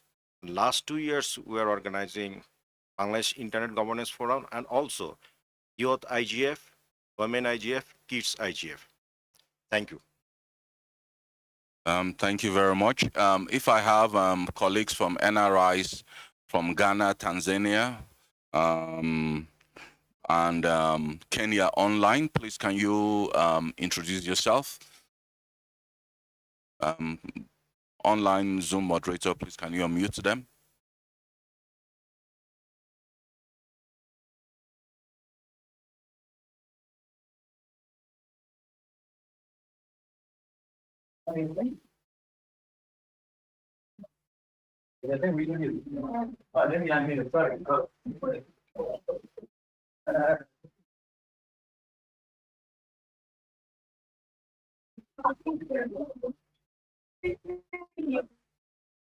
Online moderator, please, can you just monitor?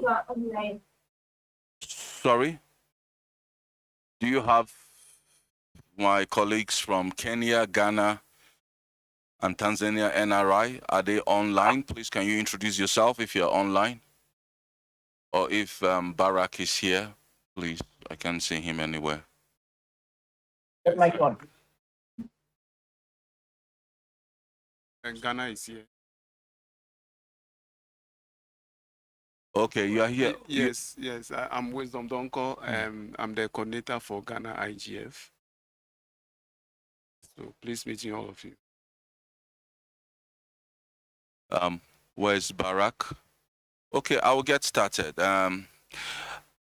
Achieving universal access in the short term is very important. Access has become a key problem, not only today, but it has much more been emphasized during the COVID-19 shutdown. And we all know how a lot of communities in various parts of the world were not able to access various types of information, whether it relates to education, whether it relates to health, whether it relates to daily life. The NRIs, as you know, the National Regional Internet Governance Initiatives, are very key in promoting access, and that is why we have various NRI country coordinators here for this session. So I will want to start with Roberto. What do you think in the short term? You come from South America. What do you think in the short term can be done to achieve universal access, working with all stakeholders? Over to you, Robert. Thank you very much, Wisdom. And I think it's not a question, it's the million question, not only for this session and not only for this IGF, but I think it's the question for all of the last IGF been attending to. And despite it was included, I mean, this concept was included in the Sustainable Development Goals. And as we all know, we already surpassed the first deadline that we had, that was that deadline. But at least the expectation that we have to achieve this universal access for 2020, we all know that we failed as humanity, particularly in the global south.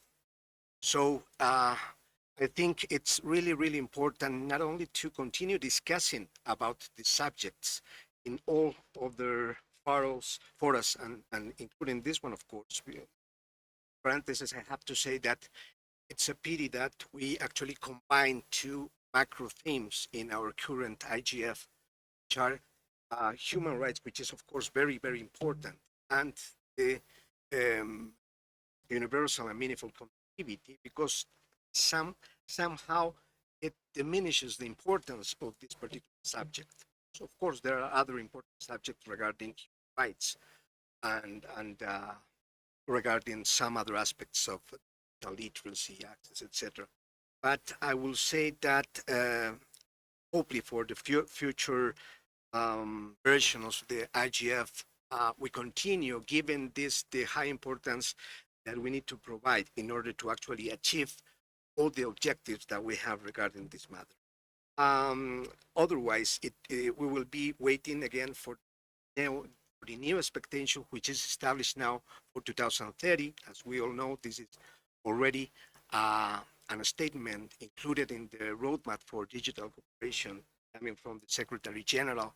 And it's again, the subject was put as the different subject recommended in the agenda for the Summit of the Future, including in the Digital Compact. So that's why it's really, really, but that's what we want to achieve. A different thing is to actually do concrete actions as all the different stakeholders to achieve this universal access.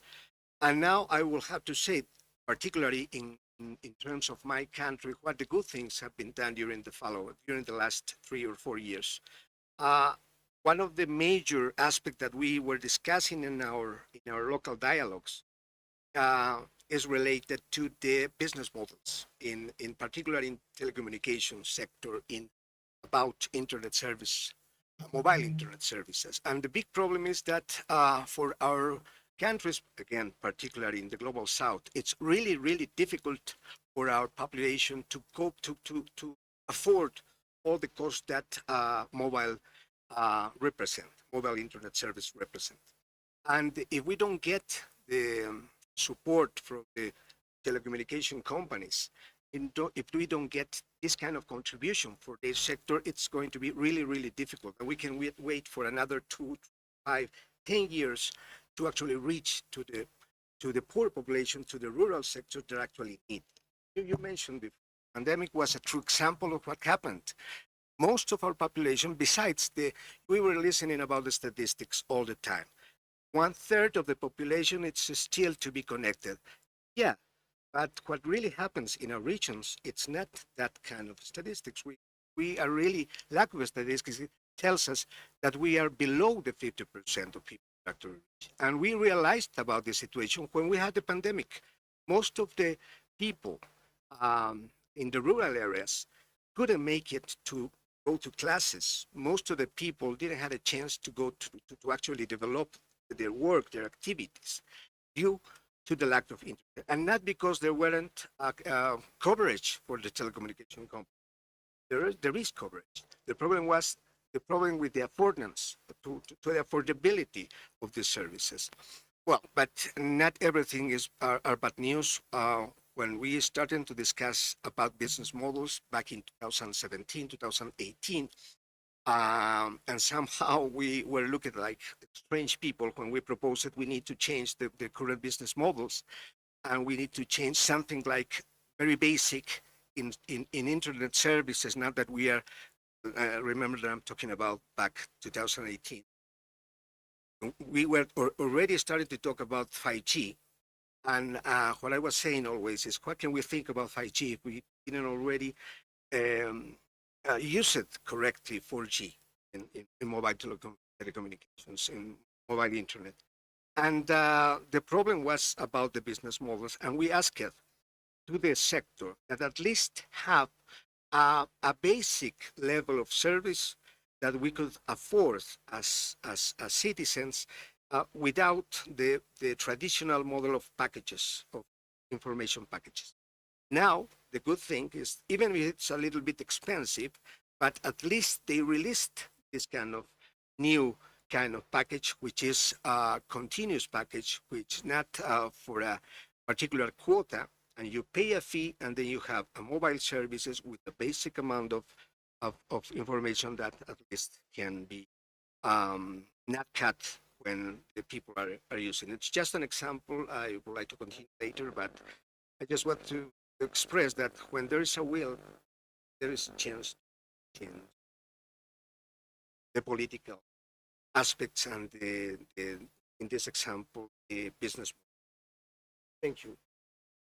Thank you very much, Roberto, sharing your experiences from Bolivia and your perspective, especially with the issue of 5G, when we still have a lot of problems rolling out 4G in a lot of places in the global south. Moving over now to Mohammed from the Bangladesh NRI. Bangladesh is well known as a country for manufacturing of clothes that are all over shops in Europe and all over the world. And one of the main things that happens there also is that your whole supply chain system really depends on connectivity. So I'll come back. How is rural connectivity in the short term? What is being done with stakeholders, especially the government in Bangladesh, to achieve it within the short term? Because 2030 is not far, and we have a lot of things going on. Over to you, Mohammed. Thank you, Honorable Moderator, Honorable Speaker, and Honorable audience in room in around the world. Good afternoon, everyone. Myself from Southeast Asia country, Bangladesh. Bangladesh's population is 160 million. Connectivity is a multi-stakeholder process. Need to involve all stakeholders for assuring connectivity. We need to know exactly challenges, opportunity, progress, and way forward regarding these matters.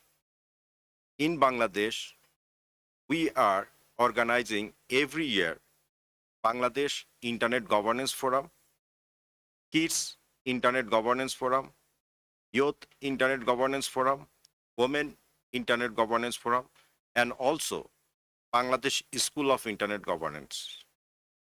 Through this forum, we are trying to accountable all multi-stakeholder regarding connectivity issue. Thank you. Thank you very much. That was very brief.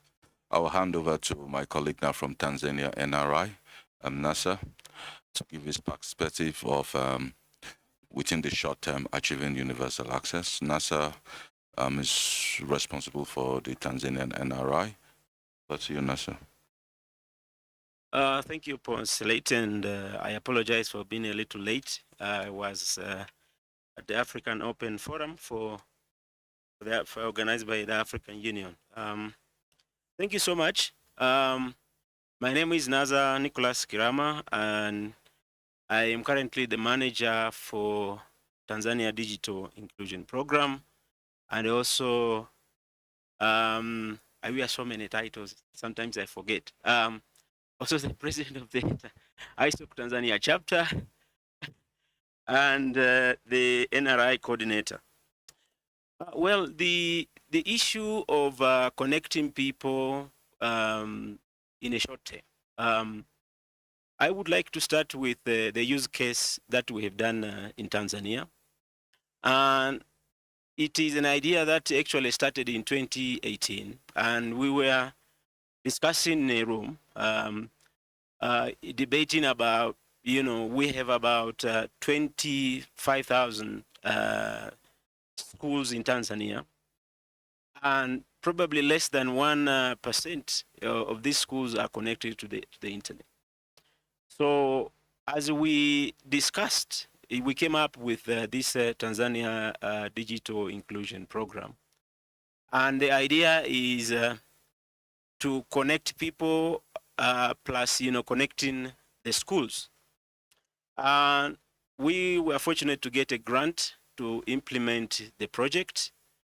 And the model that we use is called Community Network Innovation Hub, where we combine the issue of access or connectivity and innovation uptake in underserved areas and rural areas as well. So we started with one community network innovation hub called Kigamboni. And in this project, we are targeting to connect, members who are willing to join our community network. And so far, we have managed to organize about 150 community members. And what we have done in short term, because, Ponsolate, the issue of connectivity, you are talking about spectrum.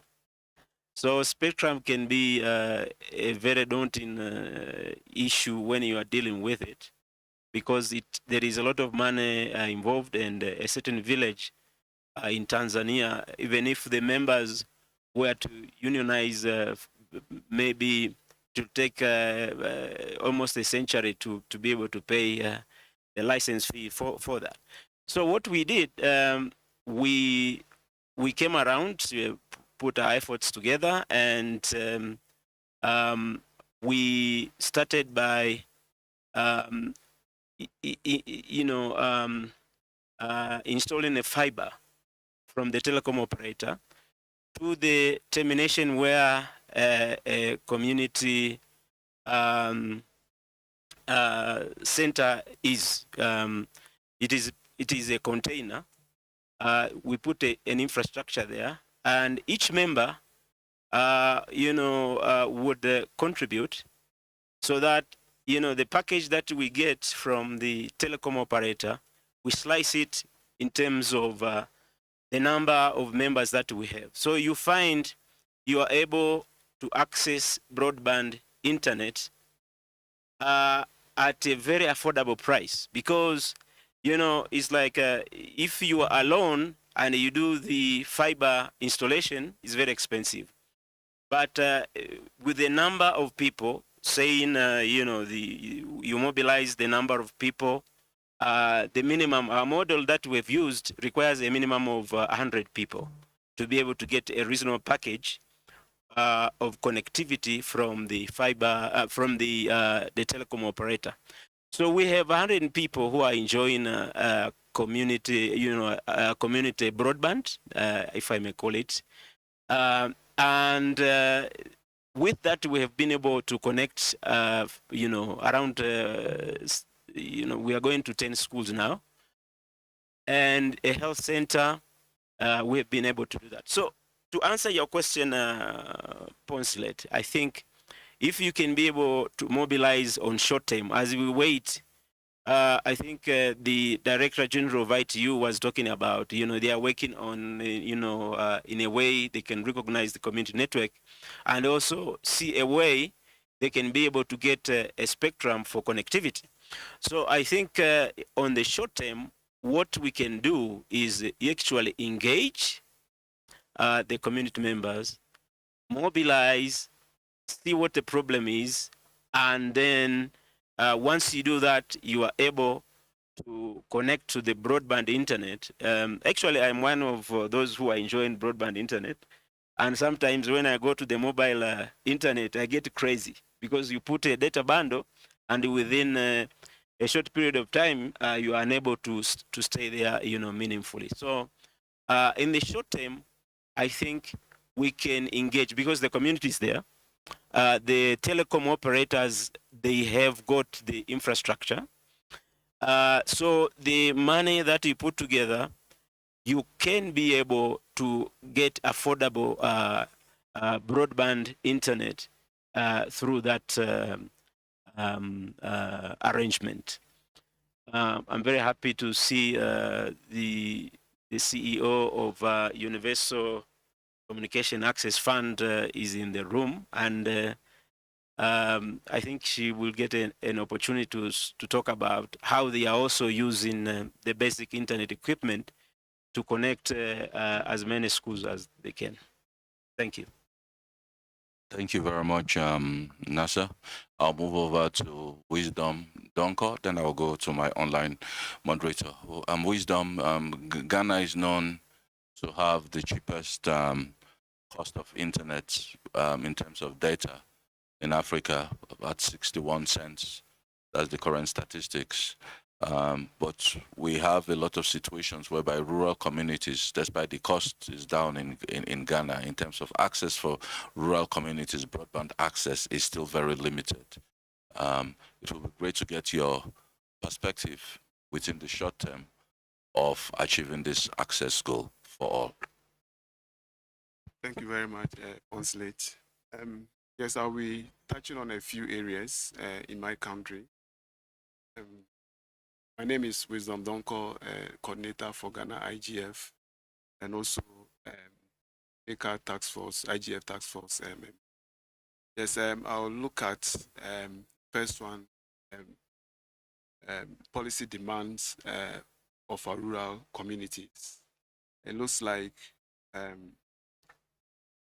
our government, I should say all of us, we don't understand the policy demands of our rural communities. So hence, we kind of push everything to them, and then if it doesn't work, go back to the table. So I think we really have to look at this and see what are the actual needs of our rural community. Yes, the urban communities, though we have part of the urban communities that is poor, network is not there, but gradually they are getting there. But the rural communities is what we have to think of now, see how we can bring them up to speed. Yes, there is, we need to understand their economic situation based on the sectors that we have in our country. The first one is the agri sector. Mostly, if you go to the rural communities, they are mostly farmers. So, if these communities are mostly farmers, then what we have to do for them, in order for them to also leverage on the farming activities using the technology that we deploy for them. The first one will be that at the end of every season, they harvest their produce. Then this their produce go to waste. They don't end up in the market. So what can we do? And then what we can do is to look at those policies. The first one is what the community network that we are all talking about. And then we have, if get in the community network, on top of it, we also have to think about the content. What content do they sell their produce? We need to look at that. And also the farmers themselves, they also need content. The first content is what, let me say, weather information. They need those weather information, know when they have to produce their crops. The other aspect is also health, education, and then the most important thing is also entertainment. Because these areas, they don't have any form of entertainment. They go to farm, do all the farm works, and all that. They get to the house, then there's nothing to entertain them. Their only entertainment is what, maybe I should say, husband and wife. The entertainment is in the bedroom, and when they are doing those entertainment, that means that we're producing more children. If they are producing more children, then that means the poverty will keep going up. So we need to look at all this and begin to address them one after the other, not just thinking of giving them the community network, and then one next they are sitting down. So I think whilst these are the directions that we are thinking, looking at the sectors, what are the sectors that applies to them, and we try to look at that and deploy those solutions. Very much wisdom. Thanks a lot. There was a lot of giggling and laughing, but what you said, your last statement on this bedroom entertainment, especially in rural, most parts of rural parts of the world, it leads to a lot of population explosion. And if we get access there, there'll be more things for them to do, and that's the reality. You know, I'll move on over to my colleague, my online moderator from Benin IGF, Kosia Misu. If you have any questions online, we take them before I move to the diverse stakeholders we have here in this session on universal access within the short term. Kosi.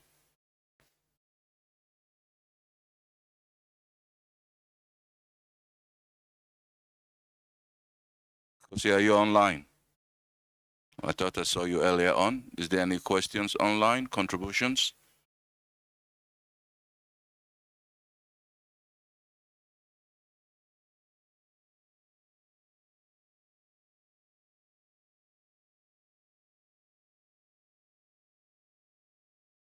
As we wait for him, I would like to add one important point.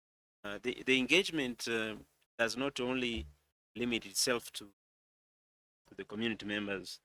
It is very critical to engage our technocrats as well as the member of parliament because those are the voices that can put a legislation to.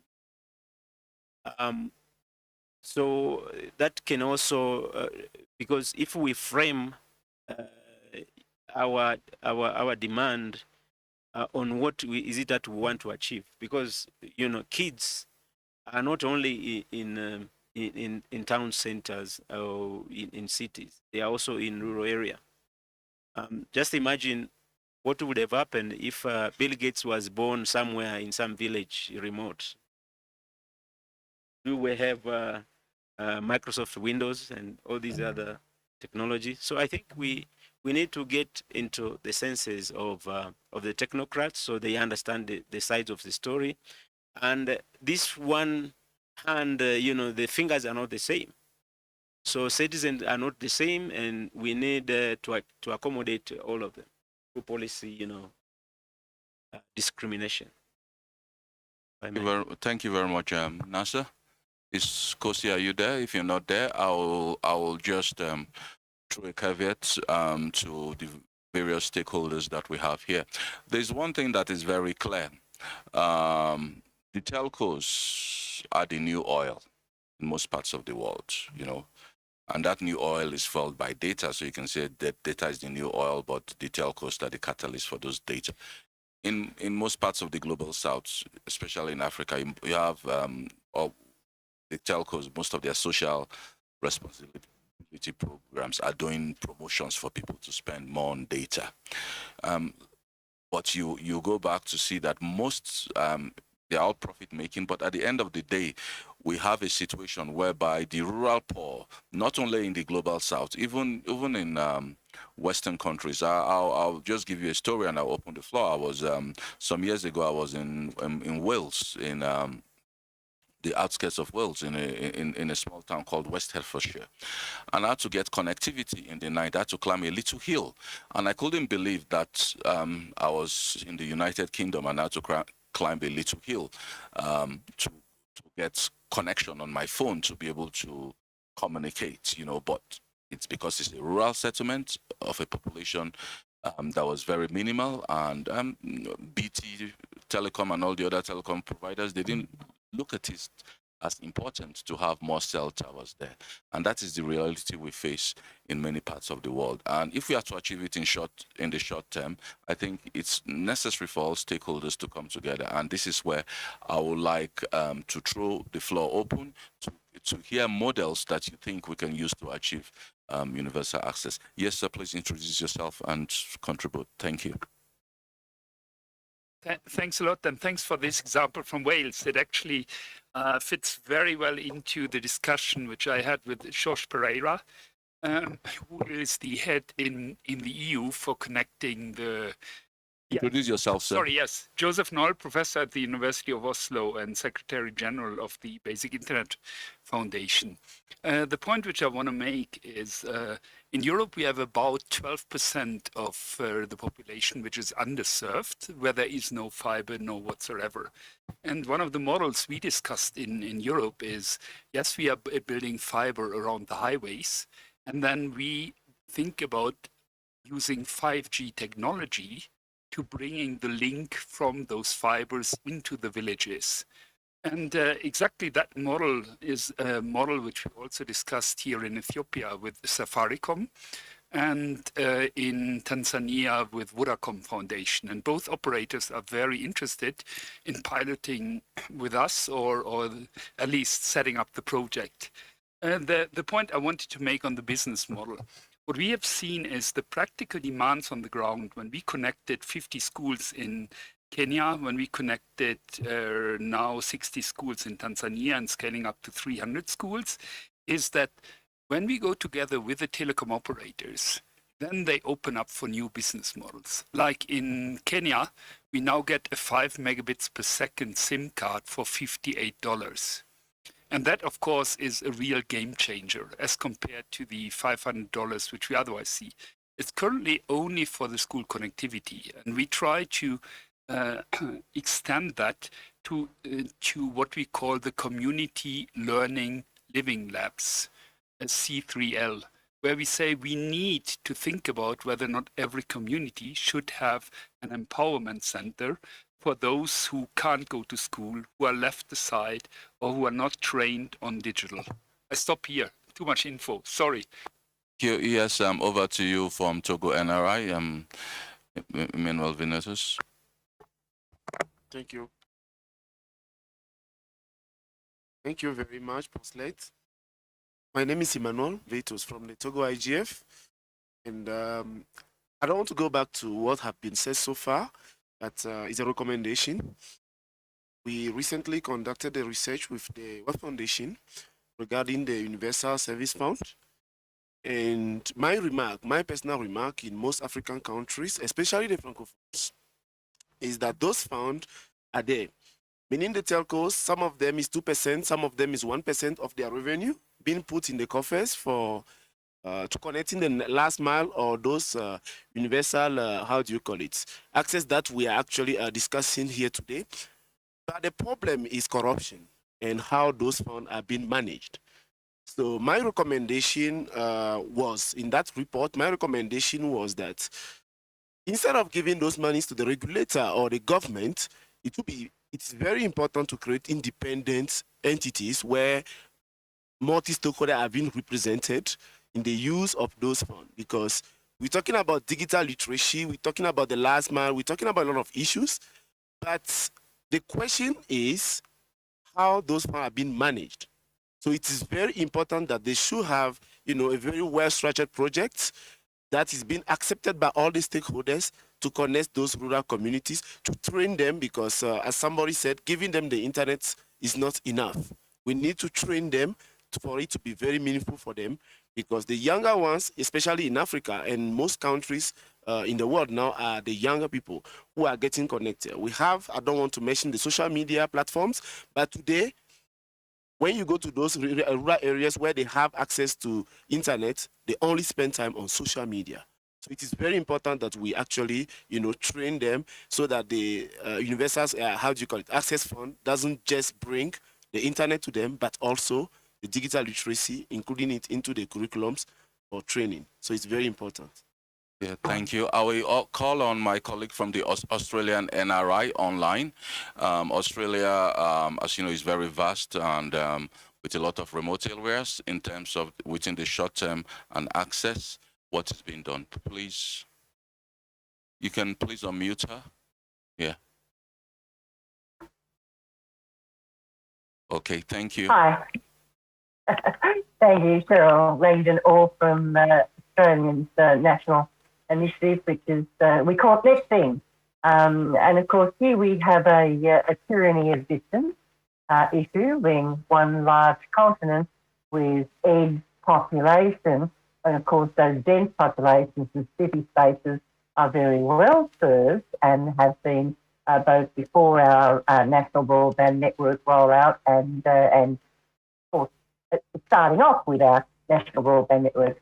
There are remote and rural communities, a little bit like the Welsh example, are still struggling and very much needing to look at hybrid mechanisms.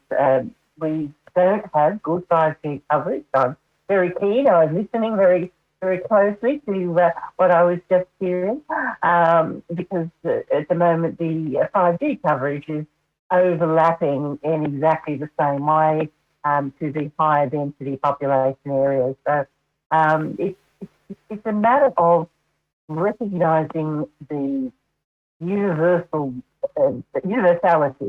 the requirement for so many persons, economic and education, as well as, of course, entertainment, for very good reasons, I hear, that we do need to make sure that networking is ubiquitous and it is cost effective. Mobile connectivity is probably going to be the most likely in the remote and rural areas, because line to line is far too high a cost to put in other systems. But what we are finding, and this is feature in some areas, but I think it will probably make a difference, is with the low orbiting satellite network as it is coming in. Our national broadband network does use satellite connectivity for remote and rural, but unfortunately, as it's become more popular, its ability to serve at reliable and good speed, and it is not particularly affordable, I will mention, has diminished considerably. We are finding some people, myself included, using now the LEO, the low Earth orbit satellite system. Again, this is a cost point which is too high for many communities, in particular disadvantaged communities. So we are working with our government and our instrumentalities and, of course, our business interests to try and drop the cost and increase the coverage. But it is a huge challenge, but it's one we all have to meet, perhaps learn from. So I'm very keen to learn from other countries. It is a topic that our NetSing, our Internet Governance Community in Australia, is particularly keen on, because we have vast areas to try and cover, and the cost of it is usually insurmountable. I could go on, but I won't. Thank you. Thank you very much, our colleague from Australia, NRI. I'll also call on our colleague Judith from the NRI of the USA. She's online, I suppose, to give a perspective from there. It's good to get a perspective from various regions of the world on this, because some people think maybe in the US or in the UK everything is okay. So Judith, over to you.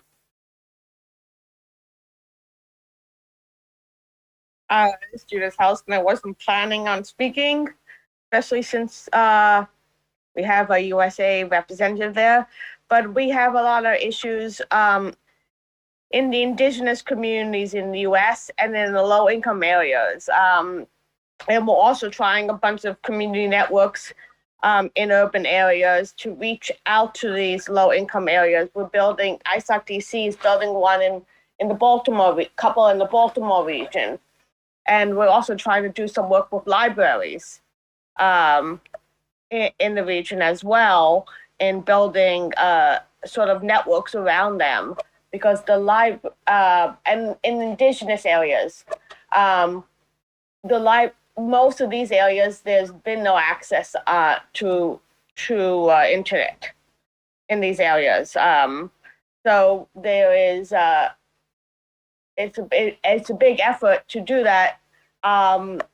And there is recent legislation that has now, because of COVID, the Congress has realized when a lot of kids couldn't go to school, there's a lot of movement to get funding for them for the subsidies for the internet access. People used to claim, oh, they had one phone per household. Imagine trying everyone to use one phone when the parents are taking it off to work or something like that. So it's very difficult in a lot of the low income areas for kids to get homework done and others. So we have in the U.S. we have a lot of issues also with internet access in the rural communities, in the urban communities. One great example from ISOC New York, started with ISOC New York, is the New York Mesh. This is an urban community network reaching out to the very low income areas and building all through volunteers a large community network, but in the urban areas in Brooklyn and others to try to provide access to low income communities at low cost or free, and asking them to volunteer their services and they'll train them to help expand the network. So I think that would be my contribution. Thank you very much. I open the floor back now here for contributions on this topic. Other NRIs, other individuals and organizations. Over to you, madam, and then behind. Thank you very much. My name is Justina Mashiba. I'm the Chief Executive Officer of the USF in Tanzania. I'm happy to be here, and I was just listening to different contribution from different people. But what I can say from the topic, what do we do to achieve universal connectivity in a very short period? The first one, I think that what we should do is engagement. When you're talking of engagement of stakeholders, that one is very key. Like if you want to maybe to go to the villages or rural area to do maybe internet connectivity, you should really engage the community around that particular place. So if you don't engage them at the end of the day, no one is going to use it. Another thing that we should also make use of it is awareness. Once you go and roll out or do internet connectivity in areas and no one is aware about it, why do I have to take my 10 shilling buy bundle or internet instead of going and buy a piece of bread? So awareness is very important as well in making sure that we connect everyone in rural population. And the last one that I can really talk about is on affordability part of it. We know the income of the rural population is not the same as the one in urban population. So once we take all these three items together, wherever that we are going to invest in rural areas, we should really take into consideration of those three items: engagement, awareness, and affordability. We have done a lot in Tanzania. The guy from Togo was saying, I don't know, maybe you can come to Tanzania also to learn about it. We have done a lot. We have done a lot, and we have a lot of African countries coming to benchmark in Tanzania. Like last week, we have a delegation from Uganda. We have a request from Sierra Leone at the moment. So we have done a lot, and maybe I can also invite you to come and see what we can do. And in our board of directors, we have private sector in our board of directors. So it is really like very transparent the way we disburse the subsidy, whatever, all the plan that we want to do in terms of rolling out services, internet services in villages. We really, engage and agreed on how are we going to do that. Thank you very much. Your mic. Over to you, sir. Yeah, thank you. My name is Osvaldo Laranque from Dominican Republic. We have been working is creating different schemes of universal access projects since more than 10 years ago, in trying to invite different kind of stakeholders like ISPs and telecommunication sectors. Many of those projects have failed because there is no transfer of knowledge to the villages where the projects have been made, and that creates some kind of short-term possibility. They are using not only public telephones to transmit the Wi-Fi for that idea, but also trying to reach out with a network for the rural areas. Recently, like 12 years ago, the government implemented a rural community project. It's like small places where they have different computers that has evolved time to digital innovation centers where people goes to learn some digital literacy, also to adopt different new technologies like robotics and like 3D printings and that. They are very popular, but they are not so much. They are like 150 throughout the country, which is good, but could be better because of the opportunity it had. And recently, the government has been working on a digital literacy project, reaching out to connecting the unconnected. And there is a possible licitation based on a pilot using Starlink as a point of transmission and connecting with a different kind of network networks distribution throughout the population. So there are different opportunities to see. Internet society is participating. We are trying to be part of a licitation to try to bring solutions to rural community in a foldable way, and also including a transfer of knowledge and to the creation of some body of maintenance the communities to assure that there could be a long-term proposal. Thank you.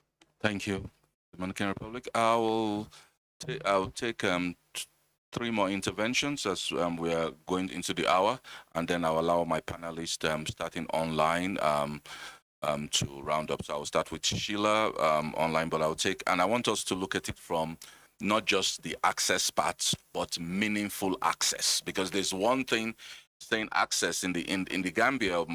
I'll give you for example. I mean, we have 99% coverage in terms of mobile voice or on data. They will tell you they have 90%, but it's not really meaningful access. Some places you're still on 2G and everything. So I'd like to hear some interventions on short-term meaningful access, not just access. Any contributions? You're welcome to speak, please. Head, Prof. Thank you, Joseph Noll from the University of Oslo. The question of meaningful access is actually, is the current internet model working as it should work? Or should we look at the model of the road? Yes, we need someone building the roads, but once the roads are built, pedestrians and cyclists have free access on the road. If we translate that to the internet, we could ask ourselves, what are the digital pedestrians and what are the digital cyclists? Is that text and picture? Because we all know the money is in the broadband. The money is in the Bollywood, the Premier League, and these kind of services. And our internal calculations tell us that an internet light or the digital pedestrian cyclist, that's as little as 1.5 to 2% of the total bandwidth used in a mobile network. Now that's still an additional text, so I could play that back to Justina or any of the governmental representatives for, is that the text we imply? But I'd love us to think about it. Thank you. Yes, go ahead, sir. Thank you very much. My name is Ghayur. I'm from Afghanistan. We have Internet Society Afghanistan chapter. I'm the former president for Internet Society Afghanistan chapter. It's former because we don't have any chapters anymore. So also I'm the IGF coordinator for Afghanistan. We have been organizing national IGFs in Afghanistan since 2016, and as well as we have covered, we have separately organized youth IGF in Afghanistan in 2019, and we have had Women's Summit within our national IGFs as a parallel session, and as well as very important part of our national IGF was the Kids Academy, IGF for Kids. So I will, I do support the mom said awareness, very important. Like in Afghanistan and some areas, it's not just about the kids, not about the youth, even elders. If you ask them about the internet, what it is, they think it's as a service just used in the offices for official works, for official communications. And if you ask some the kids, they will just name social media or they name a game which they have used through internet. So I think beside the connectivity or meaningful access, awareness is very much important that people should understand the value of internet, especially the time of COVID. That taught us a very good lesson that how important connectivity is, and it is not just for communication for offshore communications, but connecting families with each other. Thank you. Thank you from Afghanistan. And I would like to throw a question to you because we all know right now what's going on, especially with women education. In terms of being a woman is one of the worst places, if not the worst place to live with as a woman. And access is needed. Most of them are not going to school or they have been stopped by the current Taliban regime there. How do you see women using in terms of access in Afghanistan, and what are you doing about it for them to be able to, if they are not able to go to conventional schools, being able to get access to be able to learn online at home? Yeah, thank you for the question. For those who, I mean, for those women who seek to learn online, so they also understand the internet and they do access the internet, but the problem is the financial crisis.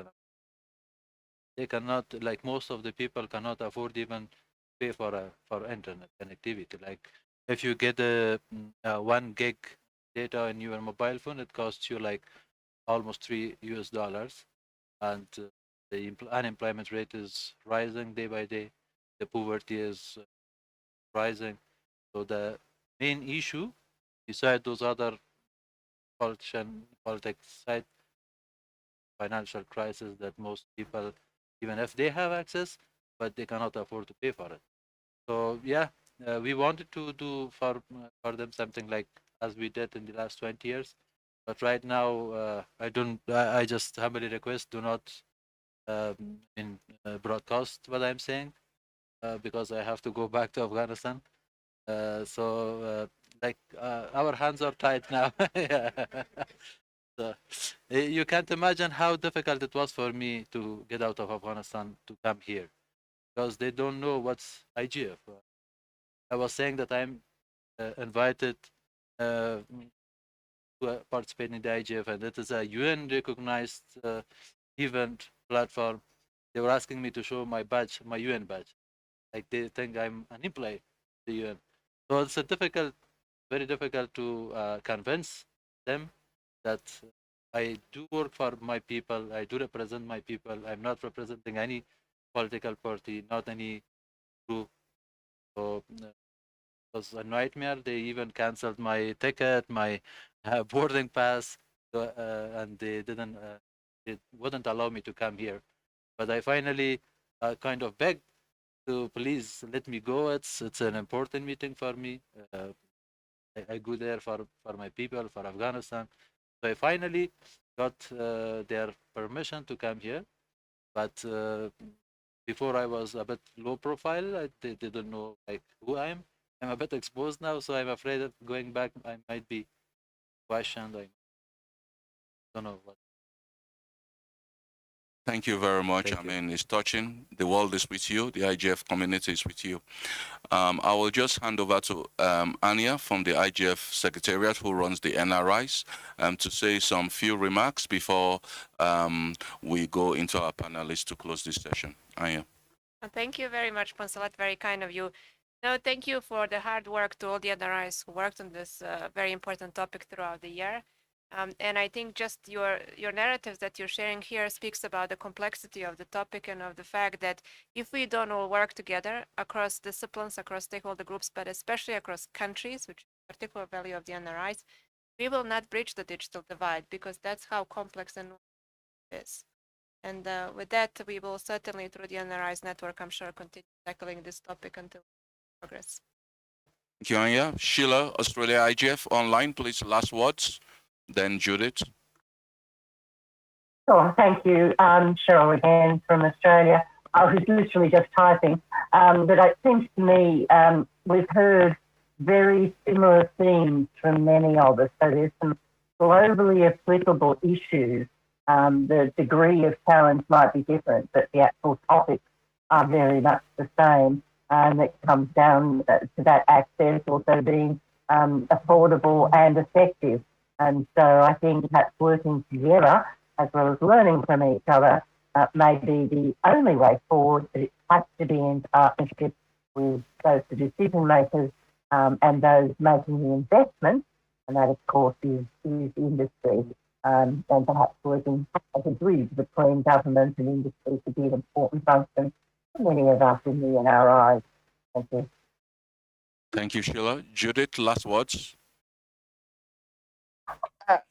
Thanks again for allowing the US IGF to make comments. I echo everyone's view. We need to work more with the communities and try to find innovative solutions to how to bring access to the low income communities, indigenous groups, persons with disabilities, range of different groups. So we will look towards community networks, other LEOs, other projects, working with local libraries to try to bring access to it. So I look forward to future IGFs, and hopefully we'll be on site the next one. Bye. Thank you, Judith from US IGF. Roberto. Thank you, Bonsalet. I think there is a lot of things to do. We can improve the role of our governments. We will continue listening the demands from the private sector in our countries to the governments, asking, for instance, to lower the fees for spectrum. And I think there are space for the local regulations, particularly in the case of my country. I can be sure that there is a way for the government to actually make particular agreements with the private sector, with the telecommunications companies, in order to make this treatment different. And but of course, with a condition. The condition should be that they have to do this effort to lower prices, to implement infrastructure in places when, of course, those are not attractive for this sector, but the need for communications is really critical. So I think there is too much to improve, and hopefully during the following. Thank you, Roberto from Bolivia IGF. Mohammed, Bangladesh. Thank you, Speaker. I particularly, especially focused in the meaningful access. Our country is connectivity is everything okay, but problem is meaningful access. When we're going to rural area, in mobile connectivity have, but data connectivity don't have. Mobile connectivity show 2G, but mobile operators say we are providing 4G. Same problem also in the city also. We are around the city, one corner to another corner. One corner so VIP area, like Dhaka is the city, capital city, the Gulshan is the VIP area. Mention is the 4G. When I'm going to old city, Dhaka place, they are showing the 2G, maybe connectivity. This is the meaningful connectivity is very important in our country right now. Thank you. Ahmed from Bangladesh. I like that word, meaningful connectivity. Nasser? Thank you. I've got the appeal. There is, if I were to borrow from Martin Luther King, he said, be not afraid, we shall overcome. And the issues that we are having, the challenges for connectivity. First of all, these challenges, there is no challenge in this worldwide in which the human ingenuity cannot rise above it. So I believe let us, roll up our sleeves in this room and see ways we can be able to connect our communities where we are. the guy said, do what you have with what you do what you can with what you have where you are. So I believe as we live in this room, we can be able to start, organizing. We can start engaging our policymakers, and in the end, we can give the next generation of Africa, the digital young men and women of Africa, a story that they can be able to participate effectively on the digital economy through meaningful and affordable internet access. I end there, I think, until next time. Thank you so much for listening to us. Thank you, Nasser. Wisdom, last words? IGF? Yes, my last word is have to look at car ownership, the ownership of machines that we're talking about. See that government provide some of these solutions to rural communities, but then those communities are not directly involved. And when they finish and then they leave, the project becomes quite elevated. So it has to be a way that community have to own that facility to their leaders, and that way can sustain our projects that we're talking about. Very much. Before I close this session with my last words, the rapporteur here, please, other rapporteurs, please coordinate with him. We have our rapporteur here for this session. I want to thank you all, especially our online audience. Both who spoke, it was good. We had two women, Sheila from Australia IGF and Judith for the US IGF speak, because I was a little bit very uncomfortable that all the speakers in person were all male speakers, so I'm very happy we had views from those, and we had views from other from different continents of the world. It's important we keep the conversation going within our various NRI communities, and above all, we collaborate. That's the only way we can achieve meaningful access. And I'm Ponslade from the Gambian IGF, and also chair of the African Task Force for the UNECA, closing this session. God bless you and have a nice day.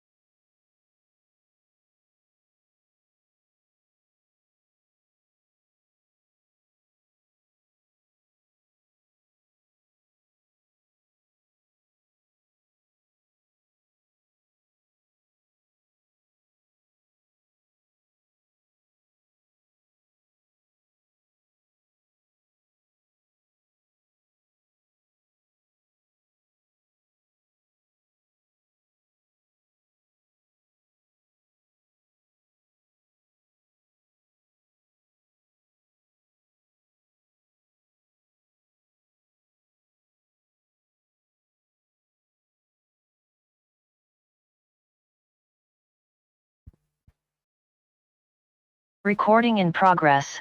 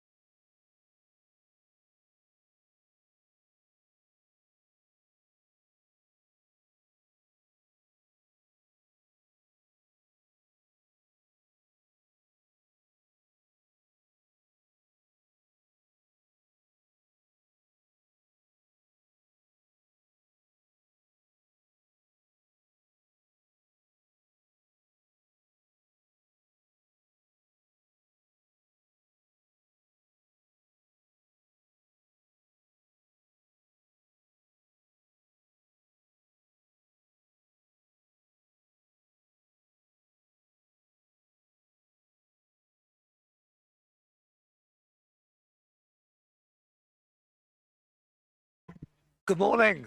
Good morning. Good afternoon. Can I just check everyone's here for the same session? The NRI session on democracy. Yes. Well, it's just that you might be here for some other session, in which case you might want to go somewhere else. Not that I'm but everyone's very welcome. We'll start in a couple of minutes. We'll just give people a.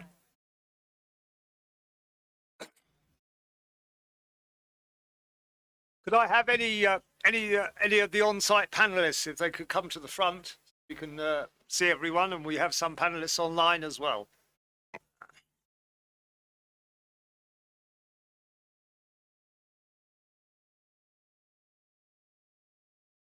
Yes, you have some panelists online. Sébastien Bachelard speaking from the French IGF. Hello, Nigel.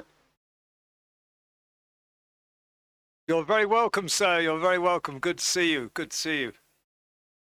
We should have a couple of on-site panelists as well, so let's just give them a couple of minutes.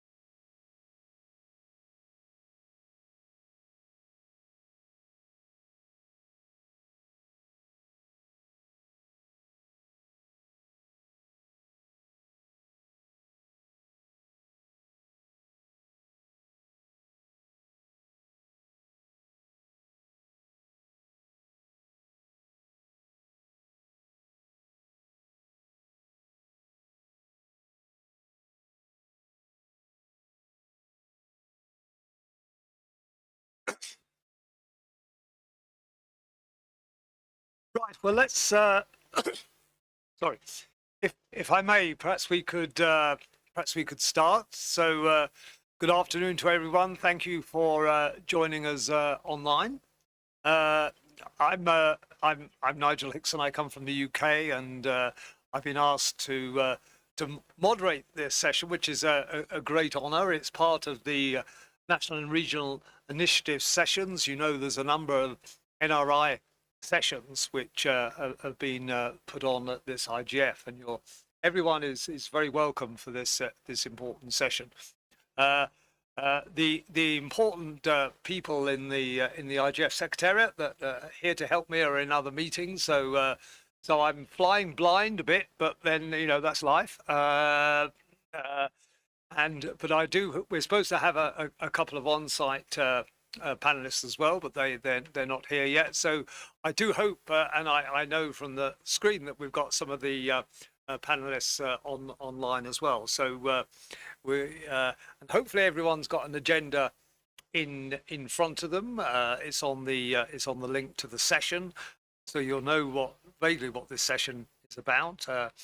We're looking into practices, how the internet impacts and shapes democracy, and so this is a fundamental topic for many of us, whether we're governments, whether we're civil society, whether we're the technical community, or whatever, we're business.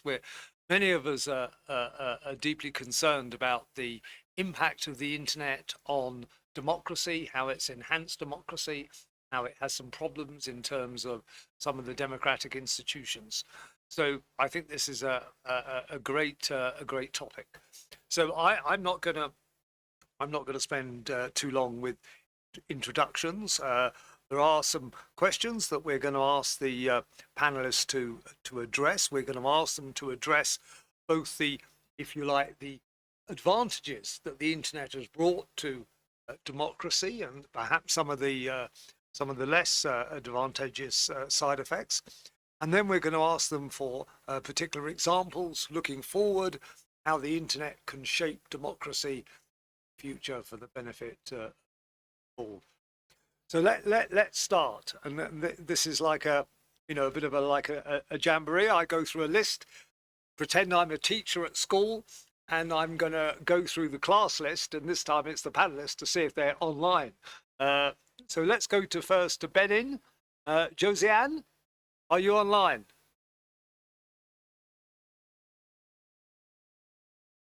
So it's a good start, isn't it? It's so people that are not here in the class get a, don't get a star for attendance. Can we go to Ghana? Wisdom, you must be here. Yes, I'm here. Wisdom, it's always an absolute. Oh, you should come to the front because you're a star. Does everyone know Wisdom? People usually clap when he walks to a stage, but yeah, Wisdom, good to see you. Wisdom, Wisdom does so much for the IGF and so much for many institutions. So it's a great pleasure to be able to introduce you.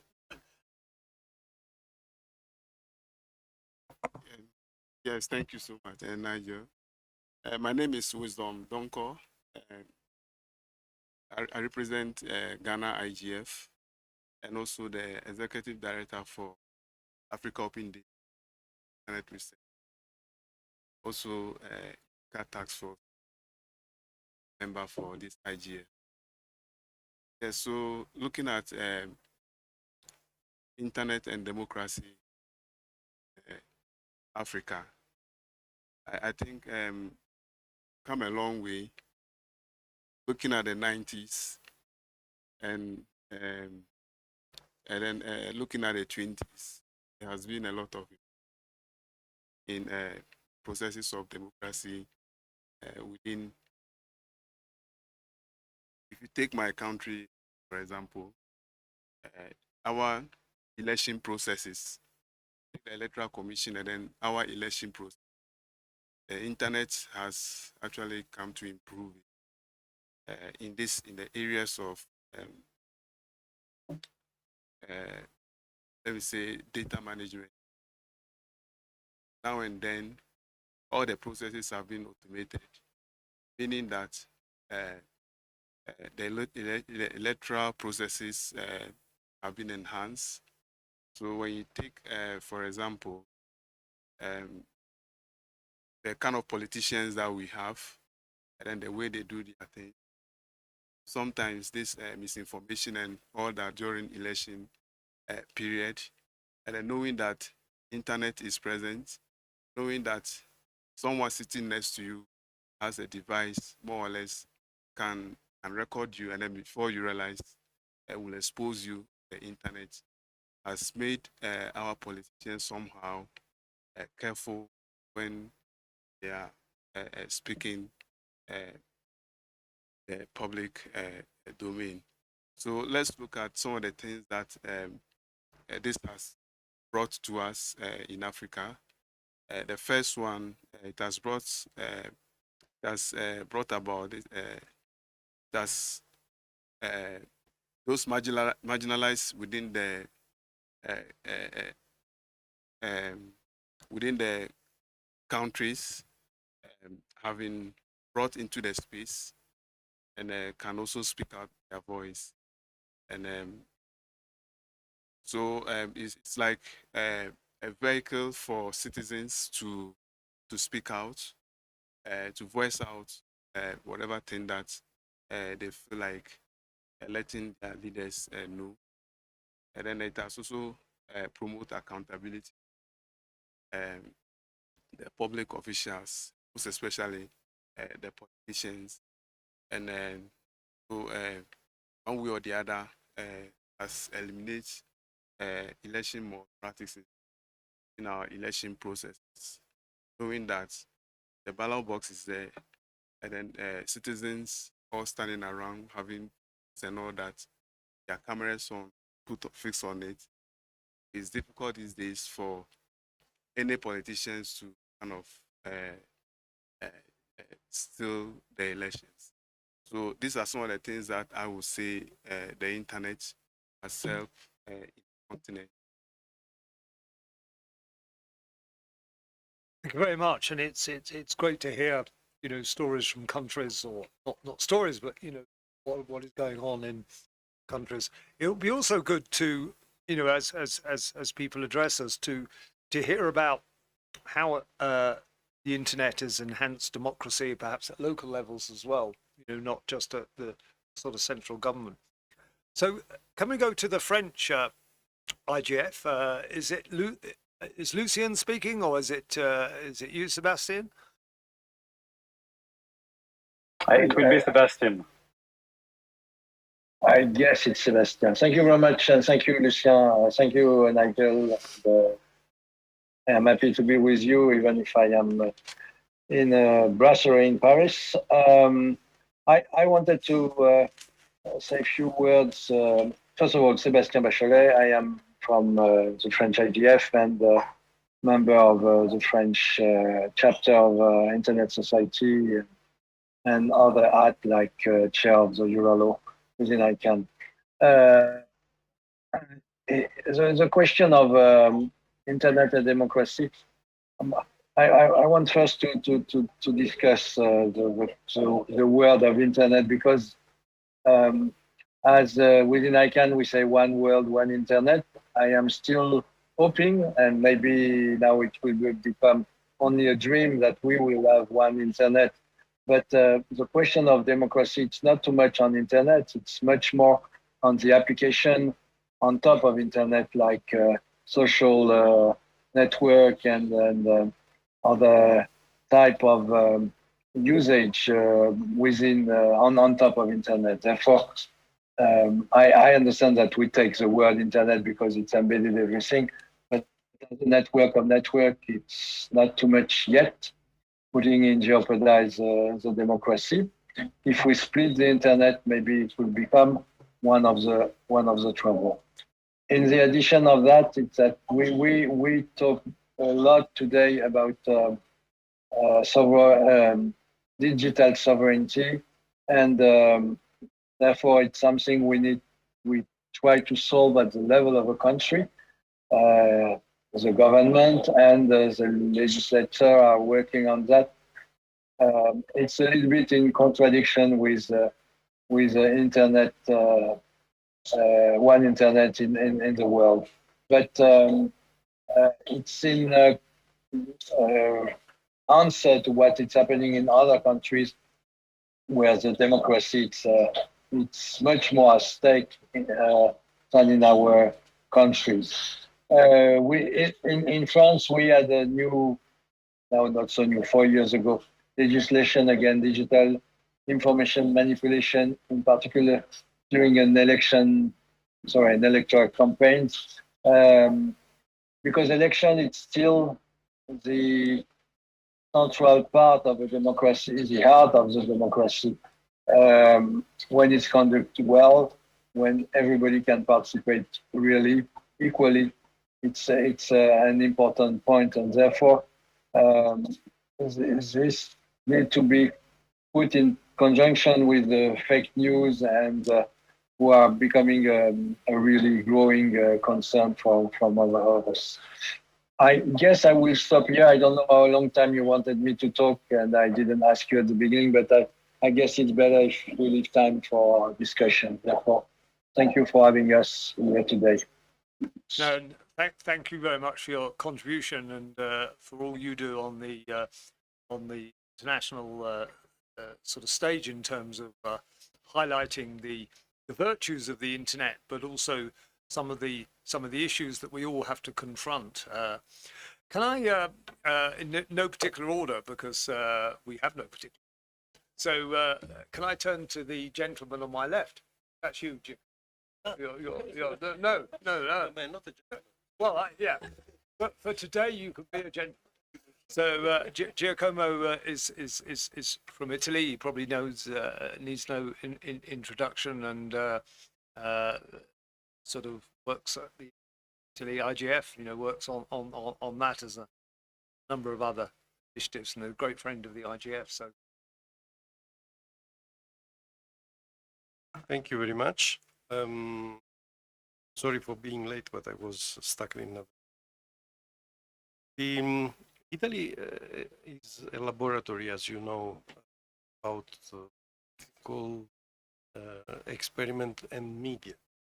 We were probably the first to experiment to have a television owner as a prime minister. Not particularly proud of that, but this happened to be. So we have seen what could happen later. What happened later with Trump and in many other countries around Europe and in the rest of the world. So there has been a high attention about the relation between how to form the public opinion, media, the ownership of the media. High attention doesn't mean that you solve the problem, because still we have a problem, but the high attention was there. And this attention in the last years has moved progressively from television to social media and to internet world, because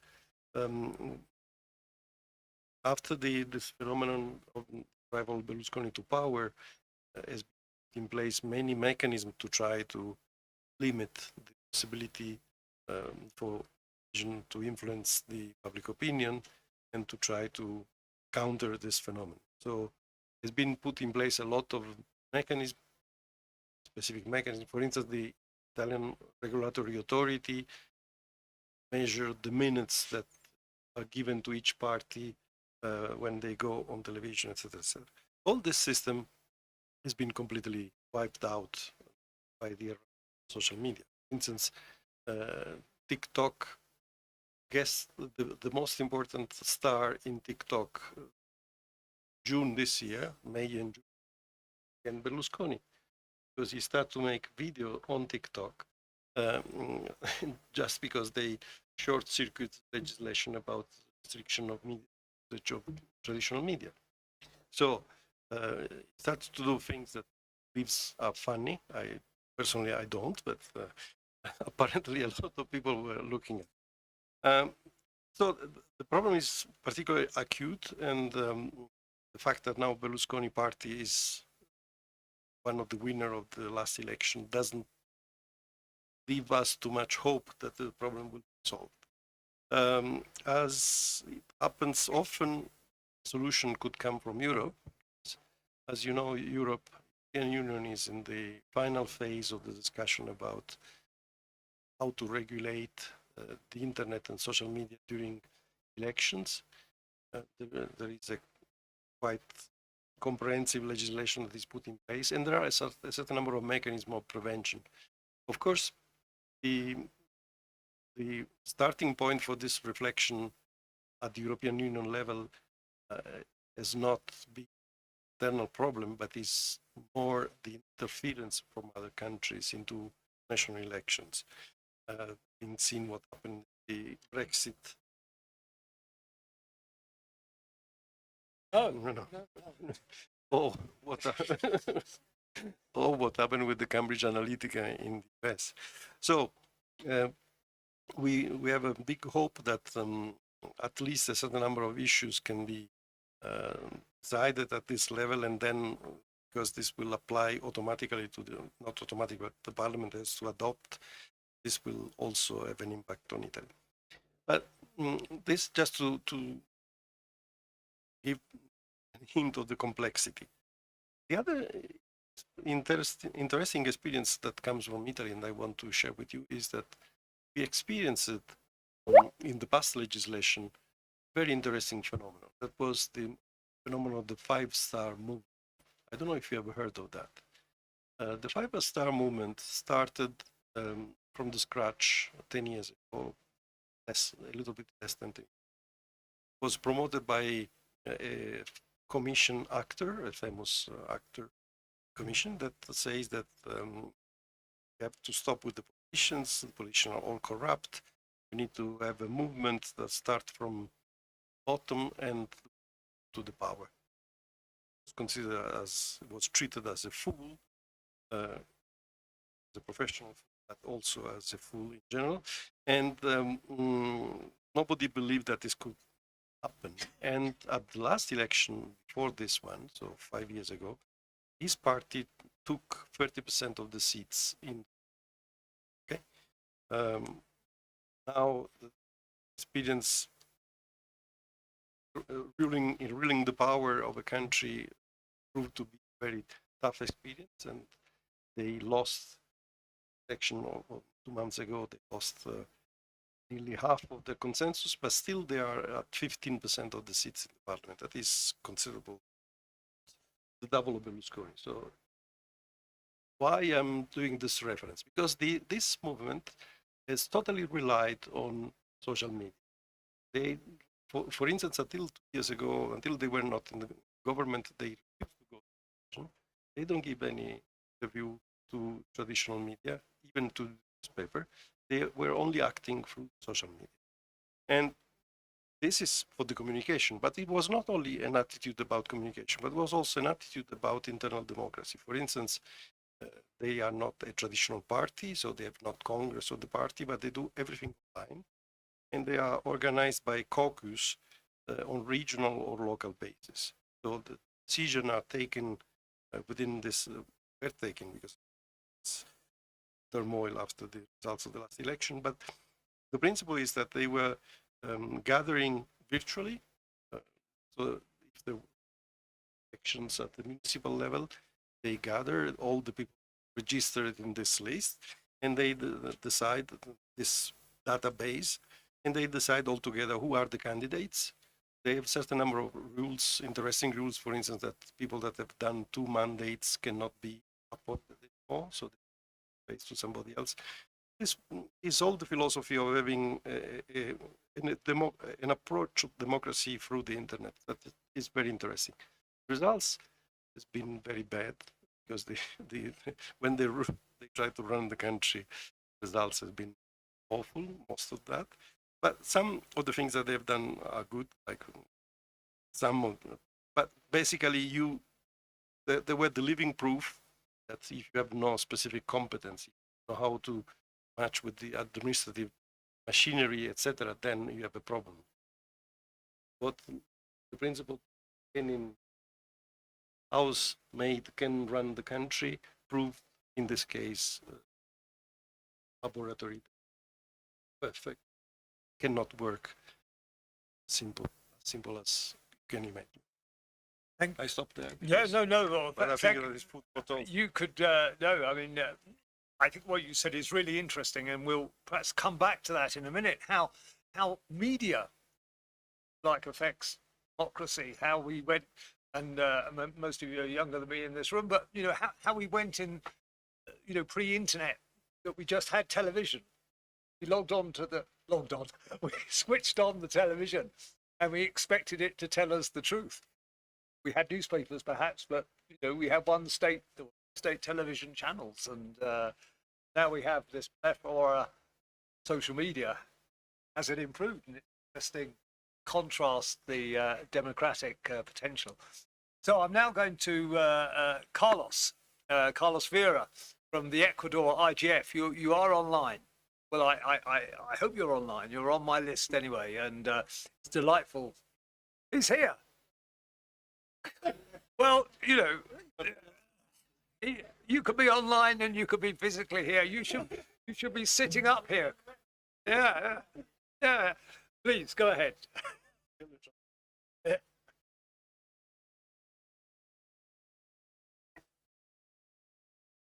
Thank you very much, moderator. Well, I think the internet is one of the most necessary for the democracy, of course. And I don't see any participation online yet. Nobody is raising her hands. But without internet, we are not able to say things in other ways we can do using internet. We have several examples all around the world are about the positive effects of the internet. and even some other ways to connect people, even if they block internet. So all the time we were working on an idea to give the internet server some kind of diplomatic status. So you cannot intervene on the internet servers in any way, but preserving the diplomatic nation status, something like this, because we face every day the problems that some governments have with the people trying to express or trying to use in some beneficial way the internet. Some minutes ago, we listened to the Afghan friend and saying very clear about the fear of living in a country where it's probably very dangerous to. And internet can help to solve some things, but maybe we are the main tool to use all the time. Very much indeed, and yes, in the end it comes down to us, comes down to the people.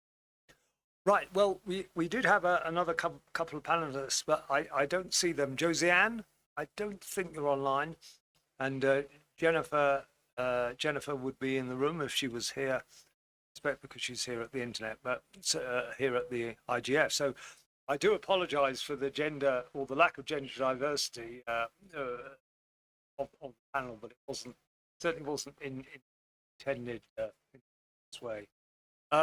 So what I'd like to do now is I'd like to come back to the panel a bit later on to ask them a bit about the future in terms of democracy. But let's take a couple of interventions from the room, if we may. If there's anyone that wants to say something about their experiences in their country or whatever, we'd be really really interested to hear that, and not least on the issue of the media, which has been up earlier. So you got your flag up, but can you? Well, not your flag exactly, but yeah. Nice scarf. I appreciate it. All 3 days I've been here, you're the one who has appreciated my scarf. Amazing.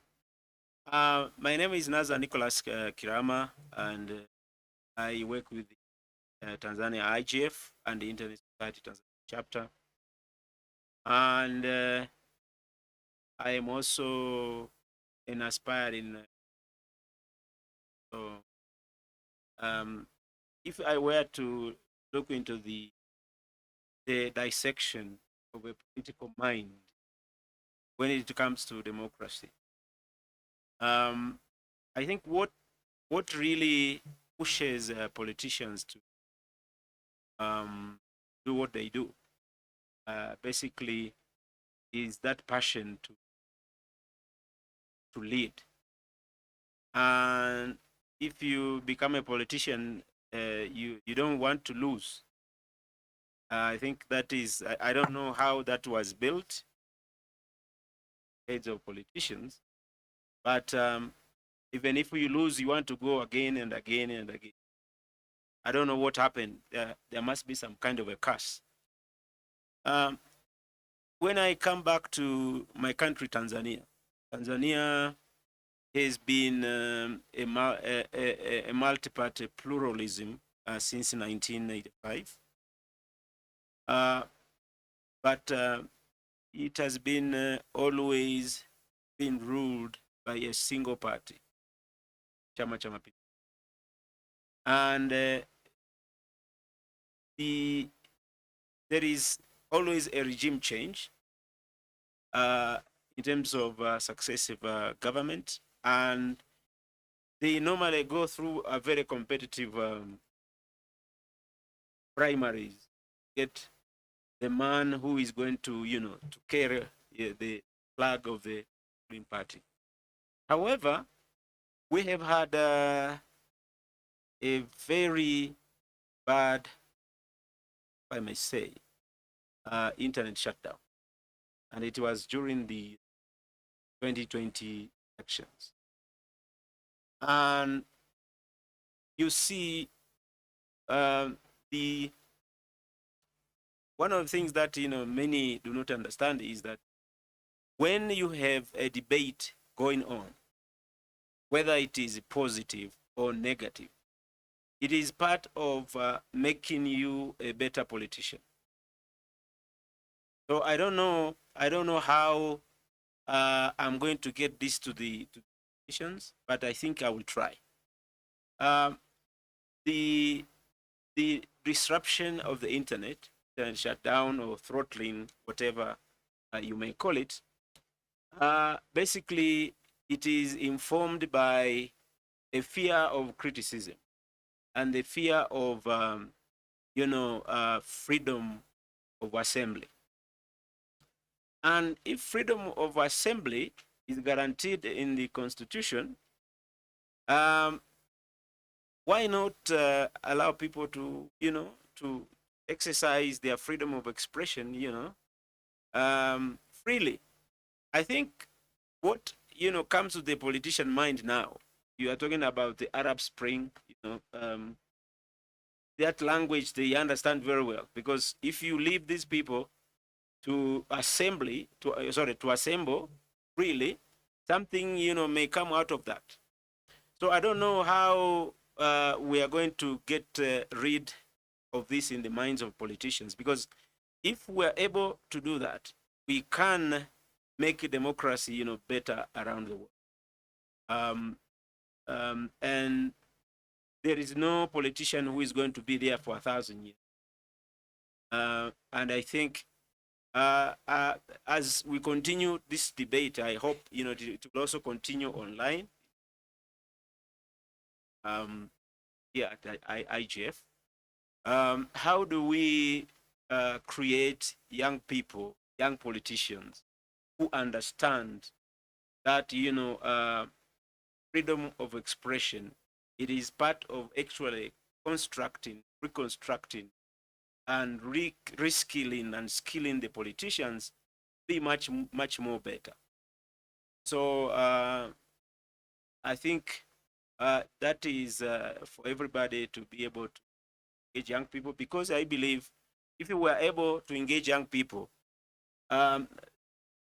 very well on these issues, we can probably do away with the Berlusconi of Trump's, because you can't have.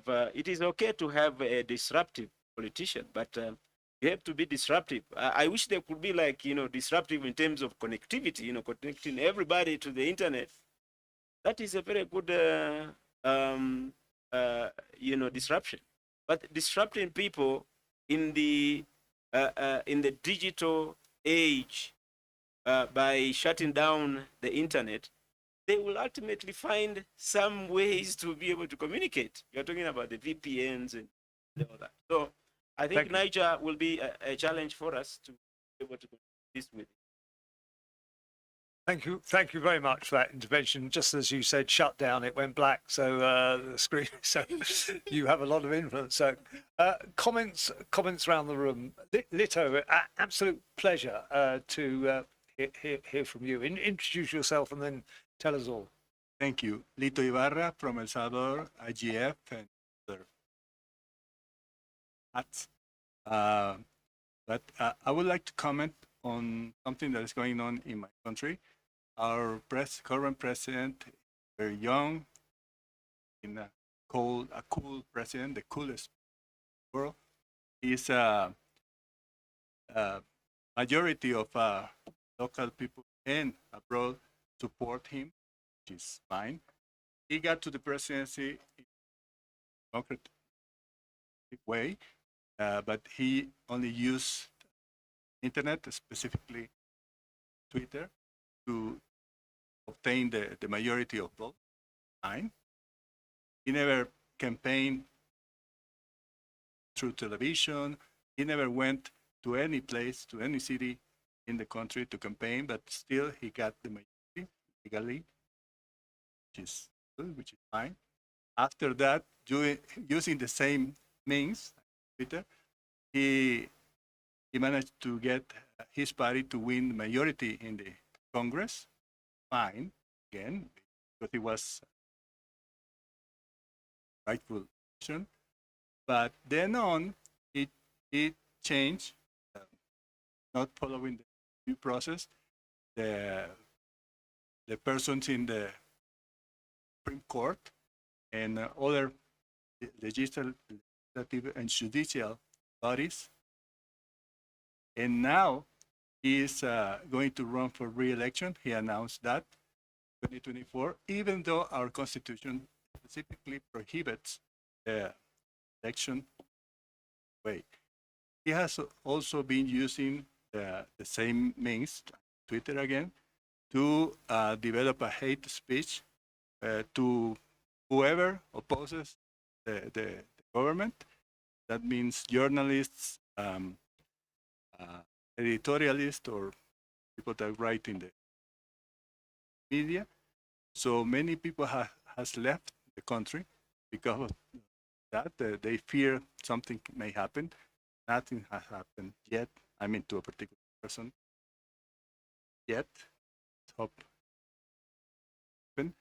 But what I'm trying to say after that is that in this case, internet has played against democracy in our country. We don't have a democracy. We don't have the power separation, the three powers in the state, like typical democracy. There's one unified, and on top of that, he was using Twitter to give orders to the ministers, to his ministers, and the minister will answer through Twitter publicly, yes, President, right now, do this. Even though it may mean paint this wall, this color, right, President. So it has deteriorated, I believe, our democracy, and of course there are still some voices that through internet try to alert or to say anything, but I don't know if we're going to get out of this at some point.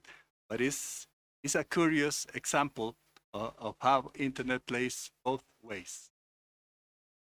Sure. Thank you. Well, thank you, Lito. That was very, very interesting indeed, and it really does show us that we're coming to this topic from a number of different angles, from how politicians use social media, use the internet to appeal in the first place, to reach out, to reach people that they probably couldn't reach before, but then how they use it to subvert the democratic process. Anyone else around the table or online? I would like to say something. Please. Someone else around the table. Come on. No? Let me just look online. Are there any hands up? I'm trying to do all this, and I'm not very good at it. Sebastian, as you can tell, not very good No, at it. Nigel, you are very good at everything, but I wanted to ask you to give us also your point of view from UK, because I think I know that you are sharing the meeting, but I really feel that it could be very useful to have the point of view what is happening in UK. If nobody else can talk about UK, please do so. It will be helpful for all of us, I am sure. Thank you, Nigel. Thank you very much. The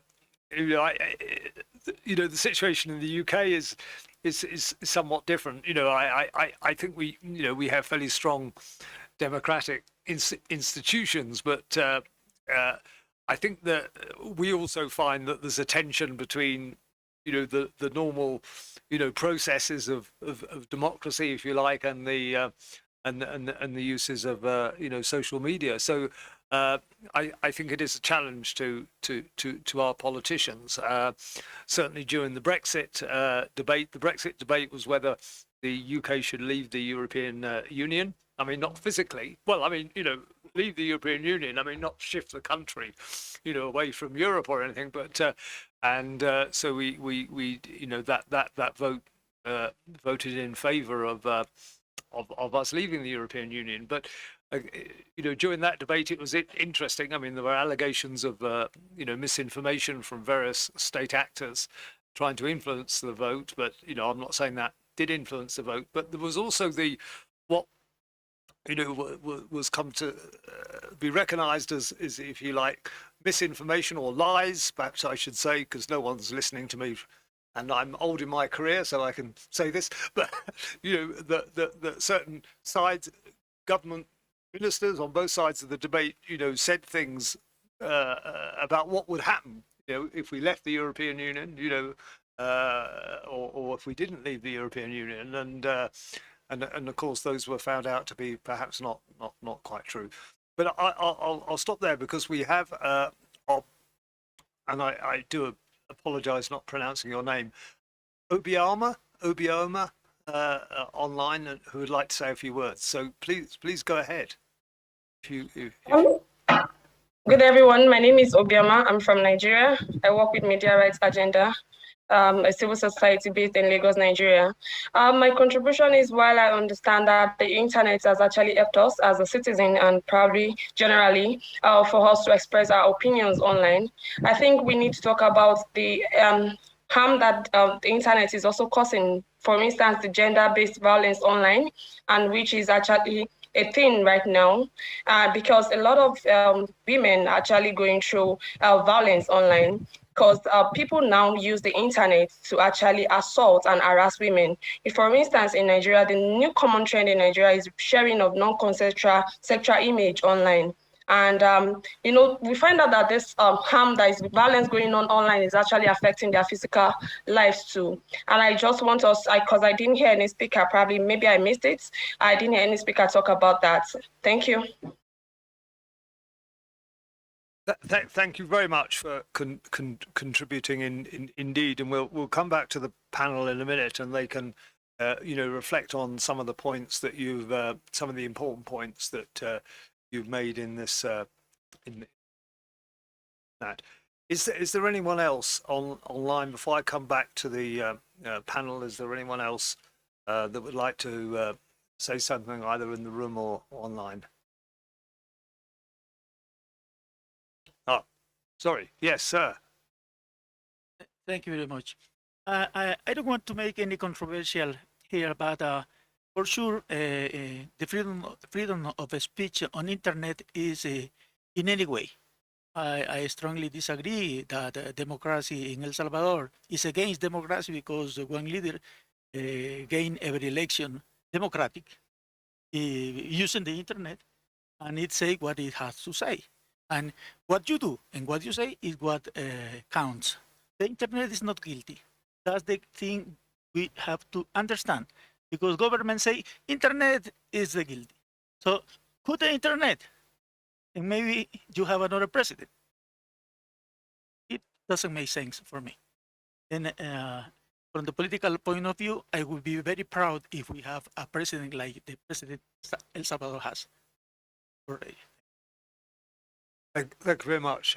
Very interesting reflection. There's a comment in the chat which I think most of us would recognize, from Ying Chu Chen. Thank you very much for your contribution. Who has said that, of course, the internet is neutral, and neutral means good and bad are all on the same internet. And I think we recognize that. I mean, sometimes we might have difficulty in making sure our politicians recognize that.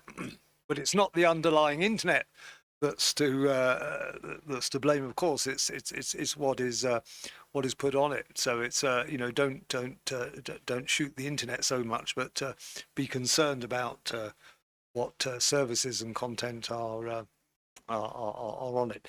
Let's go back to the panel. Wisdom, you're always a great.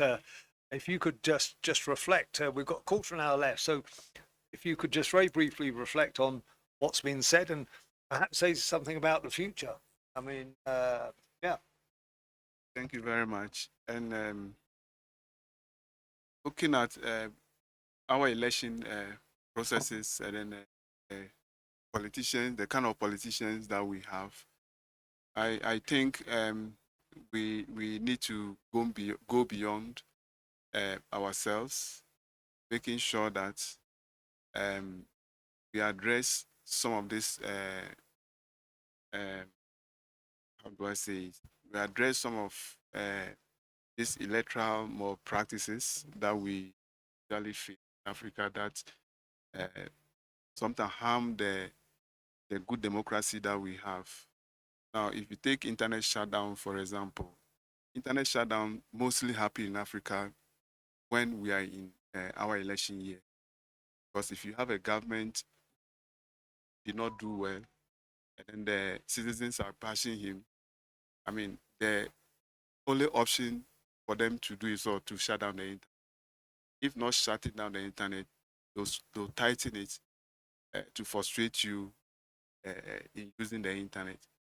So I think in a way, it's the politicians that we need to have this engagement with in making sure that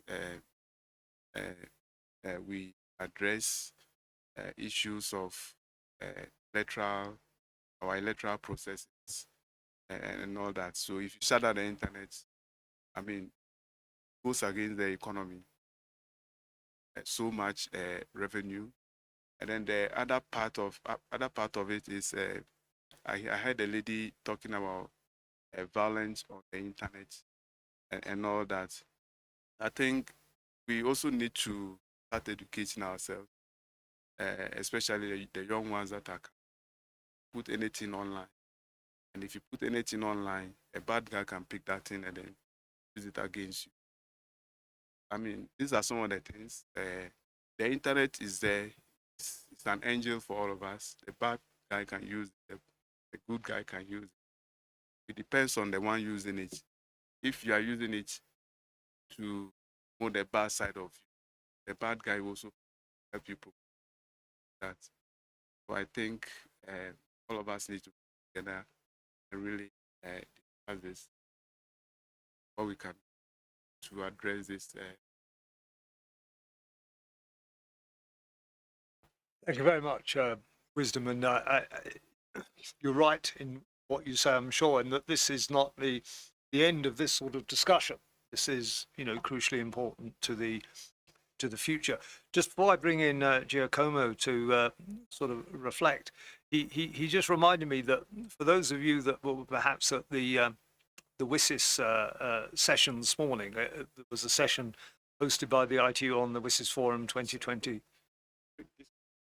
The same room, yeah, it was hosted here this morning, and we heard some very powerful interventions. We were very fortunate to be in the room, some parliamentary representatives of parliaments in Africa, and we also heard that that one of the difficulties, and we like to think that our politicians are reflect on the on what is said about them on social media, and we like to think that our politicians should be addressed by us. That in the old days we used to send them letters, but now people obviously send them emails or whatever. But what was said this morning by a lady from Tanzania, in an incredibly powerful address, noted that that hate speech and other awful content that is sent to politicians, and this is something that we've experienced in the UK Parliament as well, where politicians just trying to do their job receive hate speech from fringe groups. And it's not just I don't agree with your policies and your policies suck or whatever. It's hate speech against them, and this hate speech in one case in the UK Parliament led to the to the murder of a politician, a young woman, which was a tragedy, because all she was doing was trying to represent her constituency, and someone took against her. So we have to reflect on these issues. Giacomo. Yes. The issue is controversial. The problem is that internet in itself, not good or bad, it can be badly used and can be used for the good. The example I was making before about Italy, this force, political force in Italy to try to use the internet to replace democracy, the parliamentarian way of democracy with another way that was democracy through the internet. So I think that we cannot have common approach country where exists balance of power, and in country where there are independent media that are reliable for the audience and the people know that are reliable, and country where this is not the case or never been the case. So there is not a solution that fits for all the country. I think that we need to find a different way in country according to the different situation. What can be done for sure is that there are two main principles that need to be applied. The first is we need to sanitize the internet in order to avoid some extreme cases, like for instance, the interference from countries, neighboring countries that want to interfere into the internal affair of a country. This is very dangerous because it could bring war. So that what the European Union is trying to do would be interesting for others to look at as a model, at least for this specific problem. The second is what has been mentioned by the UNO online and mentioned by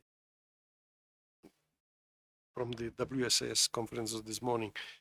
We need to make the environment, the political environment safe for the debate, and not the use of the internet as a way to harass people that expose themselves in the public debate, or to prosecute people that because they contribute. Second important thing that need to be done is that there is a strong misunderstanding, and I don't know the Salvadoran case, so I don't enter into the matter, but it seems to me similar to other cases in which people arriving to power say, I arrived to the power against the will of the previous master of the country, and I did this because of the internet. 20 years ago, it was thanks to the television in Italy. And now I want to change all the rules. No, the rules that exist for democracy are a balance of power that have been carefully designed over the years. And the fact that you go to arrive to the power using a different way to arrive to the power, could be Twitter, could be whatever, what else, doesn't allow anybody to change the balance of power, because the day that you touch on the balance of power, then you can have the democratic drive that will bring you in new territories that are far from democracy. So these are, for me, the only three main points of reflection that we can share all together. Thank you very much, Giacomo. Sebastian. Thank you, Nigel. As Giacomo started to say at the beginning of his intervention, yes, internet and what is on top of internet, it's used for good and for bad. Fortunately, we had internet during the COVID-19 pandemic because it's allowed a lot of people to keep in touch, to do some work, but also to have contact with the family, with the children, and so on and so forth. In the same time, yes, hate speech, and that's a bad side. I don't have crystal ball where we are going, but I would like to raise some balance of where we are going. I have the fear that we are stepping in the bad direction, but still maybe some organization and people can bring us back to the right place. Today, the country are more and more shrinking within their own border. Yes, sometimes we talk about Europe, but at the end of the day, it's just at the level of the country that a lot of things are done.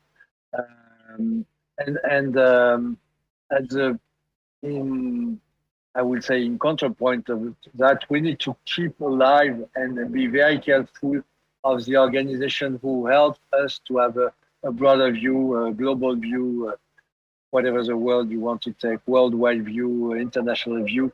IGF is one, Internet Society, it's another. ICANN and its specificity, it's also one. And the fact that it's a place where all the voice can be heard, listen, and can come to talk, it's important. And from our point of view, it's a way to balance the wrong side of the usage of internet. But for that, we need to be all together and not to say, oh, yes, fortunately, we have the parliamentary, but fortunately, we have them. But we need to say also, fortunately, we have civil society, we have a private sector, we have technical part of the stakeholders, and so on and so forth. And that's, for our point of view, the way to go for the future, a good way of democracy, and not jeopardizing our world in that specific sense. There are other places or other topics where we are jeopardizing our world with the question of green, but to keep it at the level of democracy, it's one important point. Thank you very much. No, thank you, and thank you very much, IGF France, and thanks to Lucien as well for being online. We're drawing to the close. Carlos, do you want to just say a couple of closing remarks? Just my final comment. Internet is not the guilty. Internet is not the guilty. Thank you very much. Well, I think we've almost reached reached the end of the session. Thank you so much for taking part and sharing the thoughts. And let's hope that we can have another session at next year's IGF where we can reflect a bit further and perhaps have a wider dialogue on this point. I'd like to recognise the people online and the contributions that people make to democracy on the internet. We have Avery Doria online. We have Cheryl Linson-Moore.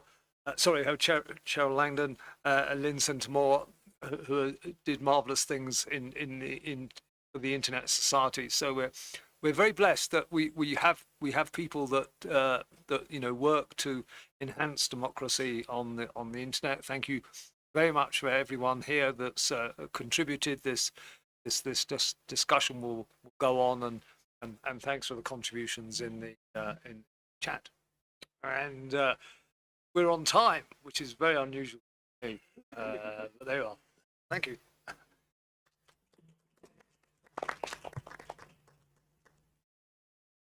We also recognize the presence of Anya. Actually, does a lot together. Sorry, yes, Yeah.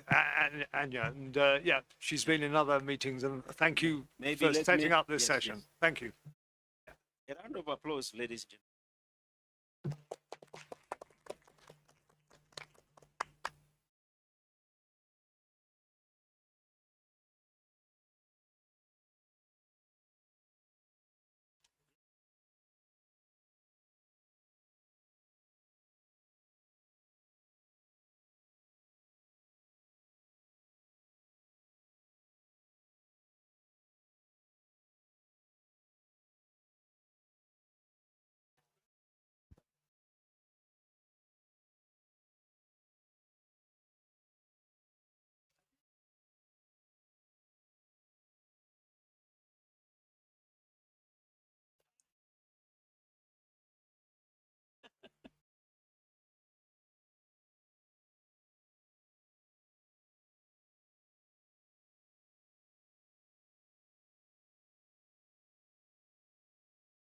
gentlemen. Face.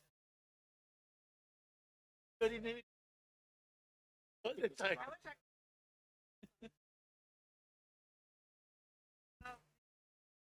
Recording in progress. Okay. Yeah. We don't have it. Yeah. Put me in a position. I think I will get next hour. I will melt.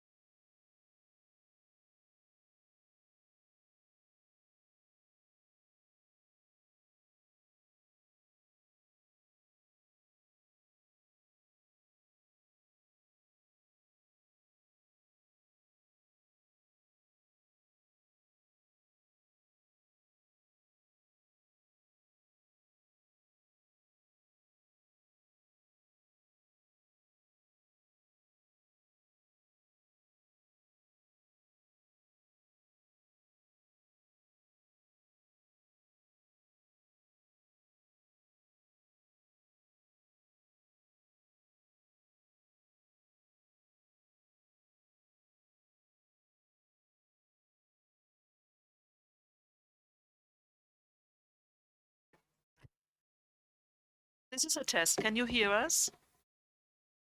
Can you hear us, people online? Please Yes, give we a can. sign. Yes, yes, now it's much clearer. There was Okay, just a bit of noise. wonderful. Okay.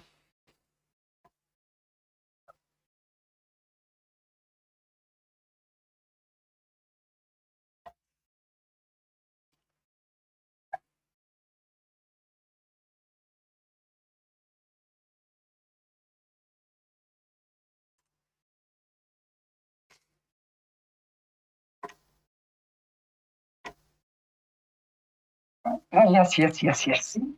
Yeah. I know you prefer this. Yes, I will tell them that. Yes, your name is not. Yeah. Okay.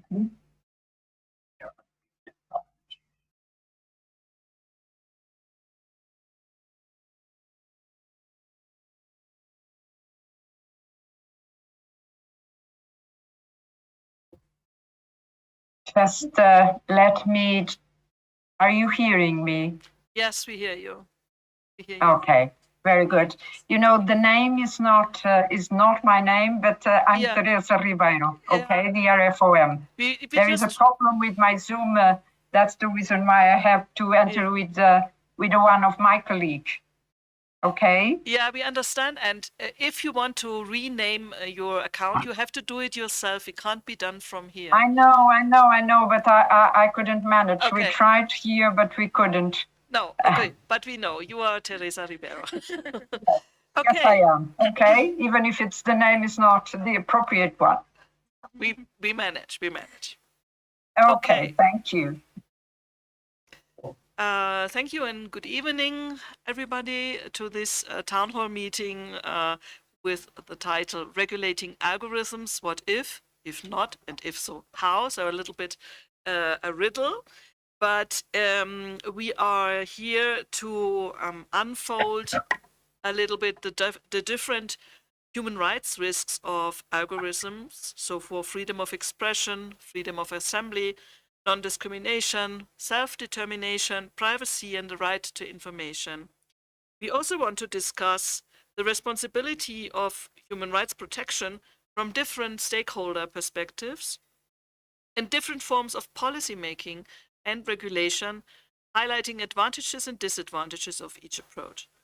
And we want to start elaborating recommendations for how the topic of algorithms' impact on human rights should be included in the Global Digital Compact, which is one of the topics of, or one of the objectives of the Internet Governance Forum here in Addis as such. I would like to introduce today's speakers. We have with us online Teresa Ribeiro, OSCE representative on freedom of the media. She represents an intergovernmental organization. We have with us Cornelia Kutterer. She is from Microsoft Europe. We have with us Osei Ba, the International Cooperation Officer for the Cybersecurity Authority in Ghana. And we have with me here in Addis, Shabnam Mojtaheri, Senior Advisor of the International Center for Not-for-Profit Law, ICNL. So welcome everybody, also to our small but audience in the room. We have said that we will have 2 rounds of questions to the panelists, and if there is time, and I hope there will be time, we can also take some questions from our audience. Let's start with you. I would like to ask you, what risks do you see for human rights coming with the use of algorithms? And how do you assess public awareness about the topic of human rights risks? I know that you have a lot to say, but if possible, stay with 6 to 7 minutes. Thank you. Sure, thank you so much. And thank you everyone for joining us at this late session when others might be going to enjoy the festivities at the park. Since we're a small group, I was wondering if you could raise your hand. are you familiar with the topic of algorithms, AI systems? Is this a familiar topic for you already? Just raise your hand. Okay. How about the intersection of human rights?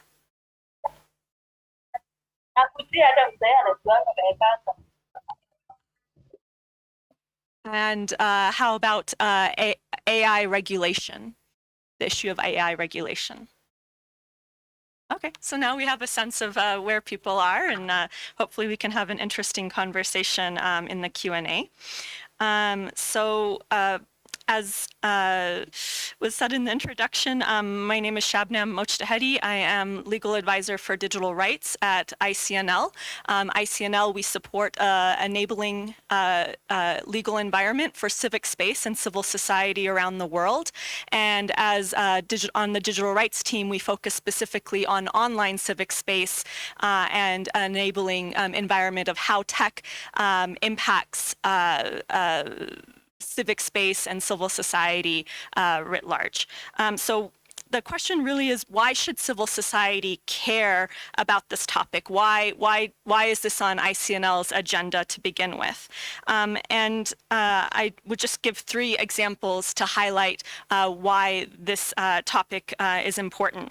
First, AI systems are used for surveillance, and including surveillance of civil society organizations. So understanding how algorithms play a role in that, and the governance of those algorithms become quite relevant to civil society when they are the targets of surveillance systems.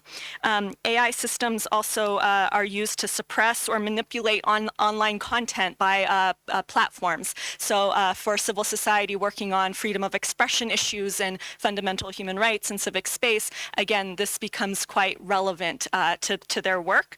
And then AI systems are also used for justice processes or other public services when governments are procuring these systems and using them for governance issues. It's quite important for civil society to understand and have a voice and participate in and understand, have transparency in place to understand these systems so that they can play their watchdog role. So what are the main risks? I categorize the risks twofold.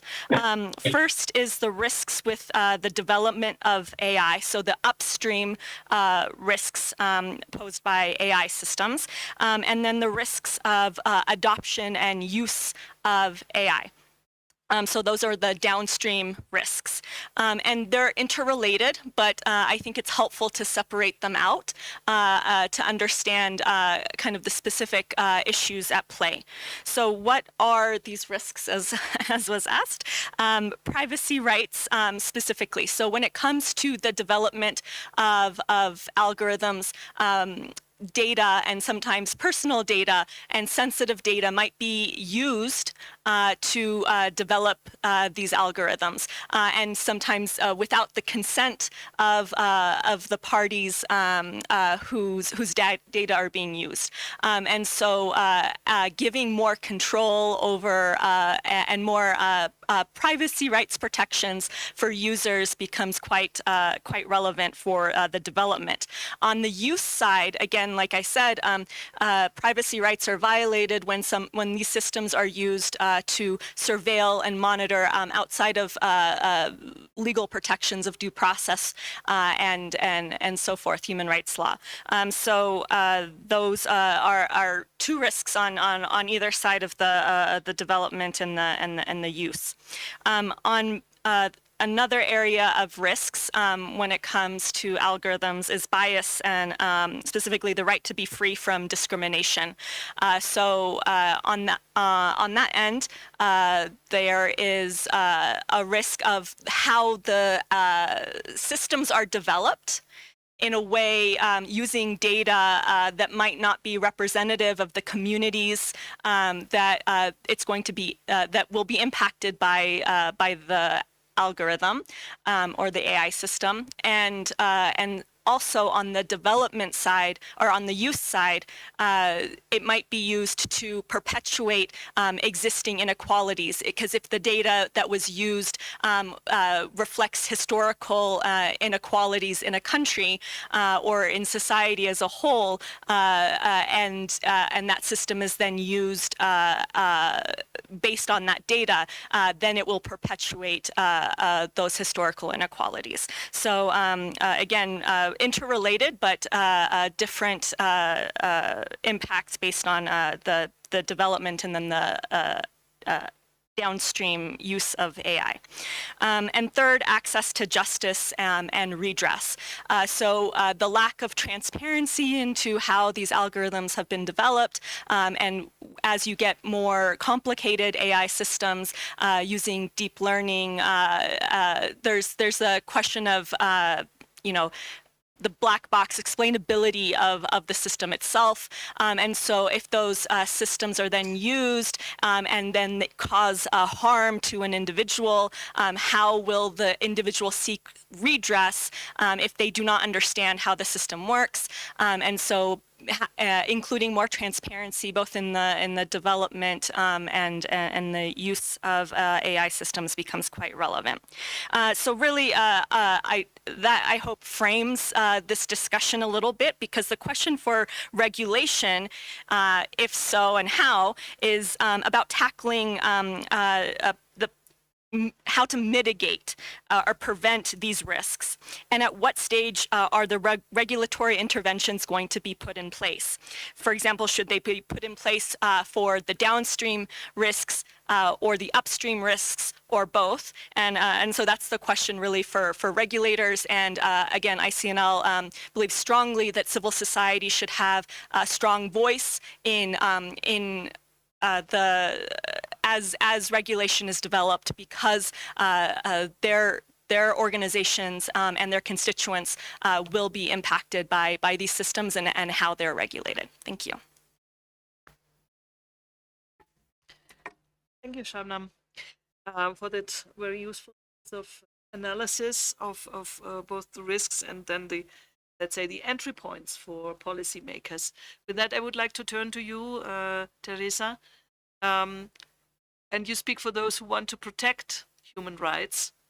What can and should policymakers do to achieve this goal in the face of, and that's another issue that we have to tackle, the rapidly changing technologies? So the policymakers tend to be always a little bit behind. And in that regard, can you please present some of the results of the OSCE Representative on Freedom of the Media Policy manual you've recently issued, and describe its intended use? Thank you. Thank you. Thank you very much. And thank you very much for having me today. It's a pity that I cannot join you in presence, but in any case, it's really a good opportunity to present the work we have been doing regarding the impact of AI on media freedom. And I would like to start by saying that new technologies, they bring about a transformative moment in time, and with many benefits, including for the free flow of information. And I think it's very important to underline the benefits and not to demonize artificial intelligence. It's much more the way we will be able to regulate it. It will be much more the way we will be able to use it. But at the same time, we know that there are serious human rights concerns, such as surveillance, cyber crimes, or the spread of disinformation, that of course have an important impact in the way we seek, receive, and impart information. This also drastically changed the media as we know it. So it's very, very important not only to address the societal harms of rapidly changing technologies, but also consider ways to harness it for fulfilling the media's democratic role, going back to taking advantage of the benefits of AI. First and foremost, states have the positive obligation to guarantee the exercise of fundamental rights like freedom of expression. Political will on the side of state authorities is, of course, a precondition for a meaningful engagement to support and strengthen national and international safeguards for freedom of expression and media freedom, also in which respects regulating the use of new technologies like AI in its use to shape information. The sad reality, however, is that the political will to protect media, as we all know, is being traded in for hostility against the media in many parts of the world. Unfortunately, we are all quite aware of this. In times like this, it's not only expedient, but it's really necessary to discuss and to strategize around a large number of emerging challenges brought by new technologies, which, of course, are growing by scale and complexity. And this brings me to the OSCE policy manual on AI and freedom of expression. First of all, it is the culmination of over 2 years of research and contribution of more than 120 of the most renowned experts, scholars, practitioners working in the media, in the field of media freedom, human rights, technology, but also security. As you know, OSCE is the largest regional organization on security. The policy manual and our experts, they have focused on 4 key areas where the use of AI can have a negative impact for media freedom and also for security. First is the use of AI in content moderation, with a particular focus on dealing with illegal content and security threats online. The second area of focus is on moderating content that may be legal yet harmful, such as hate speech. The third area of focus is on the use of AI in content curation and how this impacts media pluralism. And the fourth and the last one is its nexus to targeted advertising and surveillance capitalism. So all the recommendations provided in the manual are aimed at states who should put human rights at the core of all regulatory frameworks. And I think this is the most important. We call for such initiatives to be evidence-based and built on inclusive processes. The key recommendations that are provided by the manual encompass and spell out in more detail the principles of transparency, accountability, and public oversight. Without those, we cannot have freedom of expression in the digital age. And I would say that in a nutshell, this is what our policy manual is about. And this is, I think, a great contribution to the discussions around AI. Thank you very much. Thank you, Teresa. I would like now to invite Cornelia Kutter from Microsoft to add her perspective, which is the private sector's perspective to this field. Microsoft has been very active in IGF and other multilateral and multi-stakeholder fora to present views. But I would like to ask you, what is the view here on the risk of algorithms affecting human rights online, and which role can human rights assessments of algorithms play, and how does Microsoft approach this in its own operations? Thank you very much. And First of all, thanks a lot for the invitation. I'm also equally, like Teresa, very sorry not to be there in person. I want to first maybe say one word about the abilities of algorithms, because we usually look, and this is important because it's not, you always have to look at this very holistically. We're looking at the algorithms and how they perpetuate biases, and by doing so are increased risks for fundamental rights.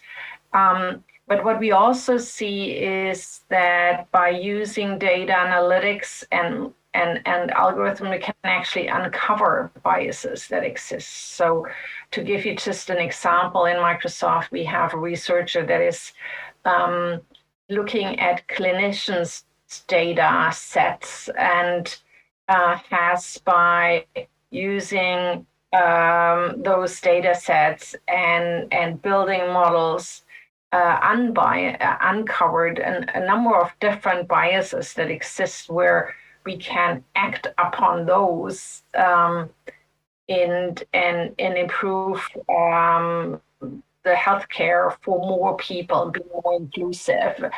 I think it's important to always look at all perspectives on these issues. Now, I think it is very clear where there is no governance and no processes in place for creating and ensuring that the models and AI systems that are deployed, where they have an impact on important life decisions of people, on safety, physical and psychological harm, or specific fundamental rights.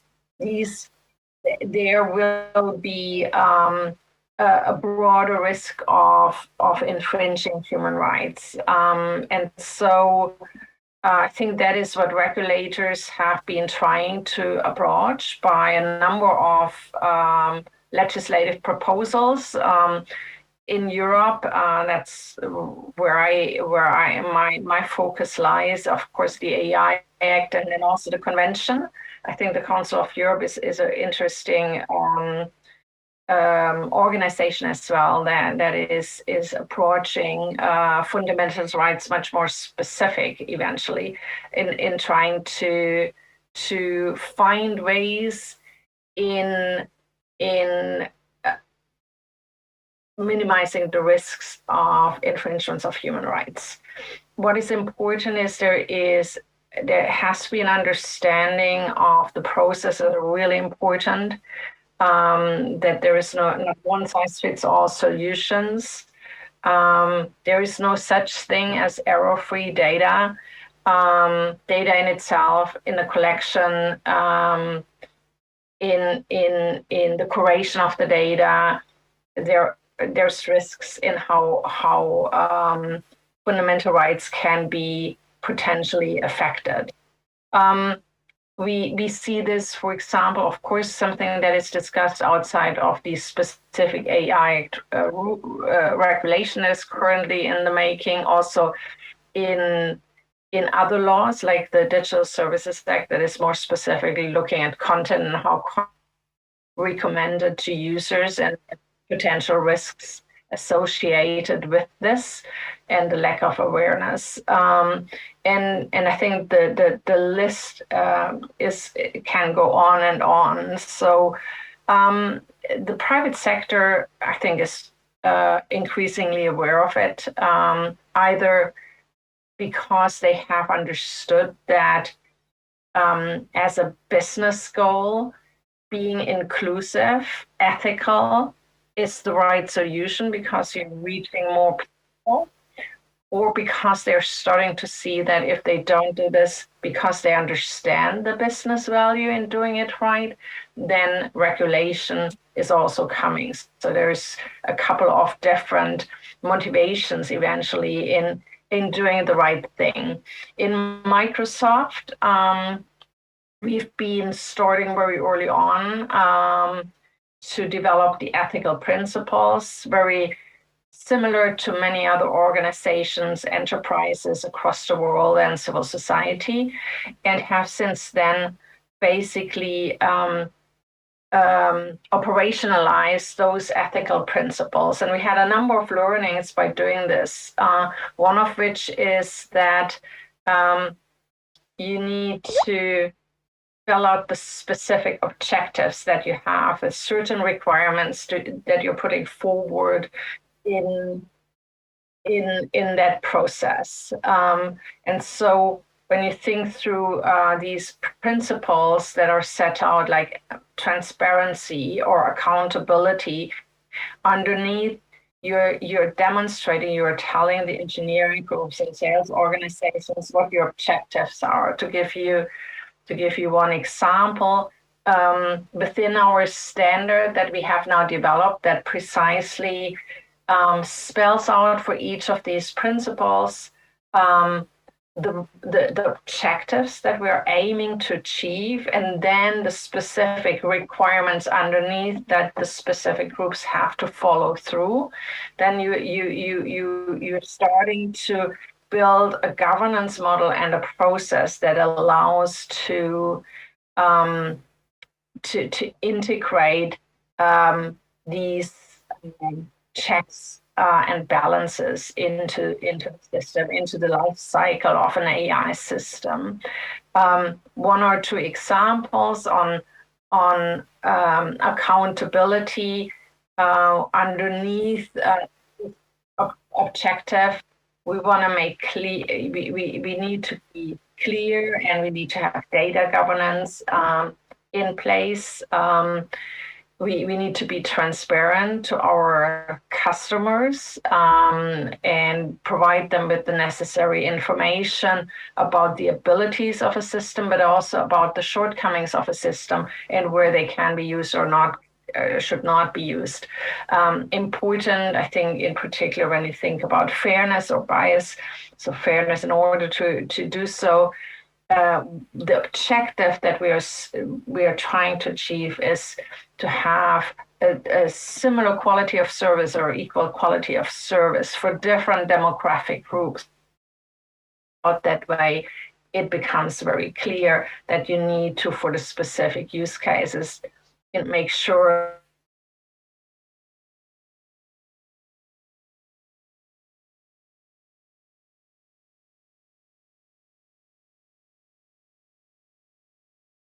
Cornelia, do you hear us? I think we lost you.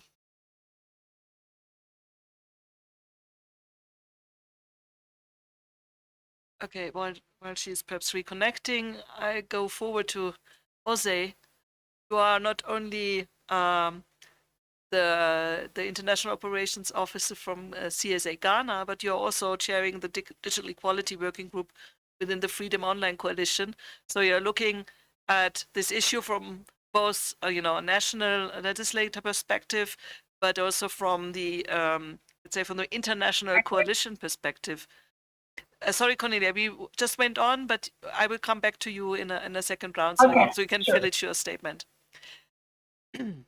So what do you think, how could regulation help addressing the risks of algorithms, and what should be the elements and tools of regulation? And which role, then, that would be a second aspect, could the Freedom Online Coalition play in contributing to this discussion about human rights impacts of algorithms?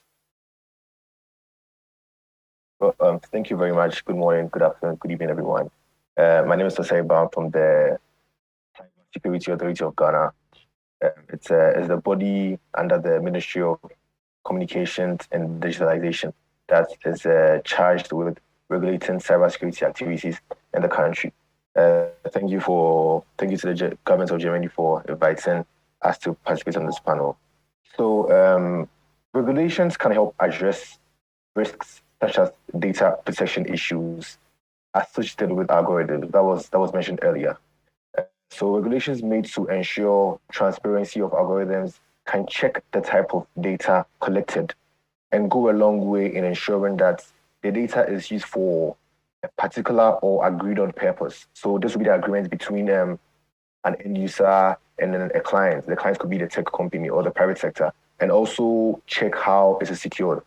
Now, algorithms should be regulated to ensure that the information that it collects is used for just what a user requires, and just that, and for nothing else. So the information should also be secured from hackers and third parties that are always looking for people's information, people's personal data, such as their bank card details, their home addresses, and their social security information. And then we know that sometimes these informations are sold on the darknet. Also, regulations can help ensure quality of service or results. So the data and source code used in training is another term for algorithms. That's a more technical term. So the data and source code used in developing algorithms that are meant to provide information, such as search engines or provide solutions, can be regulated to ensure that it is acquired from expert domain.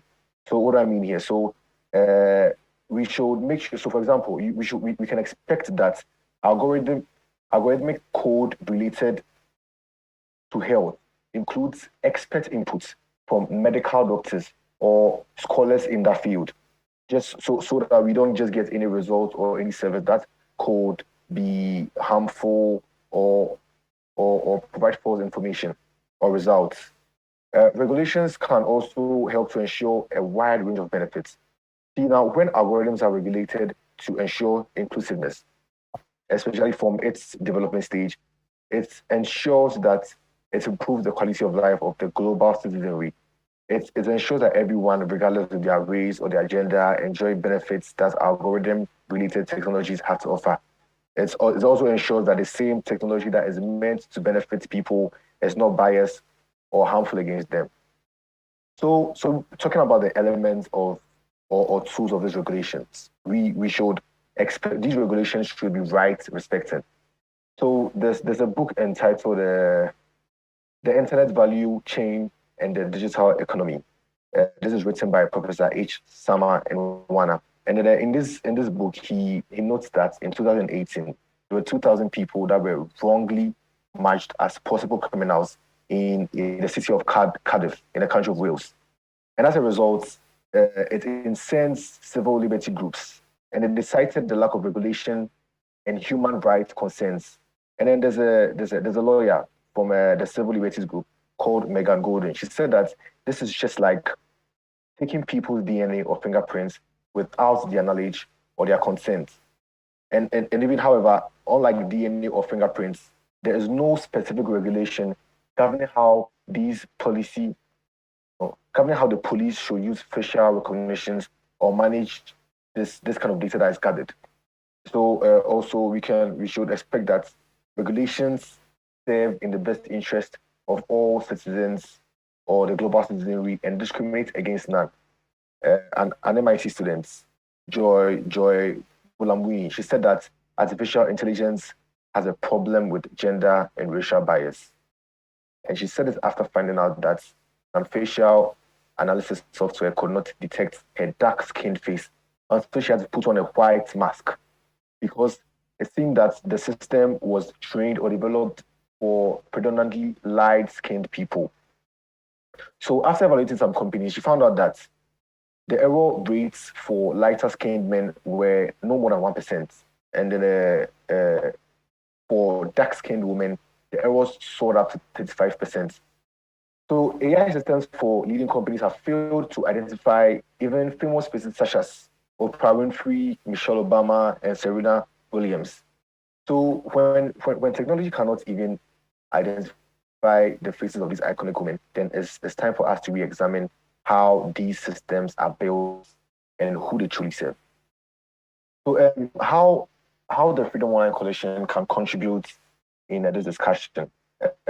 Just some background on the FOC for people who are not familiar with it. The Freedom Online Coalition is a government, is a group of governments that's currently 34 governments who are committed to working together to support internet freedom and protect fundamental human rights. So we are talking about freedom of expression, we're talking about association, talking about assembly and privacy online. And when necessary, the coalition establishes subordinate entities in the form of task force or a working group And currently, we have the task force. We have three task forces. We have the task force on digital equality, the task force on artificial intelligence and human rights, which is the task force that is championing this panel session. And we also have one working group called the Silicon Valley Working Group. Now, this task force on artificial intelligence aims to promote human rights, respecting AI technologies through the sharing and disseminating information and collaboration of joint initiatives. So the task force works to advance the application of the international human rights framework to the global governance of AI through engaging with ongoing international policy discussions and coordinating advocacy across different fora. There's also the working group of the Silicon Valley Working Group, which has the aim of building new forms of cooperation between the FOC and the global technology sector, whose products or services potentially impact human rights. So many of these are headquartered in Silicon Valley in the United States of America. And by providing an avenue for continuous private sector engagements with FOC governments, the working group strengthens opportunities for collaboration on the protection of internet freedom and enables tangible outcomes. So the FOC is playing a significant role around this topic of human rights impact on algorithms, mainly with this task force on artificial intelligence and the Silicon Valley Working Group. But nevertheless, I believe that it can do more to update the objectives and aims of these two subordinate entities to focus more directly on algorithms. Better yet, the FOC can still create a whole new subordinate entity to focus on the subject matter with aims and objectives similar to that of the Silicon Valley Working Group, but which focuses directly on human rights impact of algorithms. Thank you. Thank you, Jose. Now, Shabnam, we have heard that private sector, national regulators, international organizations are very decided to tackle this human rights risks and solve the problem. So why is it important for civil society to be engaged in these issues, and what are the challenges and opportunities for civil society?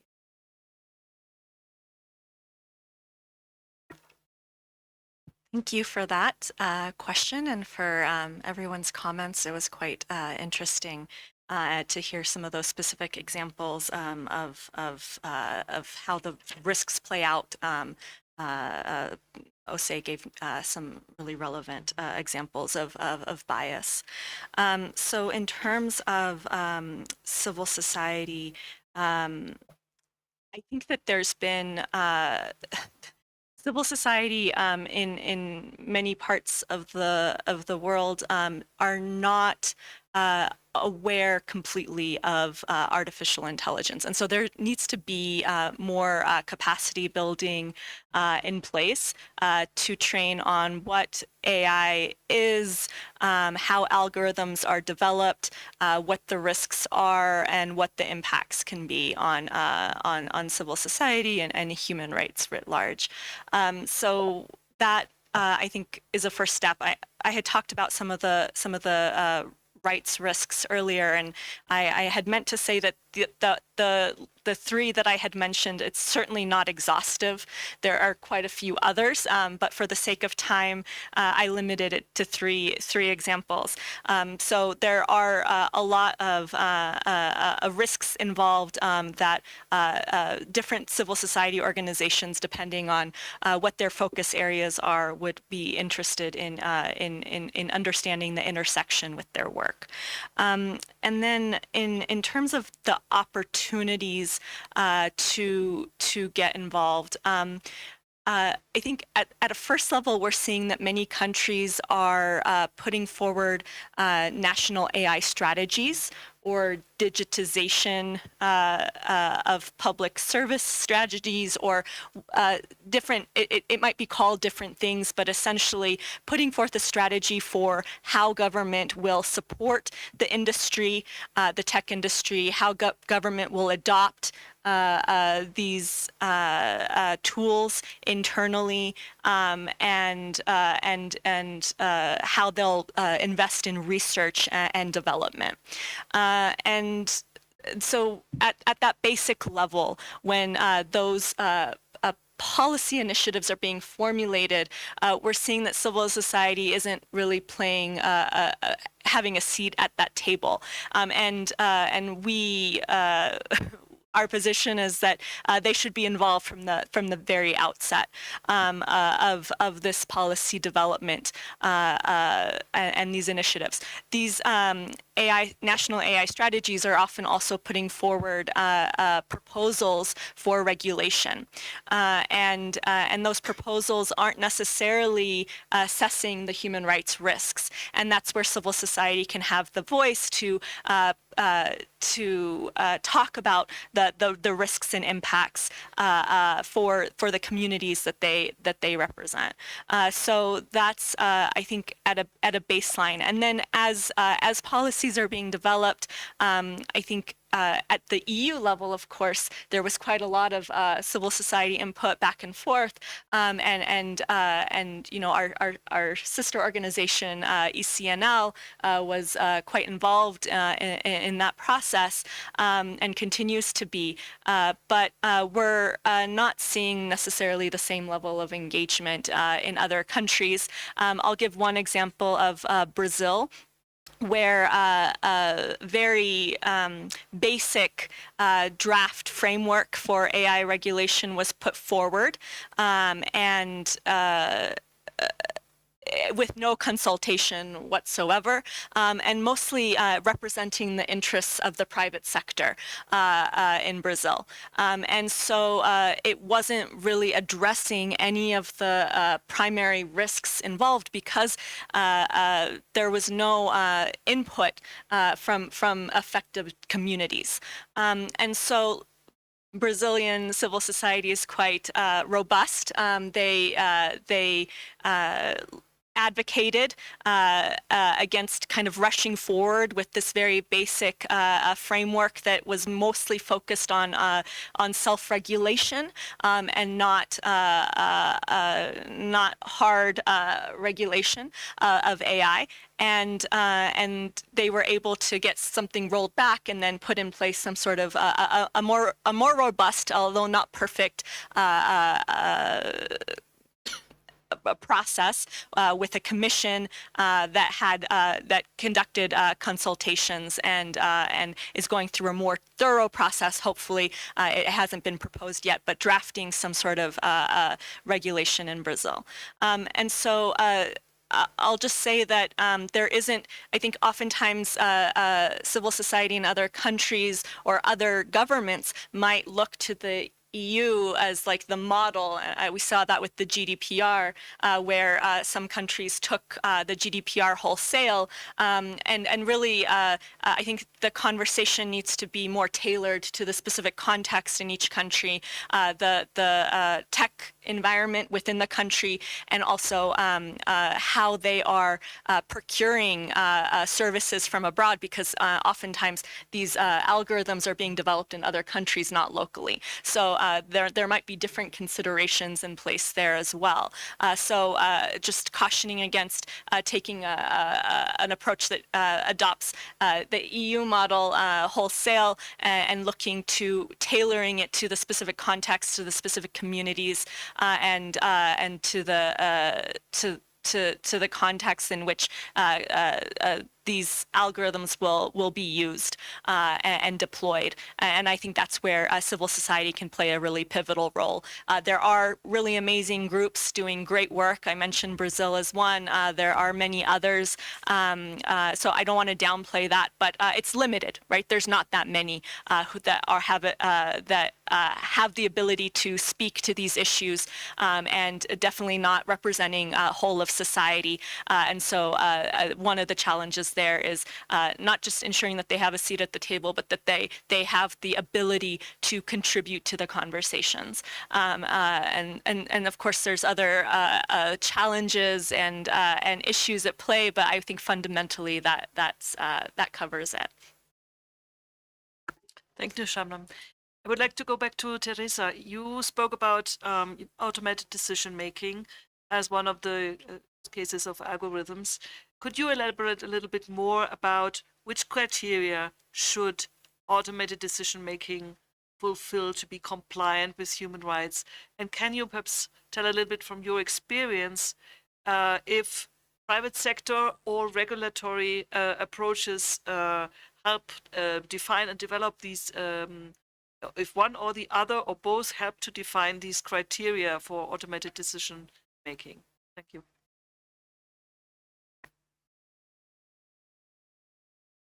You have to unmute yourself.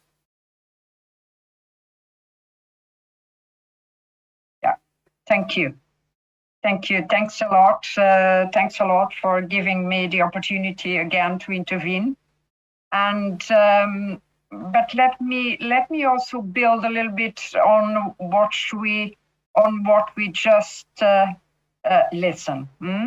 How should we approach this very complex issue of regulating artificial intelligence? And I would say that maybe we can look at it from three different dimensions. The first one, as it was mentioned before, it's awareness raising.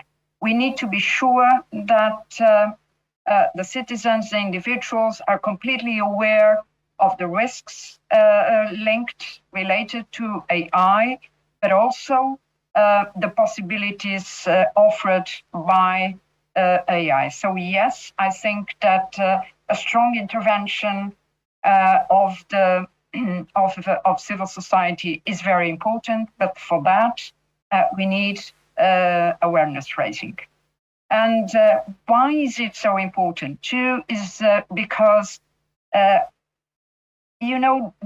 business companies, they want to do business, of course, but they know that reputational damages are very important, and they cannot risk to have this kind of reputational damages. So it's in their interest to work in the sense of respecting what civil society, of what the users really want or should want. But for that, again, the precondition is also awareness raising.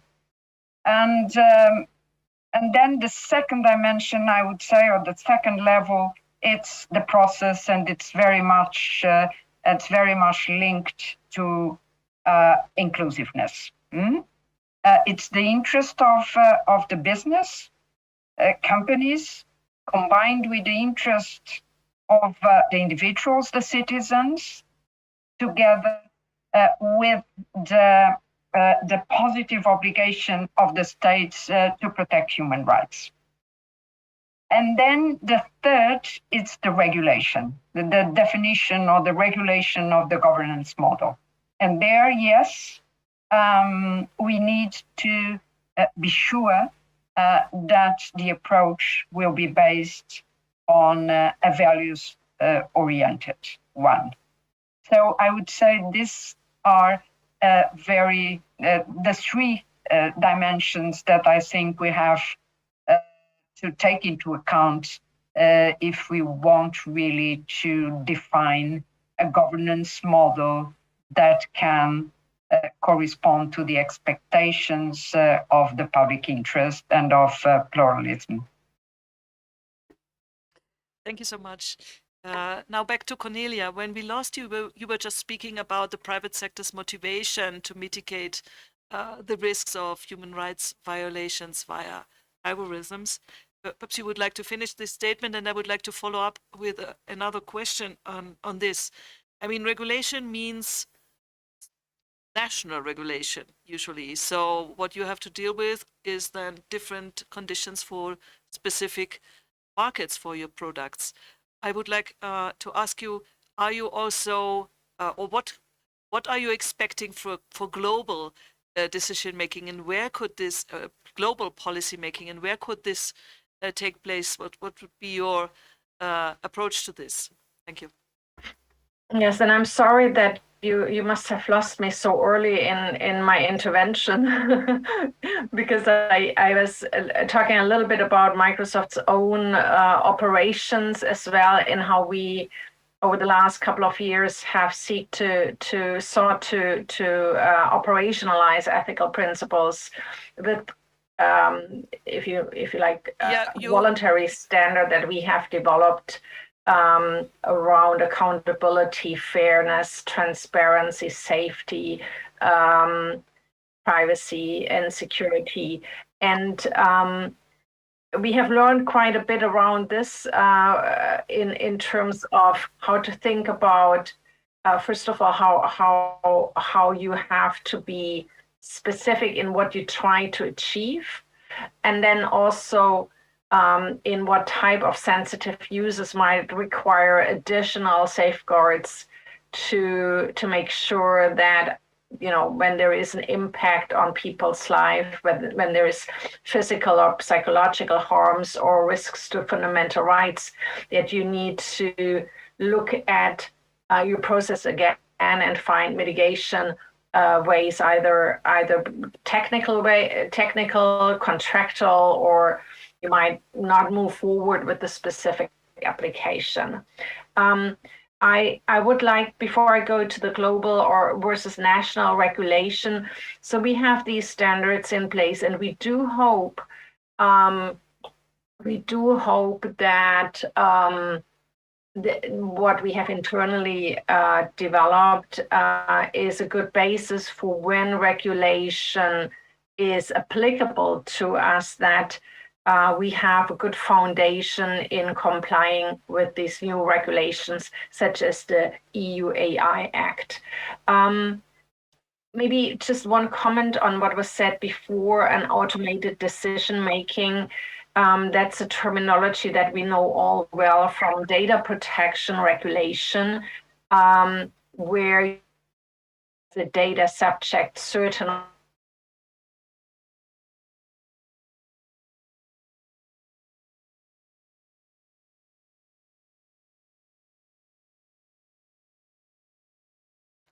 Yeah, if you can hear us, perhaps switch off your camera and restart the sentence that you were just about to say.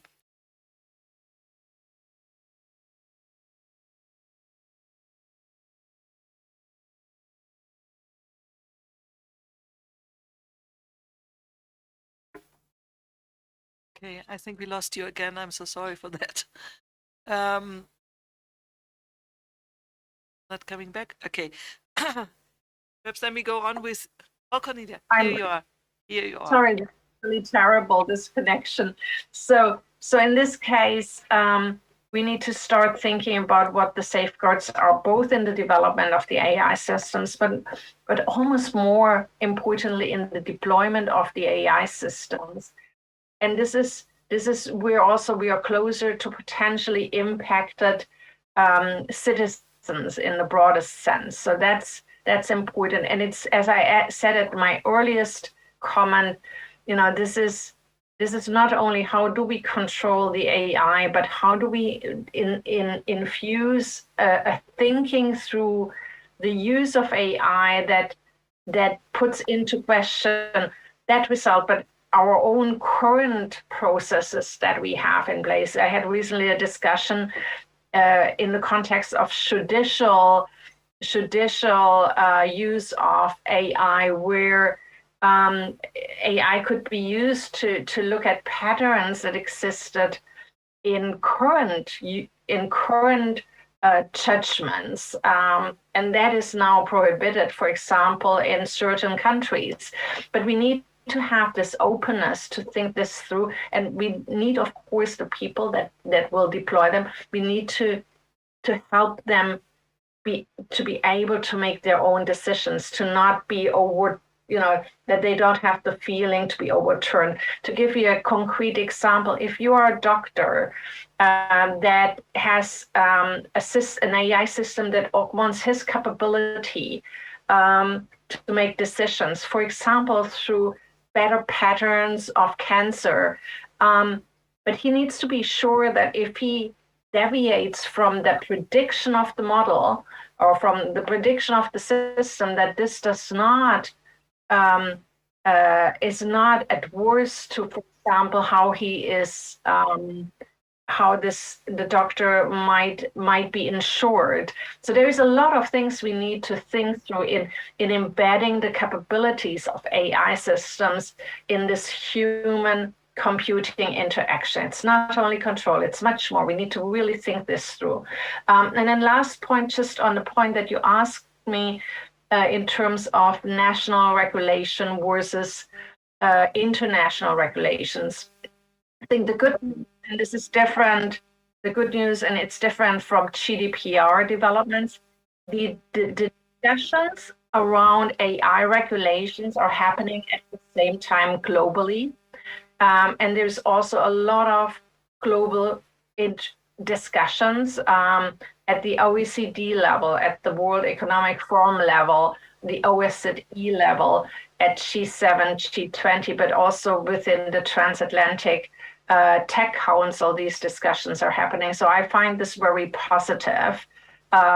Generally, from a company perspective, you want to minimize compliance costs by adapting to the standard that ensures that if you apply that standard, you're covered everywhere. And so this is it's an internal race to the top, because it's that's how compliance works best, and you don't want to develop your tools for different regions in a different way. So that's eventually another good news in this context. Thank you, Cornelia. Before I go to Jose, I would like to announce that we have, perhaps after the next question to Jose Bar, the possibility for 1 or 2 questions from the audience, so be prepared.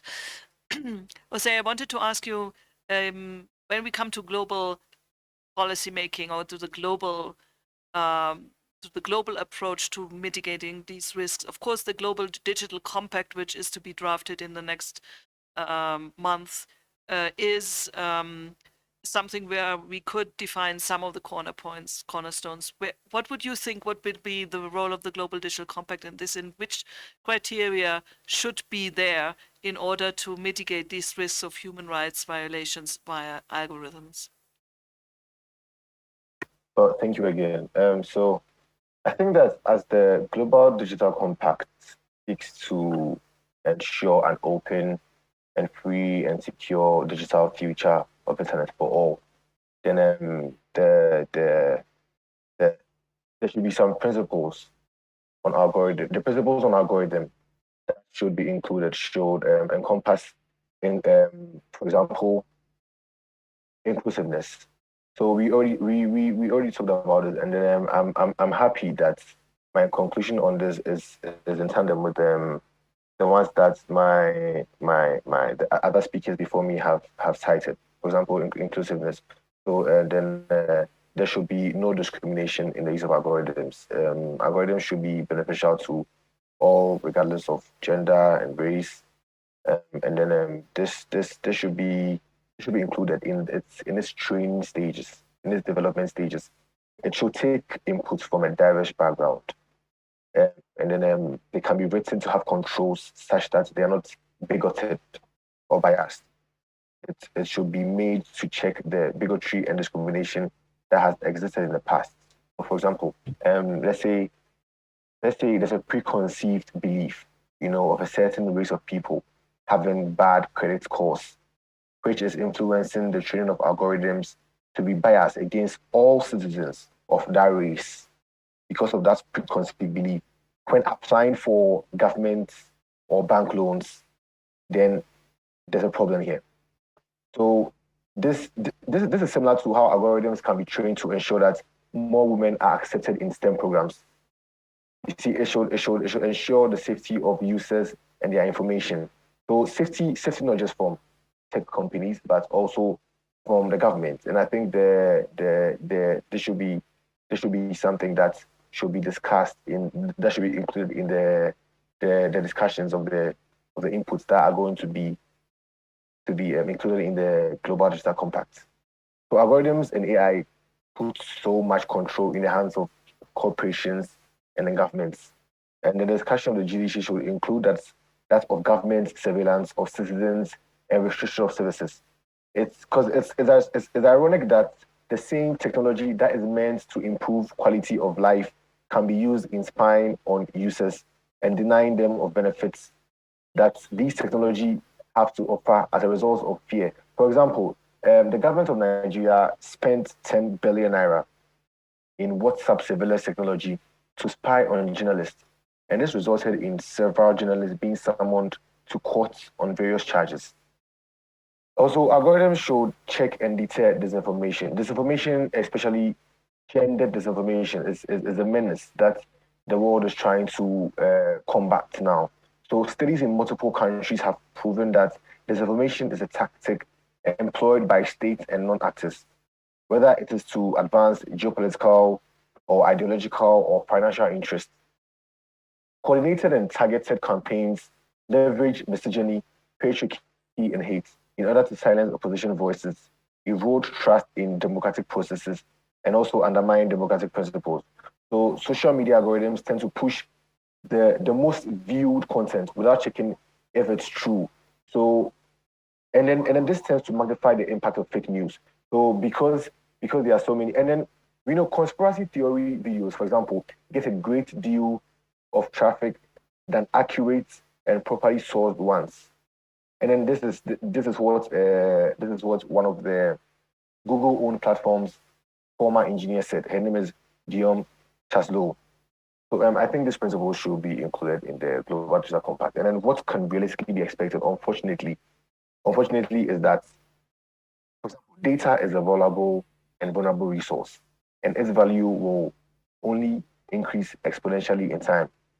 And there's always going to be companies that would still be looking to buy some type of data from other tech companies to develop some type of algorithms, which is also one problem that is cited, that sometimes there are people who buy personal data of let's say, a clientele or a client base of an already existing tech company, just so that it could help feed into their development of their new algorithm. And also, there's a problem of hackers who will also steal people's personal information, such as demographics, social security numbers, and bank cards, to sell on the darknet. And this is likely to persist in the future. So there should be sanctions in place to prevent the sale of private data, especially health data. And then both governments and private sectors should continue reviewing the development and use of these algorithms. If we can develop algorithms properly, then the world could be something that resembles the technological utopia that we hope to live in, where technology is far more advanced and safer and way more easier. Now, the risks and biases of AI could somewhat be reduced, and algorithmic technology will be safer and serve a wider portion of global citizenry. And also, it will bring together governments and tech company and civil society in achieving an open and free and secure digital future for all. And when all of these sectors are involved, then it improves the checks and balances of all sectors involved in the creation and regulation of AI. So realistically, we shouldn't expect that the risks and biases of algorithm are going to magically vanish in a short while. However, if we do develop algorithms properly, then the world can be safer regarding considering algorithmic technologies and then algorithms as well. Thank you. Thank you, Jose, also for building the bridge back to the positive aspects of technological progress and also AI and algorithms. That's very useful, and actually that's what you said, our shared digital future. That's also something that all of us fight for. I don't see any questions and comments here in the room, and we have also reached the end of our time. I see something in the chat, but I can't really read it because it's too small. And so I want to conclude this session by thanking you all for your contributions. It was a very useful discussion, and I think we shed some light on the question of how to regulate algorithms. Thank you very much. Bye. Thank you. Thank you. Goodbye. Thank you. Bye.